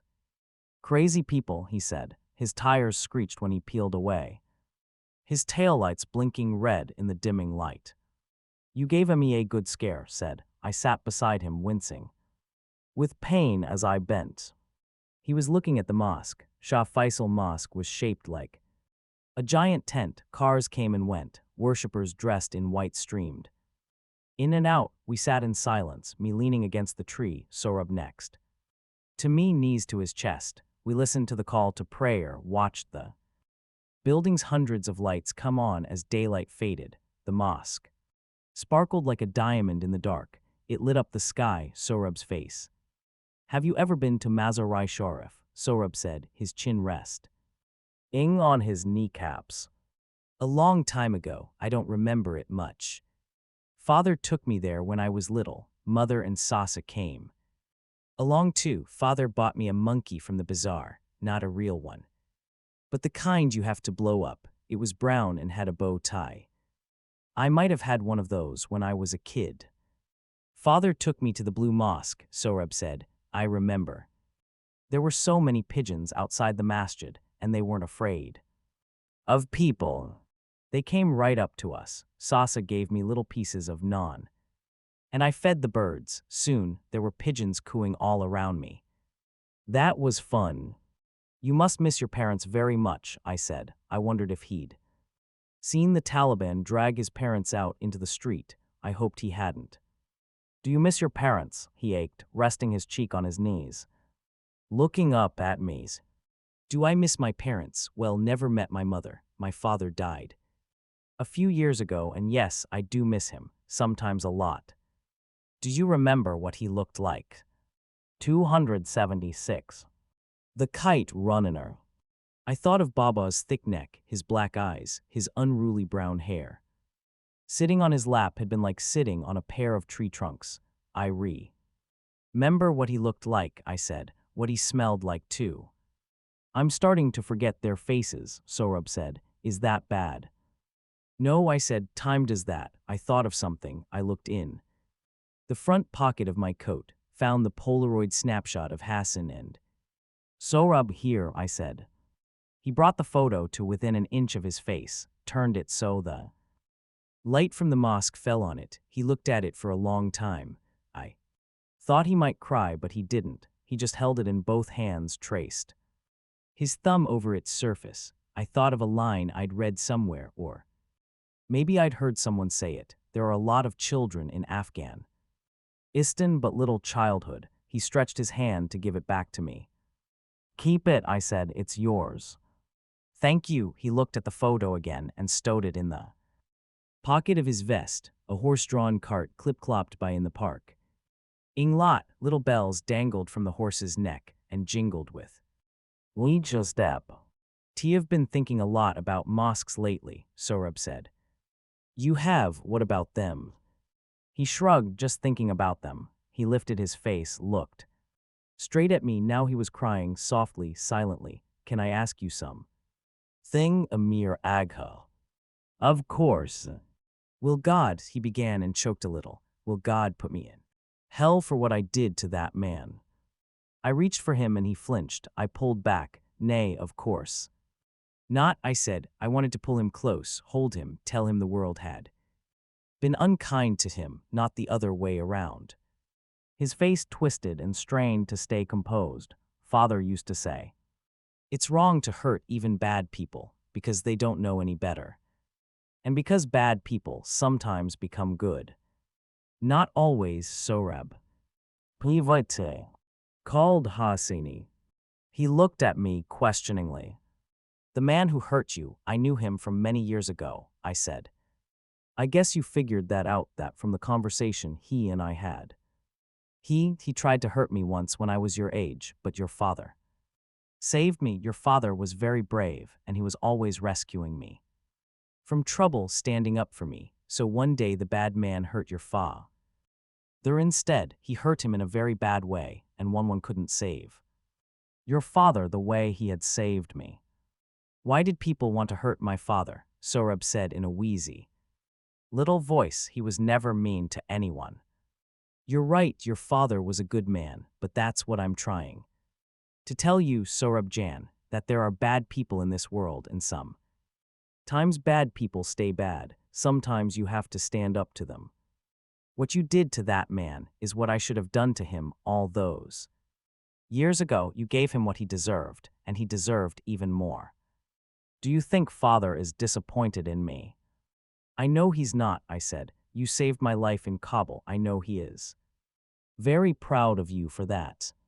He wiped his face with the sleeve of his shirt. It burst a bubble of spittle that had formed on his lips. He buried his face in his hands and wept a long time before he spoke again. I miss father and mother too, he croaked, and I miss Sasser and Rahim Khan Sahib, but sometimes I'm glad they're not here anymore.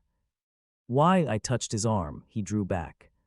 Because, he said, gasping and hitching between sobs, because I don't want them to see me. I'm so dirty. He sucked in his breath and let it out in a long, wheezy cry. I'm so dirty and full of sin. You're not dirty, Sorab, I said. Those men. You're not dirty at all. They did things, the bad man and the other too. They did things to me. You're not dirty and you're not full of sin. I touched his arm again. The kite runner. And I drew away. I reached again, gently, and pulled him to me. I won't hurt you, I whispered. I promise. He resisted.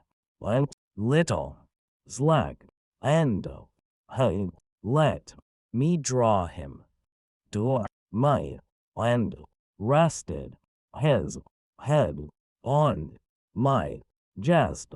His little body convulsed in my arms with late sob. A kinship exists between people who have fed from the same breast. Now, as the boy's pain soaked through my shirt, I saw that a kinship had taken root between us two. What had happened in that room with Asef had irrevocably bound us. I'd been looking for the right time, the right moment to ask the question that had been buzzing around in my head and keeping me up.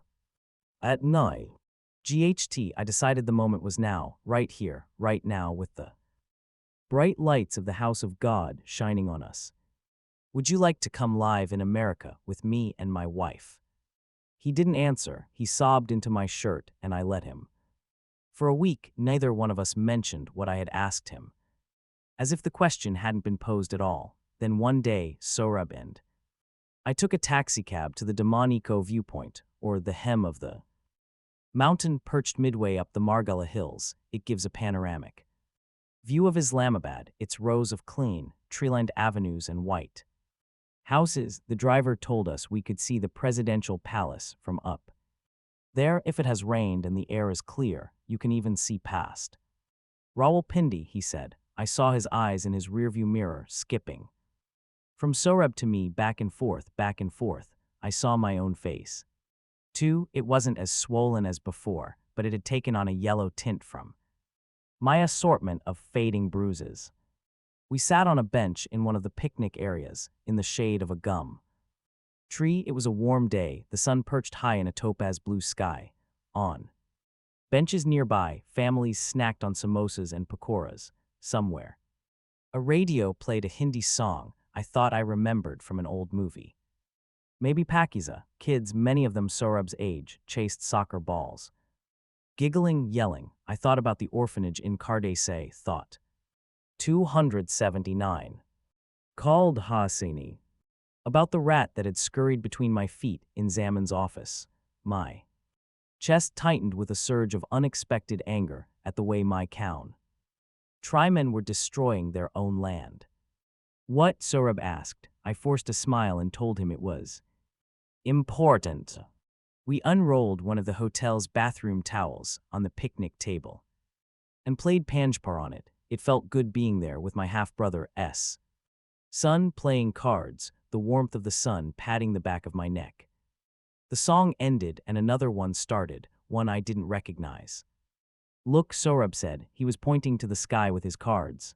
I looked up, saw a hawk circling in the broad, seamless sky. Didn't know there were hawks in Islamabad, I said. Me neither, he said, his eyes tracing the bird's circular flight. Do they have them where you live? San Francisco, I guess so. I can't say I've seen too many, though.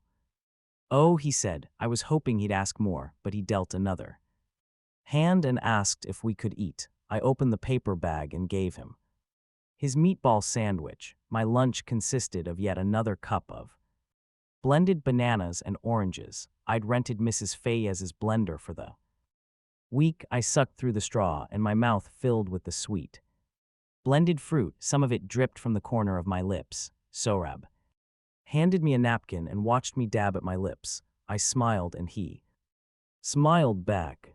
Your father and I were brothers, I said. It just came out. I had wanted to tell him the night we had sat by the mosque, but I hadn't. But he had a right to know. I didn't want to hide anything anymore. Half brothers, really. We had the same father. Sorab stopped chewing, put the sandwich down. Father never said he had a brother. That's because he didn't know. Why didn't he know? No one told him, I said. No one told me either. I just found out recently. The Kite ruiner. Sorab blinked like I was looking at Maya. Really looking at Maya for the very first time. But why did people hide it from father and you? You know, I asked myself that same question the other day, and there's an answer, but not a good one. Let's just say they didn't tell us. Because your father and I, we weren't supposed to be brothers. Because he was a Hazara. I willed my eyes to stay on him. Yes. Did your father, he began, eyeing his food, did your father love you and my father equally?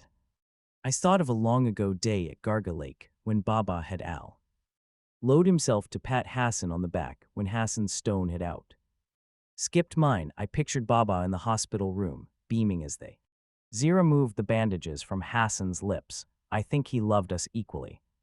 But differently. Was he ashamed of my father? No, I said. I think he was ashamed of himself. He picked up his sandwich and nibbled at it silently. We left late that afternoon, tired from the heat, but tired. In a pleasant way, all the way back I felt Sorab watching me. I had the driver pull over at a store that sold calling cards. I gave him the money and a tip for running in and buying me one. That night we were lying on our beds, watching a talk show on TV. Two clerics with pepper gray, long beards, and white turbans were taking calls from the faithful all over the world. One caller from Finland, a guy named Ayub, asked if his teenaged son could go to hell for wearing his baggy pants so low the seam of his underwear showed. I saw a picture of San Francisco once, Sorab said. Really? There was a red bridge and a building with a pointy top. You should see the streets, I said. 281. Called Hosseini. What about them? I was looking at my now on the TV screen. The two mullahs were consulting each other. They're so steep, when you drive up all you see is the hood of your car in the sky, I said. It sounds scary, he said. He rolled to his side, facing me, his back to the TV. It is the first few times, I said, but you get used to it. Does it snow there? No, but we get a lot of fog. You know that red bridge you saw? Yes. Sometimes the fog is so thick in the morning, all you see is the tip of the two towers poking through. There was wonder in his smile. Oh. Sorab. Yes. Have you given any thought to what I asked you before? His smile faded. He rolled to his back, laced his hands under his head. The mullahs decided that Ayub's son would go to hell after all for wearing his pants the way he did. They claimed it was in the hadith. Elov thought about it, Sorab said. And it scares me. I know it's a little scary, I said, grabbing onto that loose thread of hope, but you'll learn English so fast and you'll get used to. That's not what I mean. That scares me too, but what? He rolled toward me again, drew his nose up. What if you get tired of me? What if your wife doesn't like me? I struggled out of bed and crossed the space between us. I sat beside him. I won't ever get tired of you, Sorab, I said. Not ever, that's promise. You're my nephew, remember. And Sorya Jan, she's a very kind woman. Trust me, she's going to love you. I promise that too. I chanced something, reached down and took his hand. He tightened up a little but let me hold it. 282. The Kite Runner. I don't want to go to another orphanage, he said. I won't ever let that happen. I promise you that. I cupped his hand in both of mine. Come home with me. His tears were soaking the pillow. He didn't say anything for a long time, then his hand squeezed mine back, and he nodded. He nodded. The connection went through on the fourth try. The phone rang 3 times before she picked it up. Hello, it was 7:30 in the evening in Islamabad, roughly about the same time in the morning in California. That meant Sorya had been up for an hour, getting ready for school. It's me, I said. I was sitting on my bed, watching Sorab sleep. Amir, she almost screamed. Are you okay? Where are you? I'm in Pakistan. Why didn't you call earlier? I've been sick with tashwish. My mother's praying and doing nazar every day. I'm sorry I didn't call. I'm fine now. I had told her I'd be away a week, 2 at the most. I'd been gone for nearly a month. I smiled. And tell Khaled Jamila to stop killing sheep. What do you mean, fine now? And what's wrong with your voice? Don't worry about that for now. I'm fine. Really, Sorya, I have a story to tell you, a story I should have told you a long time ago. But first, I need to tell you one thing. What is it? She said, her voice lower now, more cautious. I'm not coming home alone. I'm bringing a little boy with me. I paused. Jay want us to adopt him. What? I checked my watch. I have 57 minutes left on the stupid calling card and I have so much to tell you. Sit somewhere. I heard the legs of a chair dragged hurriedly across the wooden floor. Go ahead, she said. Then I did what I hadn't done in 15 years of marriage. I told my 283. Called Hosseini. Wife, everything, everything. I had pictured this moment so many times. Dreaded it, but as I spoke, I felt something lifting off my chest. I imag. Ined Soria had experienced something very similar the night of our Castigari when she'd told me about her past. By the time I was done with my story, she was weeping. What do you think? I said. It don't know what to think, Amir. You've told me so much all. At once, T realized that. I heard her blowing her nose, but I know this much, you have to. Bring him home, I want you to. Are you sure? I said, closing my eyes and smiling. Am I sure? She said. Amir, he's your Gayam, your family, so he's my Kayam too, of course I'm sure. You can't leave him to the streets. There was a short pause. What's he like? I looked over at Sohrab sleeping on the bed. He's sweet in a solemn kind of way. Who can blame him? She said. I want to see him, Amir, I really do. Zoria. Yeah. Destet Darum, I love you. I love you back, she said. I could hear the smile in her words. And be careful. I will, and one more thing, don't tell your parents who he is. If they need to know, it should come from me. Okay. We hung up. The lawn outside the American embassy in Islamabad was neatly mowed, dotted with circular clusters of flowers, bordered by razor straight hedges. The building itself was like a lot of buildings in Islam. Abad, flat and white. We passed through several roadblocks to get there, and 3 different security officials conducted a body search on me. 284. The Kite Ruiner. The wires in my jaws set off the metal detectors. When we finally stepped in from the heat, the air conditioning hit my face.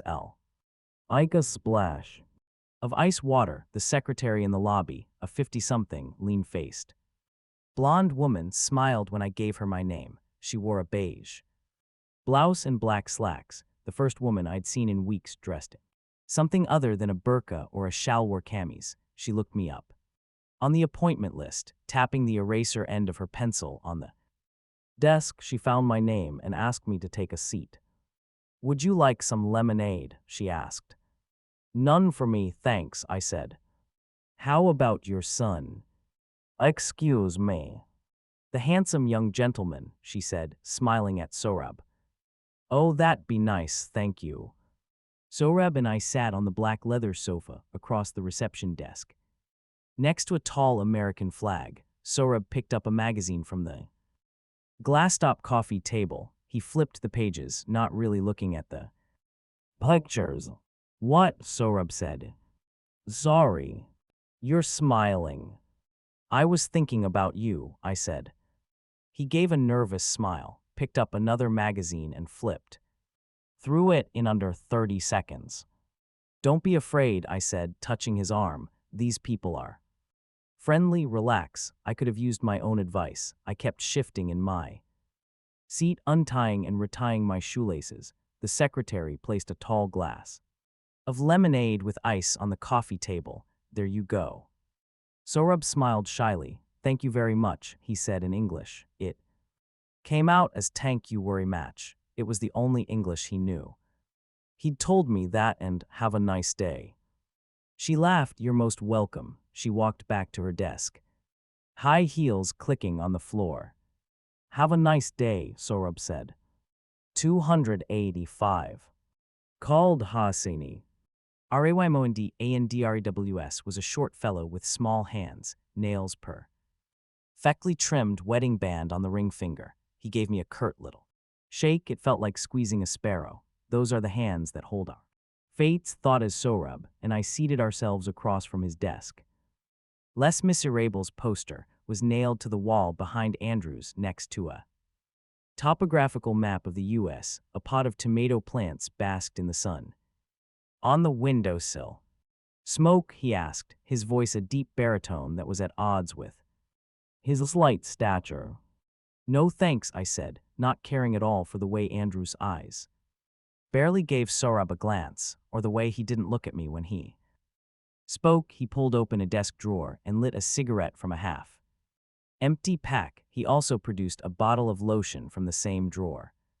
He looked at his tomato plants as he rubbed lotion into his hands, a ret dangling from the corner of his mouth. Then he closed the drawer, put his elbows on the desktop and exhaled. So, he said, crinkling his gray eyes against the smoke, tell me your story. I felt like Jean Valjean sitting across from Javert. I reminded myself that I was on American soil now, that this guy was on my side, that he got paid for helping people like me. I want to adopt this boy, take him back to the States with me, I said. Tell me your story, he repeated, crushing a flake of ash on the neatly arranged desk with his index finger, flicking it into the trash can. I gave him the version I had worked out in my head since I'd hung up with Soria. I had gone into Afghanistan to bring back my half brother's son. I had found the boy in squalid conditions, wasting away in an orphanage. I had paid the orphanage director a sum of money and withdrawn the boy. Then I had brought him to Pakistan. You are the boy's half-uncle. Yes. He checked his watch, leaned and turned the tomato plants on the sill. Know anyone who can attest to that? 286. The Kite ruiner. Yes, but I don't know where he is now. He turned to me and nodded. I tried to read his face and couldn't. I wondered if he'd ever tried those little hands of his at poker. Assume getting your jaws wired isn't the latest fashion statement. He said we were in trouble, Sohrab and I knew it then. I told him I'd gotten mugged in Peshawar. Of course, he said, cleared his throat. Are you Muslim? Yes. Practicing. Yes, in truth, I didn't remember the last time I had laid my forehead to the ground in prayer. Then I did remember the day Dr. Amani gave Baba his prognosis. I had kneeled on the prayer rug, remembering only fragments of verses I had learned in school. Helps your case some, but not much, he said, scratching a spot on the flawless part in his sandy hair. What do you mean? I asked. I reached for Sohrab's hand, twined my fingers with his. Sohrab looked uncertainly from me to Andrews. There's a long answer, and I'm sure I'll end up giving it to you. You want the short one first? I guess, I said. Andrews crushed his cigarette, his lips pursed. Give it up. I'm sorry. Your petition to adopt this young fellow. Give it up, that's my ad. Vice to you. Duly noted, I said. Now, perhaps you'll tell me why. That means you want the long answer, he said, his voice impassive.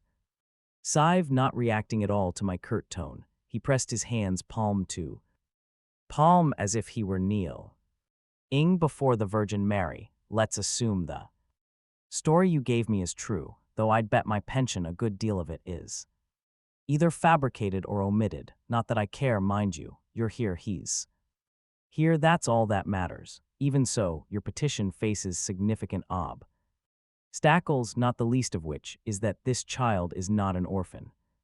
Of course he is. 287. Khaled Hosseini. Not legally he is. His parents were executed in the street. The neighbors saw it. I said, glad we were speaking in English. You have death certificates. Death certificates, this is Afghanistan we're talking about. Most people there don't have birth certificates. His glassy eyes didn't so much as blink. I don't make the laws, sir. Your outrage notwithstanding, you still need to prove the parents are deceased. The boy has to be declared a legal orphan. But you wanted the long answer, and I'm giving it to you. You're next. Problem is that you need the cooperation of the child's country of Ori. Jinn, now that's difficult under the best of circumstances, and to quote you, this is Afghanistan we're talking about. We don't have an American embassy in Kabul. That makes things extremely complicated. just about. Impossible. What are you saying, that I should throw him back on the streets? I said. I didn't say that. He was sexually abused, I said, thinking of the bells around. Sohrab's ankles, the mascara on his eyes. I'm sorry to hear that, Andrew's mouth said, the way he was look. Ing at me, though, we might as well have been talking about this. Whether, but that is not going to make the INS issue this young fellow a visa. What are you saying? I'm saying that if you want to help, send money to a reputable relief organization, volunteer at a refugee camp, but at this point in time, we strongly discourage U.S. citizens from attempting to adopt Afghan children. I got up. Come on, Sohrab, I said in Farsi. Sohrab slid next to me, rested his head on my hip. I remembered the Polaroid of him and Hassan standing that same way. Can I ask you something, Mr. Andrews? The Kite ruiner. Yes. Do you have children? For the first time, he blinked. Well, do you? It's a simple question. He was silent. I thought so, I said, taking Sohrab's hand. They ought to put someone in your chair who knows what it's like to want a child. I turned to go, Sohrab trailing me. Can I ask you a question? Andrews called. Go ahead. Have you promised this child you'll take him with you? What if I have? He shook his head. It's a dangerous business, making promises to kids. He sighed and opened his desk drawer again. You mean to pursue this, he said, rummaging through papers. I mean to pursue this. He produced a business card. Then, advise you to get a good migration lawyer. Omar Faisal works here in Islamabad, you can tell him I sent you. I took the card from him. Thanks, I muttered. Good luck, he said. As we exited the room, I glanced over my shoulder. Andrews was standing in a rectangle of sunlight, absently staring out the window, his hands turning the potted tomato plants toward the sun, petting them lovingly. Take care, the secretary said as we passed her desk. Your boss could use some manners, I said. I expected her to roll her eyes, maybe nod in that, I know, everybody says that, kind of way. Instead, she lowered her voice. Poor Ray, he hasn't been the same since his daughter died. I raised an eyebrow. Suicide, she whispered. 289. Khaled Hosseini. On the taxi ride back to the hotel, Sohrab rested his head on the window, kept staring at the passing buildings, the rows of gum trees. His breath fogged the glass, cleared, fogged it again. I waited for him to ask me about the meeting, but he didn't. On the other side of the closed bathroom door, the water was running. Since the day we'd checked into the hotel, Sohrab took a long bath every night before bed. In Kabul, hot running water had been like father's, a rare commodity. Now Sohrab spent almost an hour a night in the bath, soaking in the soapy water, scrubbing, sitting on the edge of the bed. I called Soria. I glanced at the thin line of light under the bathroom door. Do you feel clean yet, Sohrab? I passed on to Soria what Raymond Andrews had told me. So, what do you think? I said. We have to think he's wrong. She told me she had called a few adoption agencies that arranged international adoptions. She hadn't yet found one that would consider doing an Afghan adoption, but she was still looking. How are your parents taking the news? Mador is happy for us. You know how she feels about you, Amir. You can do no wrong in her eyes. Padar, well, as always, he's a little harder to read. He's not saying much. And you, are you happy? I heard her shifting the receiver to her other hand. I think we'll be good for your nephew, but maybe that little boy will be good for us too. I was thinking the same thing. I know it sounds crazy, but I find myself wondering what his favorite Kwama will be, or his favorite subject in school. I picture myself helping him with homework. She laughed. In the bathroom, this water had stopped running. I could hear Sohrab in there, shifting in the tub, spilling water over the sides. 290. The Kite runnin' on her. You're going to be great, I said. Oh, I almost forgot. I called Kaka Sharif. Remembered him reciting one poem at our Nico from one scrap of hotel stationery paper. His son had held the Quran over our heads was Soria, and I had walked toward the stage, smiling at the flashing cameras. What did I say? Well, he's going to stir the pot for us. He'll call some of his ins. Buddies, she said. That's really great news, I said. I can't wait for you to see Sorab. I can't wait to see you, she said. I hung up smiling. Sorab emerged from the bathroom a few minutes later. He had barely said a dozen words since the meeting with Raymond Andrews, and my attempts at conversation had only met with a nod or a mono syllabic reply. He climbed into bed, pulled the blanket to his chin. Within minutes, he was snoring. I wiped a circle on the fogged-up mirror and shaved with one of the hotel's old-fashioned razors, the type that opened and you slid the blade in. Then I took my own bath, lay there until the steaming hot water turned cold and my skin shriveled up. I lay there drifting, wondering, imagining. Omar Faisal was chubby, dark, had dimpled cheeks, black but ton eyes and an affable gap-toothed smile. His thinning gray hair was tied back in a ponytail. He wore a brown corduroy suit with leather bow patches and carried a worn, overstuffed briefcase. The handle was missing, so he clutched the briefcase to his chest. He was the sort of fellow who started a lot of sentences with a laugh and an unnecessary apology, like "I'm sorry, I'll be there at 5, laugh, when I had called him. He had insisted on coming out to meet us. I'm sorry, the cabbies in this town are sharks, he said in perfect English, without a trace of an accent. They smell a foreigner, they triple their fares. He pushed through the door, all smiles and apologies, wheezing a 291. Called Hosseini. Little and sweating, he wiped his brow with a handkerchief and opened his briefcase, rummaged in it for a notepad, and apologized for the sheets of paper that spilled on the bed. Sitting cross-legged on his bed, Sorab kept one eye on the muted television, the other on the harried lawyer. I had told him in the morning that Faisal would be coming, and he had nodded, almost asked something, and had just gone on watch ing a show with talking animals. Here we are, Faisal said, flipping open a yellow legal notepad. Hope my children take after their mother when it comes to organization. I'm sorry, probably not the sort of thing you want to hear from your prospective lawyer. Heh, he laughed. Well, Raymond Andrews thinks highly of you. Mr. Andrews, yes, decent fellow. Actually, he rang me and told me about you.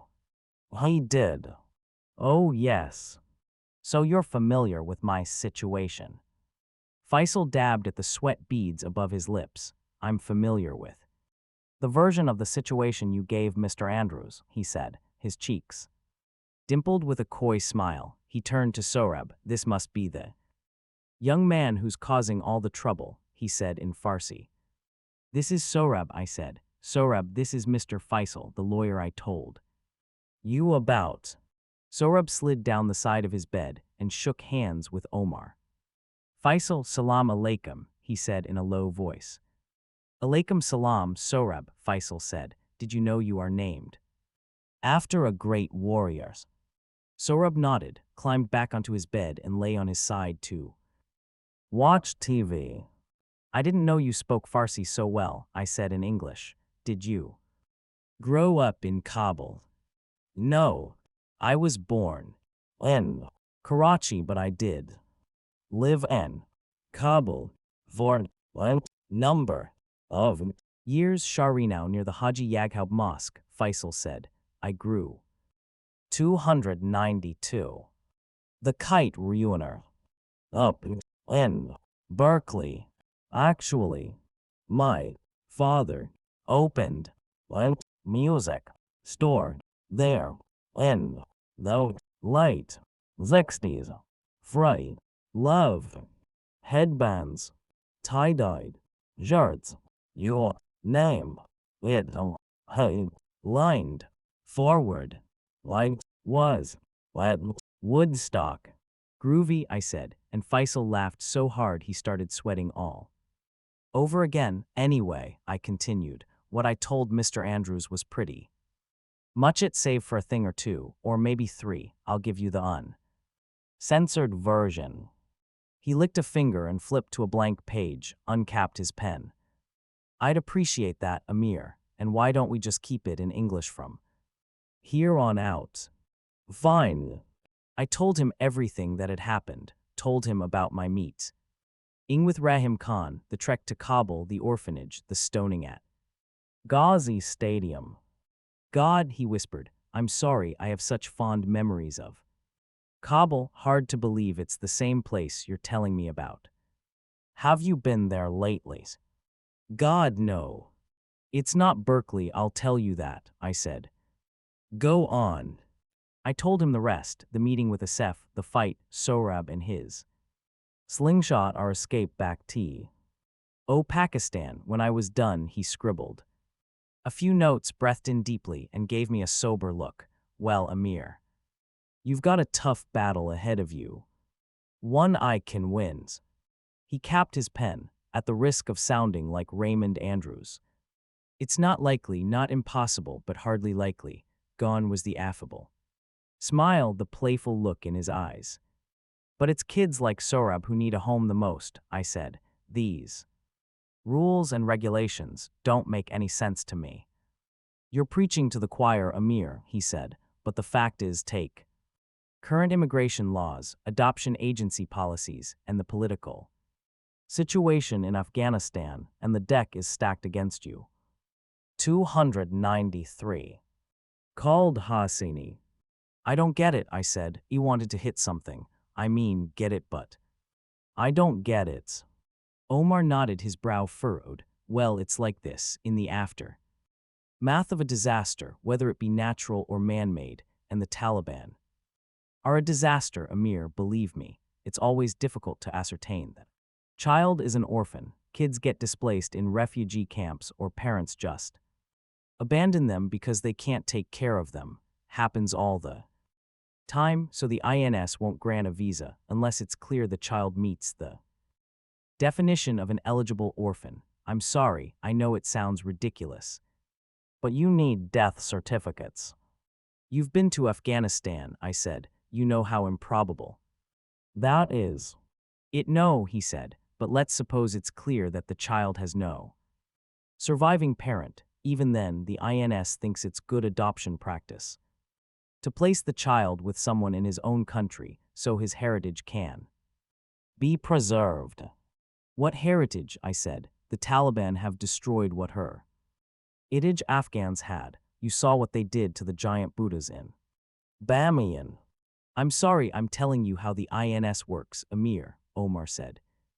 Touching my arm, he glanced at Sohrab and smiled, turned back to me. Now a child has to be legally adopted, according to the laws and regulations of his own country. But when you have a country in turmoil, say, a country like Afghanistan, government offices are busy with emergent size and processing adoptions won't be a top priority. I sighed and rubbed my eyes. A pounding headache was settling just behind them. But let's suppose that somehow Afghanistan gets its act together. Omar said, crossing his arms on his protruding belly. It still may not permit this adoption. In fact, even the more moderate Muslim nations are hesitant with adoptions because in many of those countries, Islamic law, Sharia, doesn't recognize adoption. You're telling me to give it up, I asked, pressing my palm to my forehead.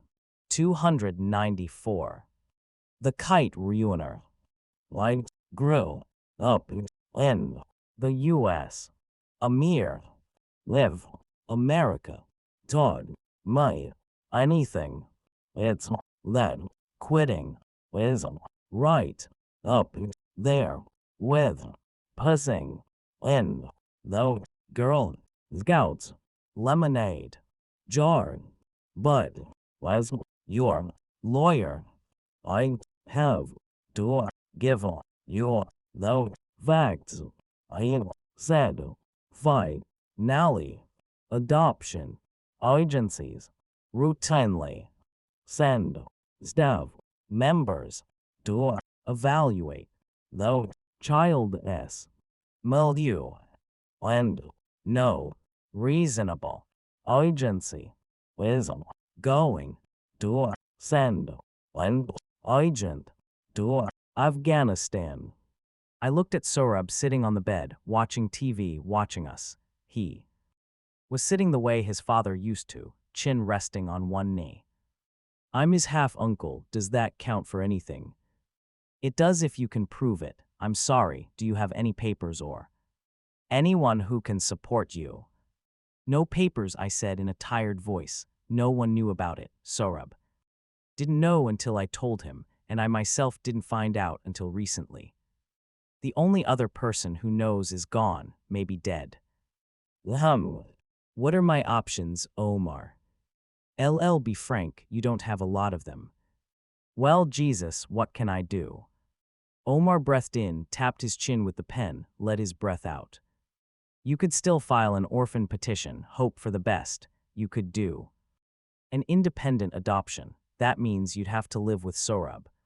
Here in Pakistan, day in and day out for the next 2 years. You could seek asylum on his behalf. That's a lengthy process, and you'd have to prove political persecution. You could request a humanitarian visa. That's at the discretion of the Attorney General, and it's not easily given. He paused. There is another option, probably your best shot. What? I said, leaning forward. You could relinquish him to an orphanage here, then file an orphan petition, start your I-600 form, and your home study while he's in a safe place. What are those? I'm sorry, the I-600 is an INS formality. The home study is done by the adoption agency you choose, Omar said. It's, to make sure you and your wife aren't raving lunatics. 295. Khaled Hosseini. I don't want to do that, I said, looking again at Sorab. I said him I wouldn't send him back to an orphanage. Like I said, it may be your best shot. We talked a while longer, then I walked him out to his car, an old VW Bug. The sun was setting on Islamabad by then, a flaming red nim bus in the west. I watched the car tilt under Omar's weight as he somehow managed to slide in behind the wheel.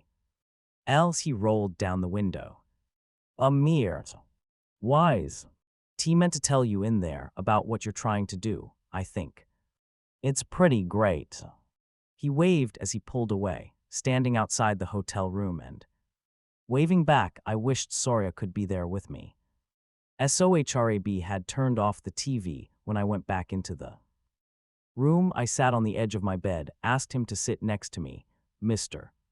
Faisal thinks there is a way I can take you to America with me, I said. He does, Sorab said, smiling faintly for the first time in days. When can we go? Well, that's the thing. It might take a little while, but he said it can be done, and he's going to help us. I put my hand on the back of his neck. From outside, the call to prayer blared through the streets.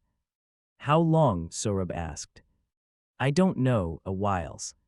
Sorab shrugged and smiled, wider this time. I don't mind, I can wait. It's like the sour apples. Sour apples.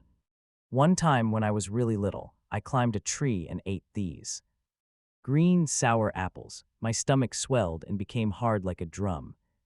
It hurt a lot. Mother said that if I just waited for the apples to ripen, I wouldn't have become sick. So now, whenever I really want something, I try to remember what she said about the apples. 296. The Kite Ruiner. Sour apples, I said. Mashallah, you're just about the smartest lit TLE guy I've ever met, Sorab Jan. His ears reddened with a blush. Will you take me to that red bridge, the one with the fog? He said. Absolutely, I said. Absolutely. And we'll drive up those streets, the ones where all you see is the hood of the car and the sky. Every single one of them, I said, my eyes stung with tears and I blinked them away. Is English hard to learn? I say within a year, you'll speak it as well as Farsi. Really? Yes, I placed a finger under his chin, turned his face up to mine. There is one other thing, Sohrab. What? Well, Mr. Faisal thinks that it would really help if we could. If we could ask you to stay in a home for kids for a while. Home for kids, he said, his smile fading. You mean an orphanage? It would only be for a little while. No, he said, no, please. Sohrab, it would be for just a little while, I promise. You promised you'd never put me in one of those places, Amir. Agha, he said, his voice was breaking, tears pooling in his eyes, I felt. Like a prick. This is different, it would be here in Islamabad, not in Kabul. And I'd visit you all the time, until we can get you out and take you to America. Please, please no, he croaked. I'm scared of that place. They'll hurt me, I don't want to go. No one is going to hurt you, not ever again. Yes, they will, they always say they won't, but they lie, they lie. Please, God. I wiped the tear streaking down his cheek with my thumb. Sour. Apples, remember, it's just like the sour apples, I said softly. 297. Khaled Hosseini. No, it's not that place. God, oh God, please no, he was trembling, snot and tears mixing on his face. SHHH, I pulled him close, wrapped my arms around his shaking lip. TLE body, SHHH, it'll be all right, we'll go home together, you'll see, it'll be all right. His voice was muffled against my chest, but I heard the panic in it. Please promise you won't, oh God, Amir Agha, please promise you won't.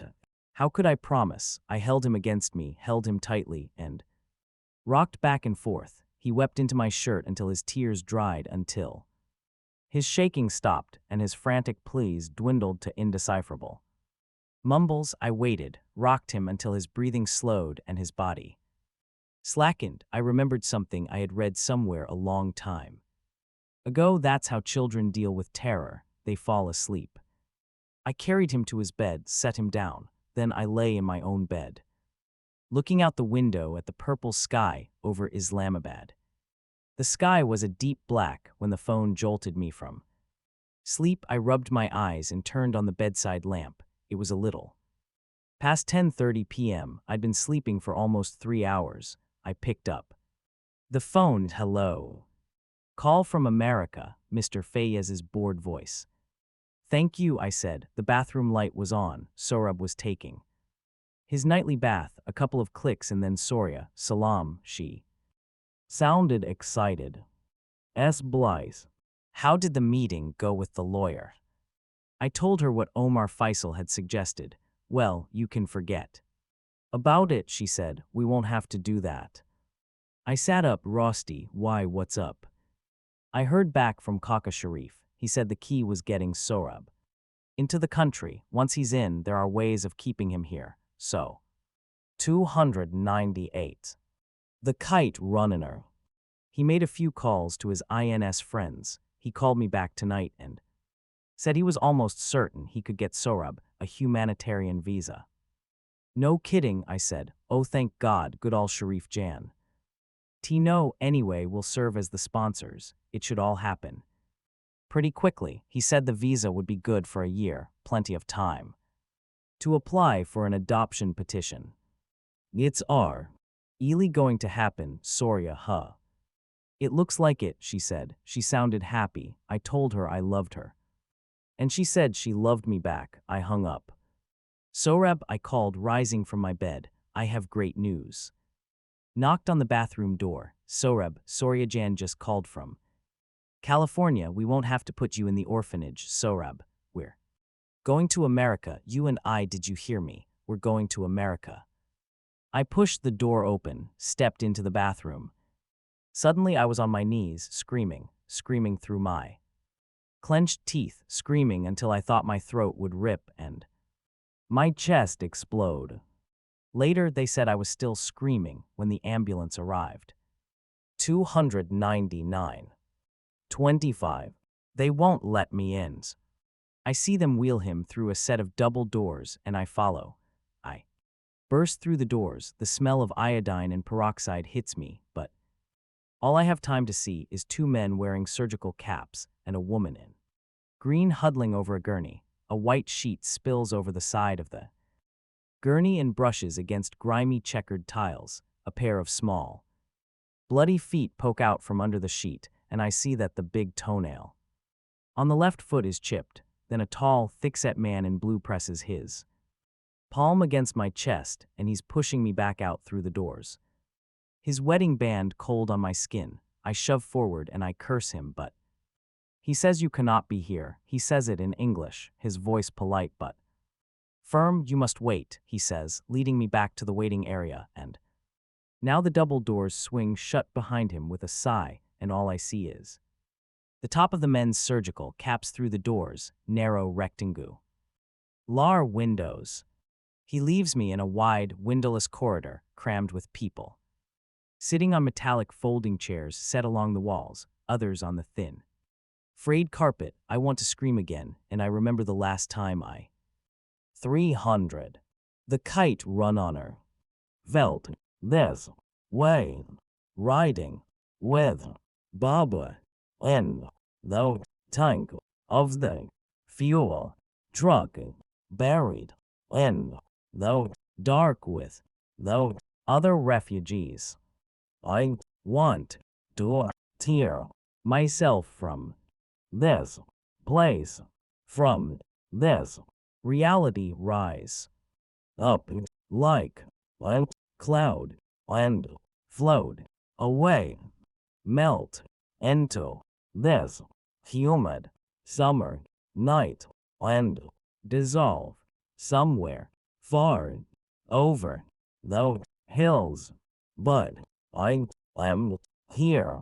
My legs blocks of concrete, my lungs empty of air, my throat burning.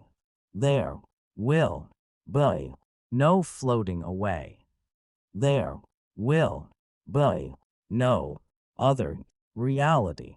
Tonight, I close my eyes and my nostrils fill with the smells of the corridor, sweat and ammonia, rubbing alcohol and curry on the ceiling.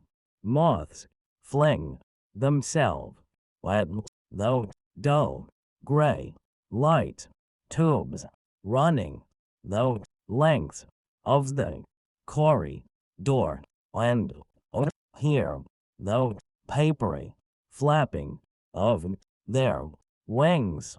I hear chatter, muted, sobbing, sniffling, someone moaning, someone else sighing. Elevator doors opening with being the operator paging someone in Urdu. Open my eyes again and I know what I have to do. I look around. My heart a jackhammer in my chest, blood thudding in my ears. There is a dark little supply room to my left. In it, I find what I need. It will do. I grab a white bedsheet from the pile of folded linens and carry it back. To the corridor, I see a nurse talking to a policeman near the restroom. I take the nurse's elbow and pull. I want to know which way is west. She doesn't understand, and the lines on her face deepen when she frowns. My throat aches and my eyes sting with sweat. Each breath is like hailing fire, and I think I am weeping. I ask again. I beg. The policeman is the one who points. I throw my makeshift gynamaze, my prayer rug, on the floor, and I get on my knees, lower my forehead to the ground, my tears soaking through the sheet. I bow to the west. Then I remember I haven't prayed for over 15 years. I have long forgotten the words, but it does matter. I will utter those few words I still remember. La ilaha illallah. Muhammad you Rasul Allah. There is no God but Allah, and Muhammad is his messenger. I see now that Baba was wrong. There is a God there. Always had been. I see him here, in the eyes of the people in this quarry. Door of desperation. This is the real house of God. This is where those who have lost God will find him, not the white masjid with its bright almond lights and towering minarets. There is a God, there has to be. 301. Khaled Hosseini. And now I will pray that he forgive that I have neglected him. All of these years, forgive that I have betrayed, lied, and sinned with him. Punity only to turn to him now in my hour of need. I pray that he is as merciful, benevolent, and gracious as his book says he is. I bow to the west and kiss the ground and promise that I will do zakat, I will do namaz, will fast during Ramadan, and when Ramadan has passed I will go on fasting. I will commit to memory every last word of his holy book. And I will set on a pilgrimage to that sweltering city in the desert, and bow before the Kaaba too. I will do all of this, and I will think of him every day from this day on, if he only grants me this one wish. My hands are stained with Hassan's blood. I pray God doesn't let them get stained with the blood of his boy too. I hear a whimpering and realize it is mine. My lips are salty with the tears trickling down my face. I feel the eyes of everyone in this corridor on me, and still I bow to the west. I pray that my sins have not caught up with me the way I'd always feared they would. A starless black night falls over Islamabad. It's a few hours later, and I am sitting now on the floor of a tiny lounge off the corridor that leads to the emergency ward. Before me is a dull brown coffee table cluttered with newspapers and dog-eared magazines. An April 1996 issue of Time, a Pakistani newspaper showing the face of a young boy who was hit and killed by a train the week before. An Entertainment magazine with smiling Lollywood actors on its glossy cover. There is an old woman wearing a jade green shalwar kameez and a crocheted shawl, nodding off in a wheelchair across from me. Every once in a while she stirs awake and mutters a prayer in Arabic. I wonder tiredly whose prayers will be heard tonight, hers or mine. I picture Sohrab's face, the pointed meaty chin, his small seashell ears, his slanting bamboo leaf eyes so much like his father's. A sorrow as black as the night outside invades me, and I feel my throat clamping. I need air. 302. The Kite runner. I get up and open the windows. The air coming through the screen is musty and hot. It smells of overripe dates and dung. I force it into my lungs in big heaps, but it does clear the clamping feeling in my chest.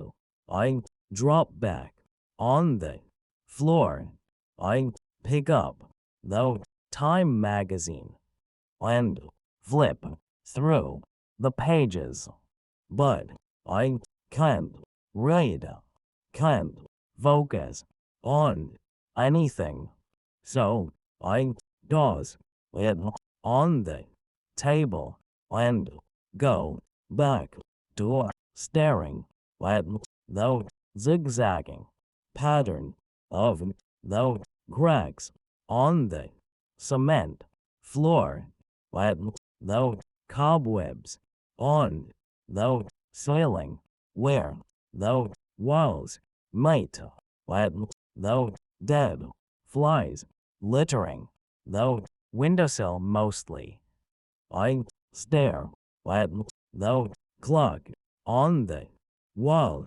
It's just past 4 a.m. and I have been shut out of the room with the swinging double doors for over 5 hours. No, I still haven't heard any noise.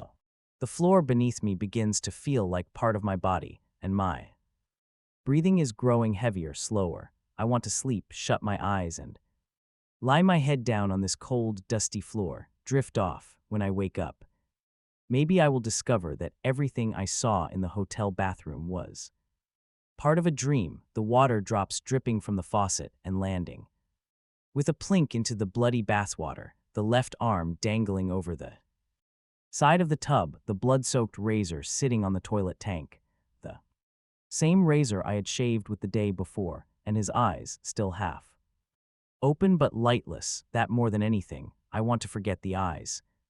Soon sleep comes and let it take me. I dream of things I remember later. Someone is tapping me on the shoulder. I open my eyes. There is a man kneeling beside me. He is wearing a cap like the men behind the swinging double doors and a paper surgical mask over his mouth. My heart sinks when I see a drop of blood on the mask. He has taped a picture of a doe-eyed little girl to his beeper. He unsnaps his mask, and I'm glad I don't have to look at Sohrab's blood anymore. His skin is dark, like the imported Swiss chocolate Hassan and I used to buy from the bazaar in Sharinau. He has thinning hair and hazel eyes topped with curved eyelashes. In a British accent, he tells me his name is Dr. Nawaz 303, Khaled Hosseini. And suddenly I want to be away from this man because I don't think I can bear to hear what he has come to tell me. He says the boy had cut himself deeply and had lost a great deal of blood, and my mouth begins to mutter that prayer again. La ilaha illallah, Muhammad u Rasul Allah. They had to transfuse several units of red cells. How will I tell Surya? Twice they had to revive him. I will do namaz, I will do zakat. They would have lost him if his heart hadn't been young and strong. I will fast. He is alive. Dr. Nawaz smiles. It takes me a moment to register what he has just said. Then he says more, but I don't hear him, because I have taken his hands and I have brought them up to my face. I weep my relief into this stranger's small, meaty hands, and he says nothing now. He waits. The intensive care unit is L-shaped and dim, a jumble of bleeping monitors and whirring machines. Dr. Nawaz leads me between two rows of beds separated by white plastic curtains. Sohrab's bed is the last one around the corner, the one nearest the nurses' station, where two nurses in green surgical scrubs are jotting notes on clipboards, chatting in low voices on the silent ride up the elevator with Dr. Nawaz. I had thought I'd weep again when I saw Sohrab, but when I sit on the chair at the foot of his bed, looking at his white face through the tangle of gleaming plastic tubes and IV lines, I am dry-eyed, watching his chest rise and fall to the rhythm of the hissing ventilator. A curious numbness washes over me, the same numbness a man might feel seconds after he has swerved his car and barely avoided a head-on collision. I doze off, and when I wake up, I see the sun rising in a buttermilk sky through the window next to the nurse's station. The light slants into the room, aims my shadow towards Sohrab. He hasn't moved. 304. The Kite Ruiner. You'd do well to get some sleep. When nurse says to me, I do recognize her. There must have been a shift change while I'd napped. She takes me to another lounge, this one just outside the ICU. It's empty. She hands me a pillow and a hospital issue blanket.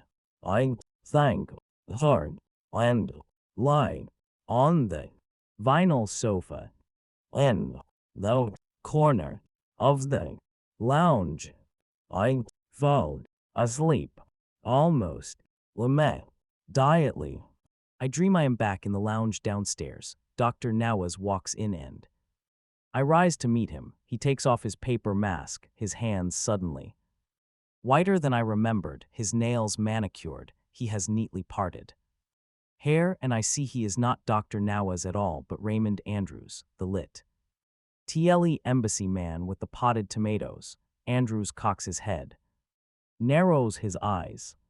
In the daytime, the hospital was a maze of teeming, angled hall ways, a blur of blazing white overhead fluorescence. I came to know its layout, came to know that the fourth floor button in the east wing elevator didn't light up, that the door to the men's room on that same floor was jammed and you had to ram your shoulder into it to open it.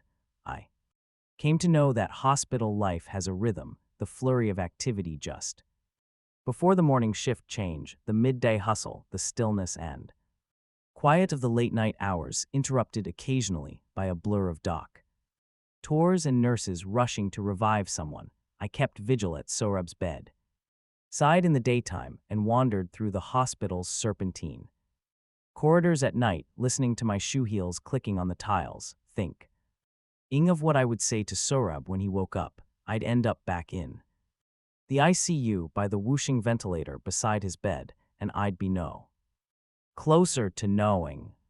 After 3 days in the ICU, they withdrew the breathing tube and transferred him to a ground-level bed. I wasn't there when they moved him. I had gone back to the hotel that night to get some sleep and ended up tossing around in bed all night. In the morning, I tried to not look at the bathtub.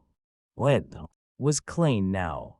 Someone had wiped off the blood. 305. Khaled Hosseini spread new floor mats on the floor and scrubbed the walls, but I couldn't stop myself from sitting on its cool porcelain edge. I pictured Sohrab filling it with warm water, saw him undressing, saw him twisting the razor handle and opening the twin safety latches on the head, sliding the blade out, holding it between his thumb and forefinger. I toured him lowering himself into the water, lying there for a while, his eyes closed. I wondered what his last thought had been as he had raised the blade and brought it down. I was exiting the lobby when the hotel manager, Mr. Fayez, caught up with me. I am very sorry for you, he said, but I am asking for you to leave my hotel, please. This is bad for my business, very bad. I told him I understood and I checked out. He didn't charge me for the 3 days I'd spent at the hospital, waiting for a cab outside the hotel lobby. I thought about what Mr. Fayez had said to me that night. We'd gone looking for Sohrab. The thing about you Afghanis is that, well, you people are a little reckless, had laughed at him, but now I wondered, had I actually gone to sleep after I had given Sohrab the news he feared most? When I got in the cab, I asked the driver if he knew any Persian bookstores. He said there was one a couple of kilometers south. We stopped there on the way to the hospital. Sohrab's new room had cream-colored walls, chipped dark gray moldings and glazed tiles that might have once been white. He shared the room with a teenaged Punjabi boy who, I later learned from one of the nurses, had broken his leg when he had slipped off the roof of a moving bus. His leg was in a cast, raised and held by tongs strapped to several weights. Sohrab's bed was next to the window, the lower half lit by the late morning sunlight streaming through the rectangular panes. A formed security guard was standing at the window, munching on cooked watermelon seeds. Sohrab was under 24 hours a day. 306. The Kite ruiner. Suicide watch hospital. Protocol. Dr. Nawaz had informed me the guard tipped his head when he saw me and left the room. Sohrab was wearing short-sleeved hospital pajamas and lying on his back blanket pulled to his chest face, turned to the window. I thought I was sleeping, but when I scooted a chair up to his bed, his eyelids fluttered and opened. He looked at me, then looked away.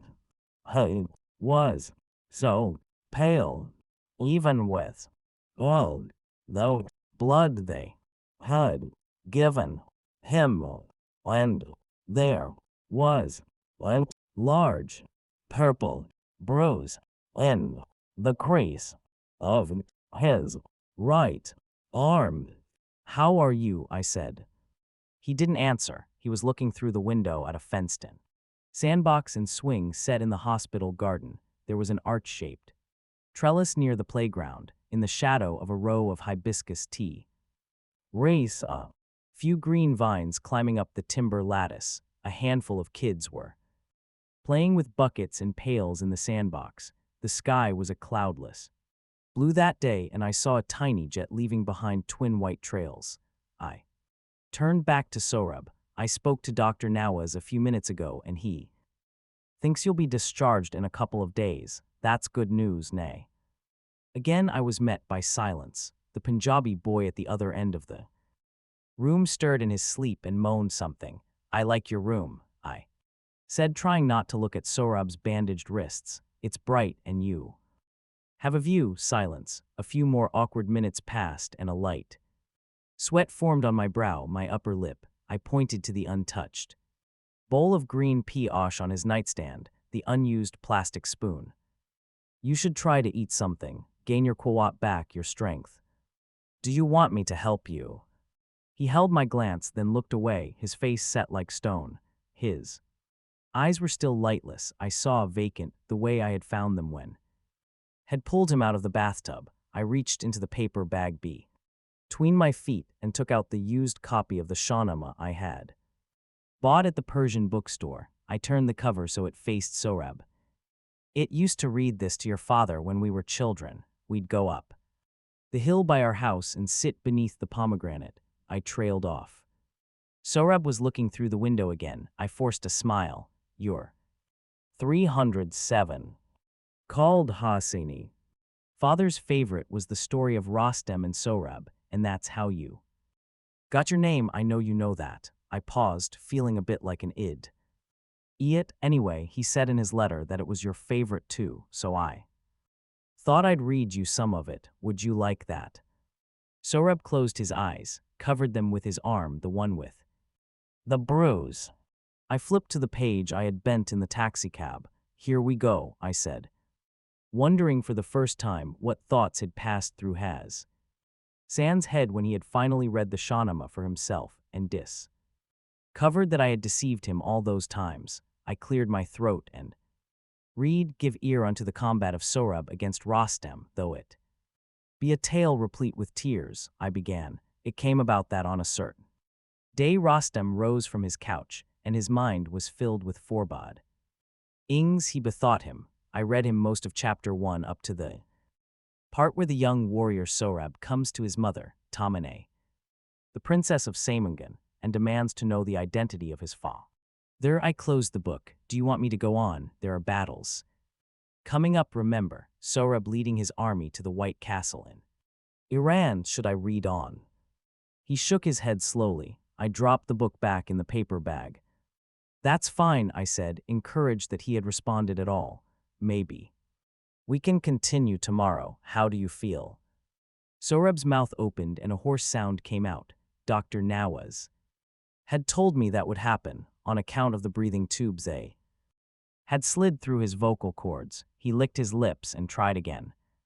"Tired." "I know, Dr. Nawaz said that was to be expected." He was shaking his head. "What, Sorab?"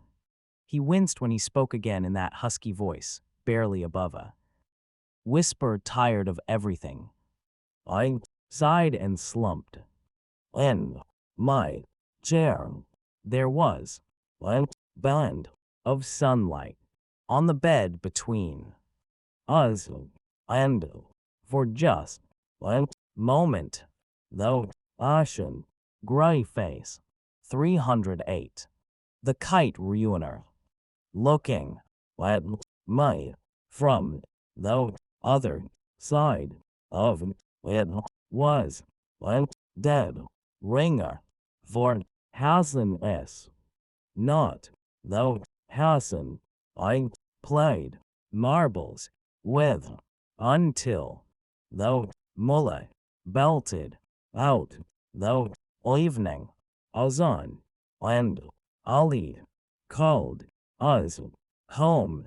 Not the Hassan I chased down our hill as the sun dipped behind clay rooftops in the west, but Hassan I saw alive for the last time, dragging his belongings behind Ali in a warm summer downpour, stuffing them in the trunk of Baba's car while I watched through the rain-soaked window of my room.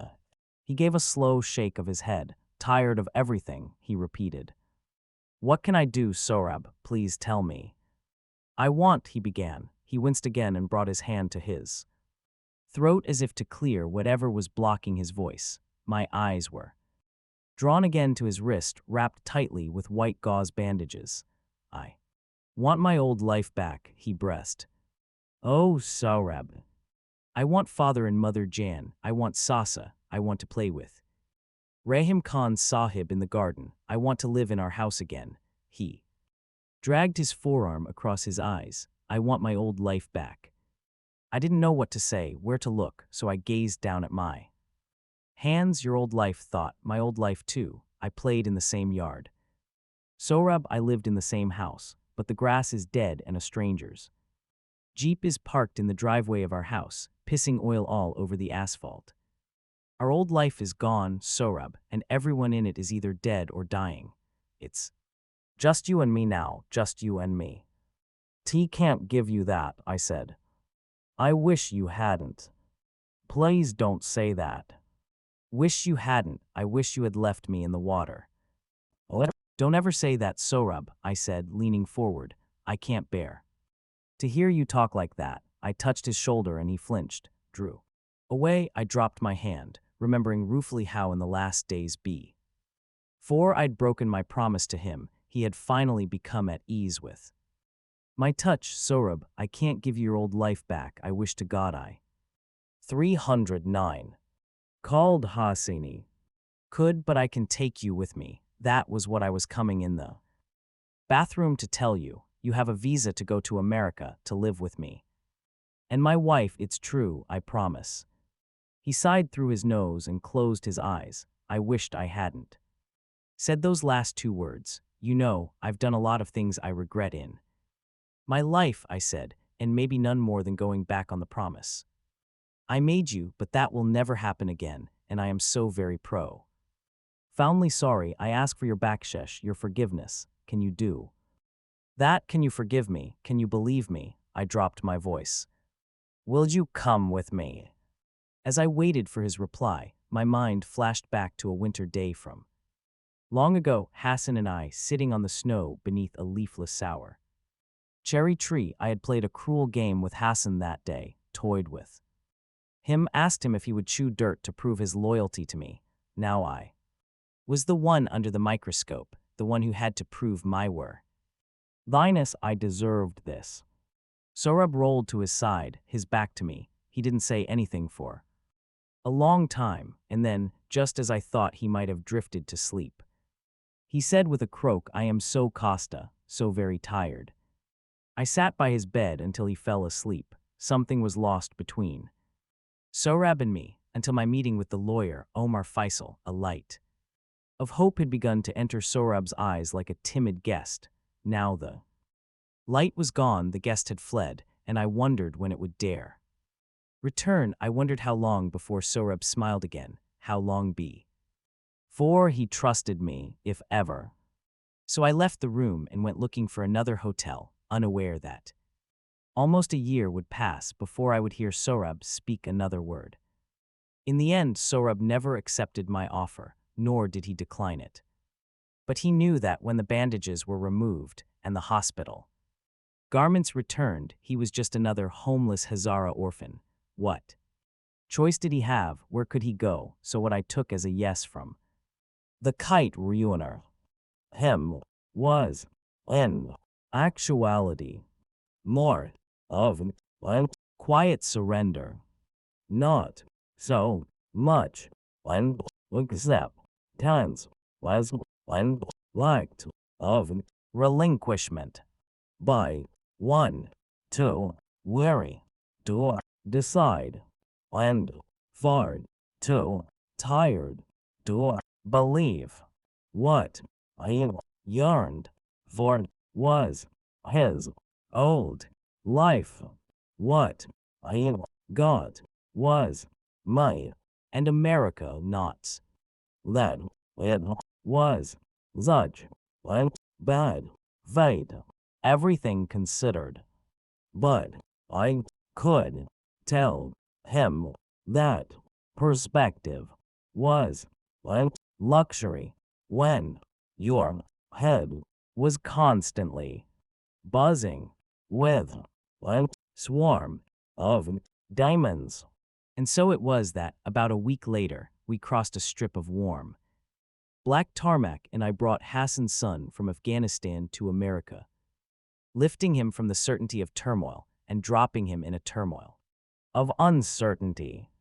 One day, maybe around 1983 or 1984, I was at a video store in Fremont. I was standing in the western section when a guy next to me, sipping Coke from a 7-Eleven cup, pointed to the magnificent 7 and asked me if I had seen it. Yes, 13 times, I said. Charles Bronson dies in it, so do James Coburn and Robert Vaughn. He gave me a pinch-faced look, as if I had just spat in his soda. Thanks a lot, man, he said, shaking his head and muttering something as he walked away. That was when I learned that, in America, you don't reveal the ending of the movie, and if you do, you will be scorned and made to apologize profusely for having committed the sin of spoiling the end. In Afghanistan, the ending was all that mattered. When Hassan and I came home after watching a Hindi film at Cinema Zainab, what Ali, Rahim Khan Baba, or the myriad of Baba's friends, second and third cousins milling in and out of the house, wanted to know was this: did the girl in the film find happiness? Did the Baque film, the guy in the film, become Kamiab and fulfill his dreams, or was he Nakam, doomed to wallow in failure? Was there happiness at the end? They wanted to know. If someone were to ask me today whether the story of Hassan, Sorab and me ends with happiness, I wouldn't know what to say. Khaled Hosseini. Does anybody s? After all, life is not a Hindi movie. Zendagi Migzara, Afghans like to say life goes on, unmindful of beginning, end, Kamiab Nakam cry. Cis or catharsis, moving forward like a slow, dusty caravan of coachees. I wouldn't know how to answer that question, despite the matter of last Sunday's tiny miracle. We arrived home about 7 months ago, on a warm day in August 2001. Soria picked us up at the airport. I had never been away from Soria for so long, and when she locked her arms around my neck when I smelled apples in her hair, I realized how much I had missed her. You're still the morning sun to my Yelda, I whispered. What? Never mind, I kissed her. Nira. After she knelt to eye level with Sorab, she took his hand and smiled at him. Salam, Sorab Jan, I'm your Kala Soria. We've all been waiting for you. Looking at her smiling at Sorab, her eyes tearing over a little, I had a glimpse of the mother she might have been, had her own womb not betrayed her. Sohrab shifted on his feet and looked away. Soraya had turned the study upstairs into a bedroom for Sohrab. She let him in and he sat on the edge of the bed. The sheets showed brightly colored kites flying in indigo blue skies she had made. Inscriptions on the wall by the closet, feet and inches to measure a child's growing height. At the foot of the bed, I saw a wicker basket, stuffed with books, a locomotive, a watercolor set. Sohrab was wearing the plain white t-shirt and new denims I had bought him in Islamabad just before we'd left. The shirt hung loosely over his bony, slumping shoulders. The color still hadn't seeped back. The kite runner into his face, save for the halo of dark circled around his eyes. He was looking at us now in the impassive way he looked at the plates of boiled rice the hospital orderly placed before him. Soria asked if he liked his room, and I noticed that she was trying to avoid looking at his wrists and that her eyes kept swaying back to those jagged pink lines. Sohrab lowered his head, hid his hands under his thighs and said nothing. Then he simply lay his head on the pillow. Less than 5 minutes later, Soria and I watching from the doorway. He was snoring. We went to bed and Soria fell asleep with her head on my chest. In the darkness of our room, I lay awake, an insomniac once more. Awake and alone with demons of my own. Sometime in the middle of the night, I slid out of bed and went to Sohrab's room. I stood over him, looking down, and saw something protruding from under his pillow. I picked it up, saw it was Rahim Khan's Polaroid, the one I had given to Sohrab the night we had sat by the Shah Faisal Mosque, the one of Hassan and Sohrab standing side by side, squinting in the light of the sun, and smiling like the world was a good and just place. I wondered how long Sohrab had lain in bed staring at the photo, turning it in his hands. I looked at the photo. Your father was a man torn between two halves. Rahim Khan had said in his letter, I had been the entitled half, the society-approved, legitimate half, the unwitting embodiment of Baba's guilt. I looked at Hassan, showing those two missing front teeth, light slanting on his face. Baba's other half, the unentitled, unprivy legged half, the half who had inherited what had been pure and noble in Baba, the half that, maybe, in the most secret recesses of his heart, Baba had thought of as his true son. I slipped the picture back where I had found it. Then I realized something. That last thought had brought no sting with it. Closing Sohrab's door. I wondered if that was how forgiveness budded, not with the fanfare of epiphany, but with pain gathering its things, packing up, and slipping away unannounced in the middle of the night. 313. Khaled Hosseini.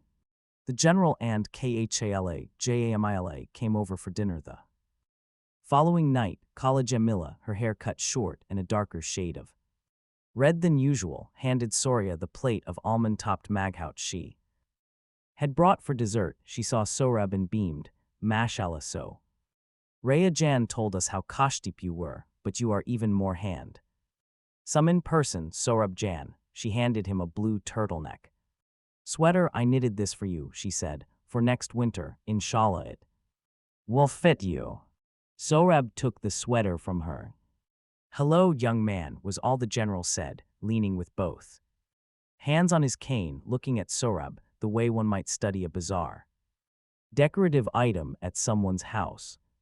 I answered and answered again, Khaled Jamila's questions about my injuries. I'd asked Soria to tell them I had been mugged, reassuring her that I had no permanent damage, that the wires would come out in a few weeks so I'd be able to eat her cooking again, that, yes, I would try rubbing rhubarb juice and sugar on my scars to make them fade faster. The general and I sat in the living room and sipped wine while Raya and her mother set the table. I told him about Kabul and the town. Iban, he listened and nodded, his cane on his lap and tusked when I Told him of the man I had spotted selling his artificial leg. I made no mention of the executions at Ghazi Stadium and Asef.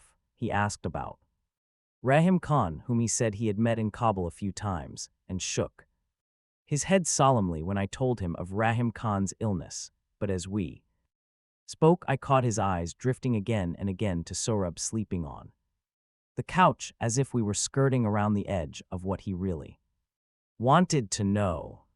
The skirting finally came to an end over dinner when the general put down his fork and said, "So, Amir Jan, you're going to tell us why you have brought back this boy with you?" "Iqbal Jan, what sort of question is that?" Khaled Jamila said. "The Kite runner. While you're busy knitting sweaters, my dear, I have to deal with the community's perception of our family. People will ask, they will want to know why there is a Hazara boy living with our daughter. What do I tell them?" Soria dropped her spoon, turned on her father. "You can tell them." "It's okay, Soria," I said, taking her hand. "It's okay, General Sahib is quite right, people will ask." "Amir," she began. "It's all right," I turned to the general. "You see, General Sahib, my father slept with his servant's wife. She bore him a son named Hassan. Hassan is dead now. That boy sleeping on the couch is Hassan's son. He's my nephew. That's what you tell people when they ask." They were all staring at me. "And one more thing, General Sahib," I said, "you will never again refer to him as Hazara boy in my presence. He has a name and it's Sohrab." No one said anything for the remainder of the meal. It would be erroneous to say Sohrab was quiet. Quiet is peace, tranquility. Quiet is turning down the volume knob on life. Silence is pushing the ORF button, shutting it down, all of it. Sohrab's silence wasn't the self-imposed silence of those with convictions, of protesters who seek to speak their cause by not speaking at all. It was the silence of one who has taken cover in a dark place, curled up all the edges and tucked them under. He didn't so much live with us as occupy space, and precious little of it. Sometimes at the market or in the park, I'd notice how other people hardly seemed to even see him, like he wasn't there at all. I'd look up from a book and realize Sohrab had entered the room, had sat across from me, and I hadn't noticed. He walked like he was afraid to leave behind footprints. He moved as if not to stir the air around him. Mostly he slept. Khaled Hosseini. Sohrab's silence was hard on Soria too, over that long distance line to Pakistan. Soria had told me about the things she was planning. For Sohrab, swimming classes, soccer, bowling league. Now she'd walk past Sohrab's room and catch a glimpse of books sitting unopened. The wicker basket, the growth chart unmarked, the jigsaw puzzle assembled, each item a reminder of a life that could have been, a reminder of a dream that was wilting even as it was budding. But she hadn't been alone. I'd had my own dreams for Sohrab. While Sohrab was silent, the world was not. One Tuesday morning last September, the Twin Towers came crumbling down, and overnight the world changed. The American flag suddenly appeared everywhere. On the antennae of yellow cabs weaving around traffic, on the lapels of pedestrians walking the sidewalks in a steady stream, even on the grimy caps of San Francisco's panhandlers sitting beneath the awnings of small art galleries and open-fronted shops. One day I passed Edith, the homeless woman who plays the accordion every day on the corner of Sutter and Stockton, and spotted an American flag sticker on the accordion case at her feet. Soon after the attacks, America bombed Afghanistan. The Northern Alliance moved in, and the Taliban scurried like rats into the caves. Suddenly, people were standing in grocery store lines and talking about the cities of my childhood, Kandahar, Herat, Mazar-i Sharif. When Was very little. Baba took Hassan and me to Kunda's. I don't remember much about the trip, except sitting in the shade of an acacia tree with Baba and Hassan, taking turns sipping fresh watermelon juice from a clay pot and seeing who could spit the seeds farther. Now Dan Rather, Tom Bracco, and people sipping lattes at Starbucks were talking about the battle for Kunduz, the Taliban's last stronghold in the north. That December, Pashtuns, Tajiks, Uzbeks, and Hazaras gathered in Bonn, and under the watchful eye of the UN, began the process that might someday end over 20 years of unhappiness in their Watan. Hamid Karzai's Karakol hat and green chapin became famous. Sohrab sleepwalked through it all. 316. The Kite Runner. Surya and I became involved in Afghan projects, as much out of a sense of civil duty as the need for something, anything, to fill the sea. Lens upstairs, the silence that sucked everything in like a black hole. I had never been the active type before, but when a man named Kabir, former Afghan ambassador to Sofia, called and asked if I wanted to help him with a hospital project, I said yes. The small hospital had stood near the Afghan-Pakistani border and had a small surgical unit that treated Afghan refugees with landmine injuries, but it had closed down. Due to a lack of funds, I became the project manager, Surya my co-manager. I spent most of my days in the study, emailing people around the world, applying for grants, organizing fundraising events, and telling myself that bringing Sohrab here had been the right thing to do. The year ended with Surya and me on the couch, blanket spread over our legs, watching Dick Clark on TV. People cheered and guessed when the silver ball dropped and confetti whitened the screen. In our house, the new year began much the same way the last one had ended. In silence. Then 4 days ago, on a cool rainy day in March 2002, a small, wondrous thing happened. I took Surya, Khaled Jamila, and Sohrab to a gathering of Afghans at Lake Elizabeth Park in Fremont. The general had finally been summoned to Afghanistan the month before for a ministry position, and had flown there 2 weeks earlier. He had left behind his gray suit and pocket watch. The plan was for Khaled Jamila to join him in a few months once he had settled. She missed him terribly and worried about his health there, and we had insisted she stay with us for a while.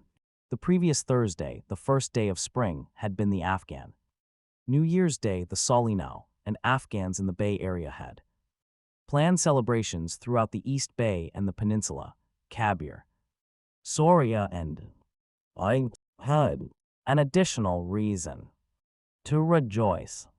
Our little hospital in called Hosseini Rawalpindi had opened the week before, not the surgical unit, just the pediatric clinic, but it was a good start, we all agreed. It had been sunny for days, but Sunday morning, as I swung my legs out of bed, I heard raindrops pelting the window. Afghan luck, I thought, snickered. I prayed morning namaze while Surya slept. I didn't have to consult the prayer pamphlet I had obtained from the mosque anymore. The verses came naturally now, effortlessly. We arrived around noon and found a handful of people taking cover under a large rectangular plastic sheet mounted on 6 poles spiked to the ground. Someone was already frying balani. Steam rose from teacups. In a pot of cauliflower ush, a scratchy old Ahmed Zahir song was blaring from a cassette player. I smiled a little as the 4 of us rushed across the soggy grass field, Surya and I in the lead, Khaled Jamila in the middle. Sohrab behind us, the hood of his yellow raincoat bouncing on his back. What's so funny? Surya said, holding a folded newspaper over her head. You can take Afghans out of Pagman, but you can't take Pagman out of Afghans, I said. We stooped under the makeshift tent. Surya and Khaled Jamila drifted toward an overweight woman frying spinach balani. Sohrab stayed under the canopy for a moment, then stepped back out into the rain, hands stuffed in the pockets of his raincoat, his hair, now brown, and straight like Hassan's, plastered against his scalp.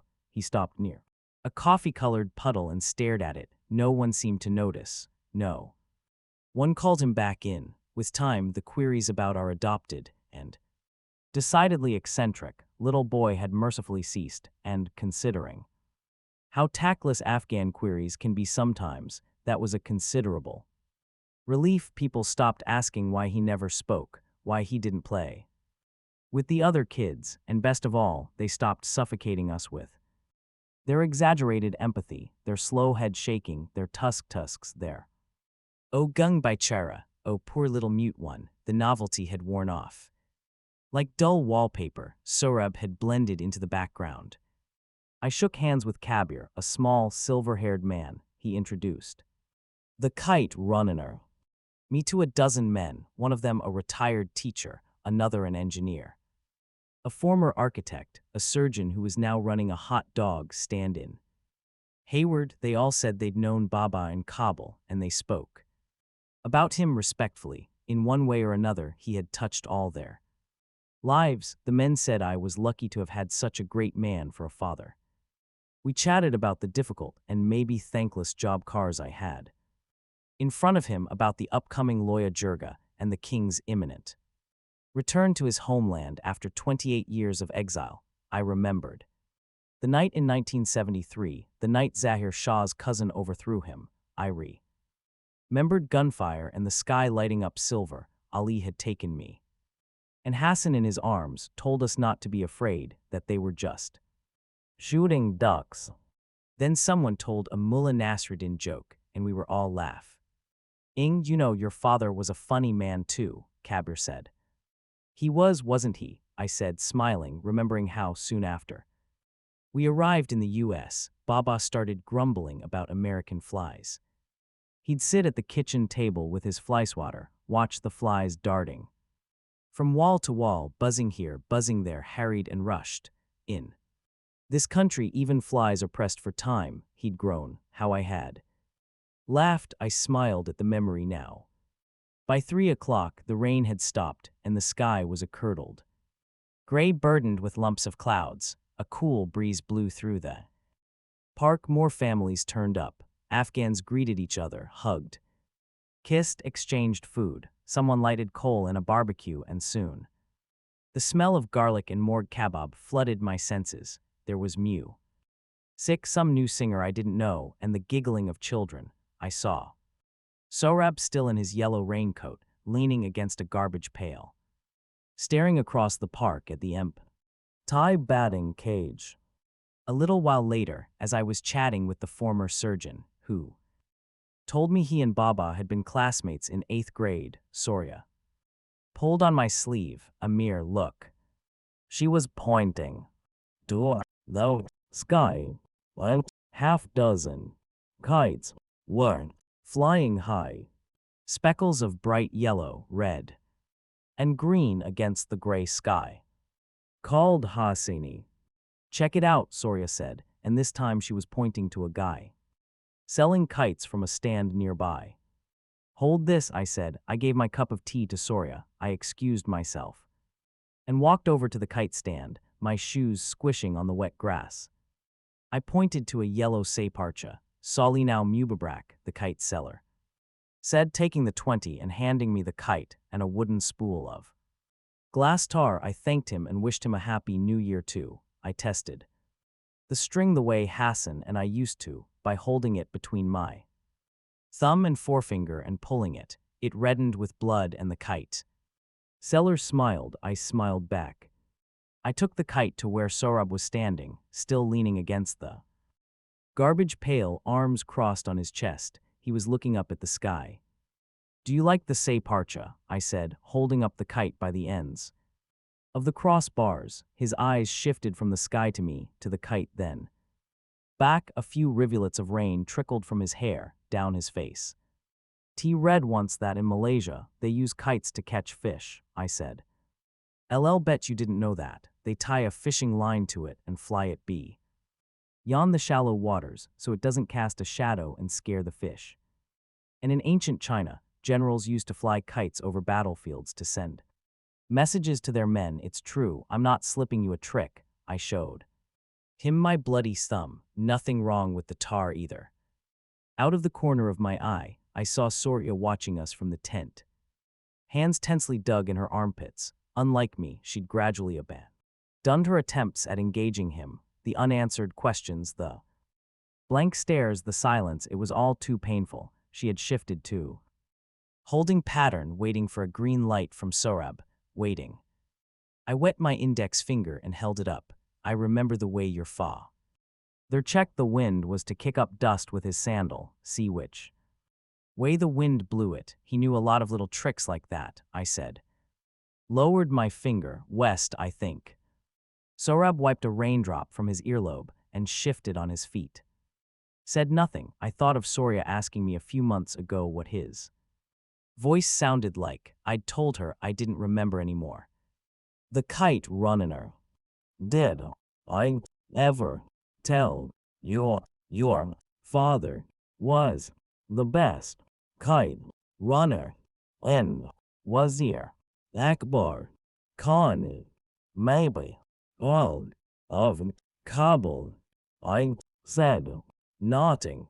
The loose end of the spool tar to the string loop tied to the center spar. How jealous I made the neighborhood kids. I'd run kites and never look up at the sky, and people used to say I was chasing the kiteness shadow, but they did know him like I did. Your father was chasing any shadows. I just knew. Another half-dozen kites had taken flight. People had started to gather in clumps, teacups in hand, eyes glued to the sky.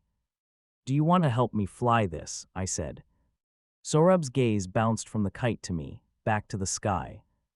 Okay, I shrugged. Looks like I'll have to fly it Tanhai, solo. I balanced the spool in my left hand and fed about 3 feet of tar. The yellow kite dangled at the end of it, just above the wet grass. Last chance, I said, but Sorab was looking at a pair of kites tangling high above the trees. All right, here I go. I took off running, my sneakers splashing rainwater from puddles, the hand clutching the kite end of the string. Held high above my head. It had been so long, so many years since I'd done this, and I wondered if I'd make a spectacle of myself. I let the spool roll in my left hand as I ran, felt the string cut my right hand again. As it fed through, the kite was lifting behind my shoulder now, lifting. Wheeling, and I ran harder. The spool spun faster and the glass string tore another gash in my right palm. I stopped and turned, looked up. Smiled. High above, my kite was tilting side to side like a pendulum, making that old paper bird flapping its wings sound I always associated with winter mornings in Kabul. I hadn't flown a kite in a quarter of a century, but suddenly I was 12 again, and all the old instincts came rushing back. I felt a presence next to me and looked down. It was Sorab, hands dug deep in the pockets of his raincoat. He had followed me. Do you want to try? I asked. He said nothing, but when I held the string out for him, his hand lifted from his pocket, hesitated, took. 321. Khaled Hosseini. The string, my heart quickened as I spun the spool to gather the loose string. We stood quietly side by side, necks bent up. Around us, kids chased each other, slid on the grass. Someone was playing an old Hindi movie soundtrack now. A line of elderly men were praying afternoon namaz on a plastic sheet spread on the ground. Air smelled of wet grass, smoke, and grilled meat. I wished time would stand still. Then I saw we had company. A green kite was closing in. I traced the string to a kid standing about 30 yards from us. He had a crew cut and a t-shirt that read the rock rules in bold block letters. He saw me looking at him and smiled. waved. I waved back. Sohrab was handing the string back to me. "Are you sure?" I said, taking it. He took the spool from me. "Okay," I said, "let's give him a sabag, teach him a lesson, nay." I glanced over at him. The glassy, vacant look in his eyes was gone. His gaze flitted between our kite and the green one. His face was a little flushed, his eyes suddenly alert, awake, alive. One wondered when I had forgotten that, despite everything, he was still just a child. The green kite was making its move. "Let's wait," I said. "We'll let him get a little closer." It dipped twice and crept toward us. "Come on." "Come to me," I said. The green kite drew closer yet, now rising a little above us, unaware of the trap I'd set for it. "Watch, Sohrab, I'm going to show you one of your father's favorite tricks, the old lift-hand dive." Next to me, Sohrab was breathing rapidly through his nose. The spool rolled in his palms, the tendons in his scarred wrists like rhubarb strings. Then I blinked, and for just a moment, the hands holding the spool were the chip-nailed, calloused hands of a hair-lipped boy. I heard a crow cawing somewhere, and I looked up. The park shimmered with snow so fresh, so dazzling white, it burned my eyes. It sprinkled soundlessly from the branches of white-clad trees. I smelled turnip, now dried mulberries, sour oranges, sawdust and walnuts. The 322. The kite ruiner.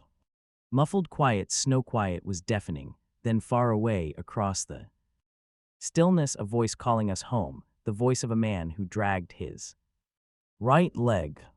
The green kite hovered directly above us now. "He's going for it." "Anytime now," I said, my eyes flicking from Sohrab to our kite. The green kite hesitated, held position, then shot down. "Here he comes," I said. I did it perfectly, after all these years, the old lift-and-dive trap. I loosened my grip and tugged on the string, dipping and dodging the green kite. A series of quick sidearm jerks, and our kite shot up counter clockwise in a half circle. Suddenly I was on top. The green kite was scrambling now, panic-stricken, but it was too late. I'd already slipped him Hassan's trick. I pulled hard and our kite plummeted. I could most feel our string sawing his, almost heard the snap. Then just like that, the green kite was spinning and wheeling out of control.